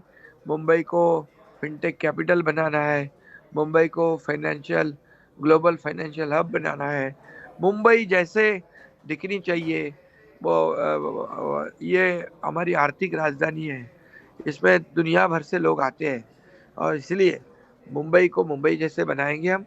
और ये पूरी तरह जो स्टे देने का काम करने वालों को मुंबई वासियों ने हटा दिया है, इसलिए ये मुंबई का डेवलपमेंट हम करेंगे।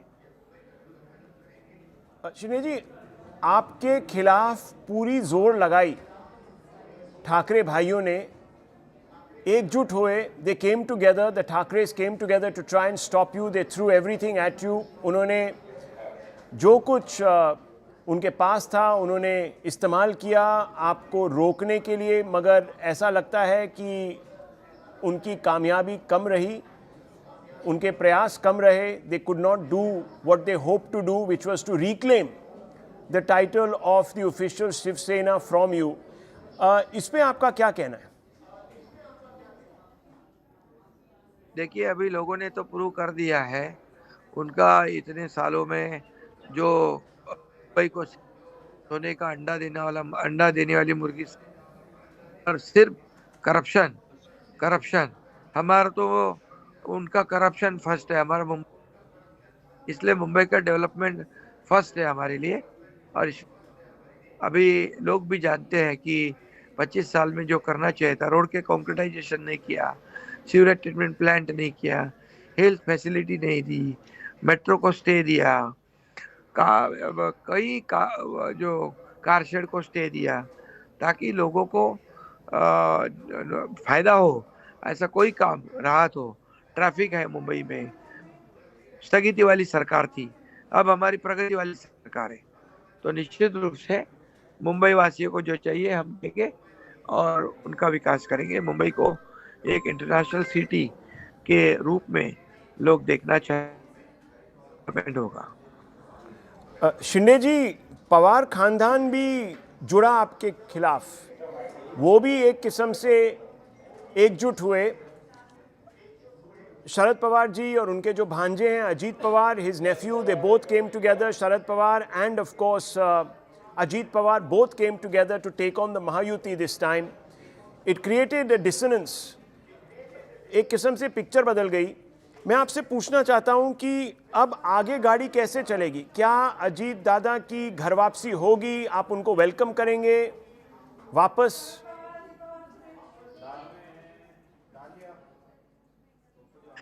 अभी तो मुंबई के बारे में बोल रहा हूँ। यहाँ पर अभी देखिए, लोगों ने विकास करने वालों को स्वीकारा है और एंटी डेवलपमेंट वालों को नकार दिया है। ये साबित हुआ है लोग डेवलपमेंट चाहते हैं। कोई इमोशनल मुद्दे पर, भावनिक मुद्दों पर या इमोशनल मुद्दों पर राजनीति नहीं चलेगी, डेवलपमेंट की राजनीति चलेगी। नहीं, मगर आपने मुझे बताया नहीं कि अजीत दादा का फ्यूचर अभी क्या है। क्या आप वापस लेंगे उनको? कई लोग कह रहे थे कि एक किस्म से बिट्रेयल था महायुति का, ऐसा नहीं करना चाहिए था, कोलिशन धर्मा को रिस्पेक्ट करना चाहिए था, तो अब क्या होगा? अभी तो हमारे मुंबई में हम लोग तो शिवसेना और बीजेपी साथ में थी, अब पूरे नतीजे आने के बाद ही वो सब बताएंगे क्या करना है। लेकिन अभी कि मुंबई वासियों के विकास, हमारा गठबंधन महायुति जरूरी थी, जो हर्डल थे वो दूर हो गए हैं। अभी Mumbai Eknath ji, aapko bahut badhai. Thank you very much for speaking to CNN News 18. It might have been a short conversation, but it was one that was, of course, infused with some amount of implications, because we still don't quite know what happens now to the NCP of Ajit Pawar. Remember, broke away, some would say opportunistically, tied up with the uncle Sharad Pawar's party, the NCP of Sharad Pawar, SP which is called, and tried to sort of, at some level, upstage the Mahayuti. They haven't succeeded. Even in some of their bastions, they haven't done too well. So they're pretty much on the sidelines. Does the Mahayuti even need Ajit Pawar anymore? That's the fundamental question, not being answered by Eknath Shinde, keeping that very open, saying that we will see what happens in the future. I'm going to take a very short break, viewers. We're going to come right back to more programming, many more stories, including many more interviews with the key stakeholders here.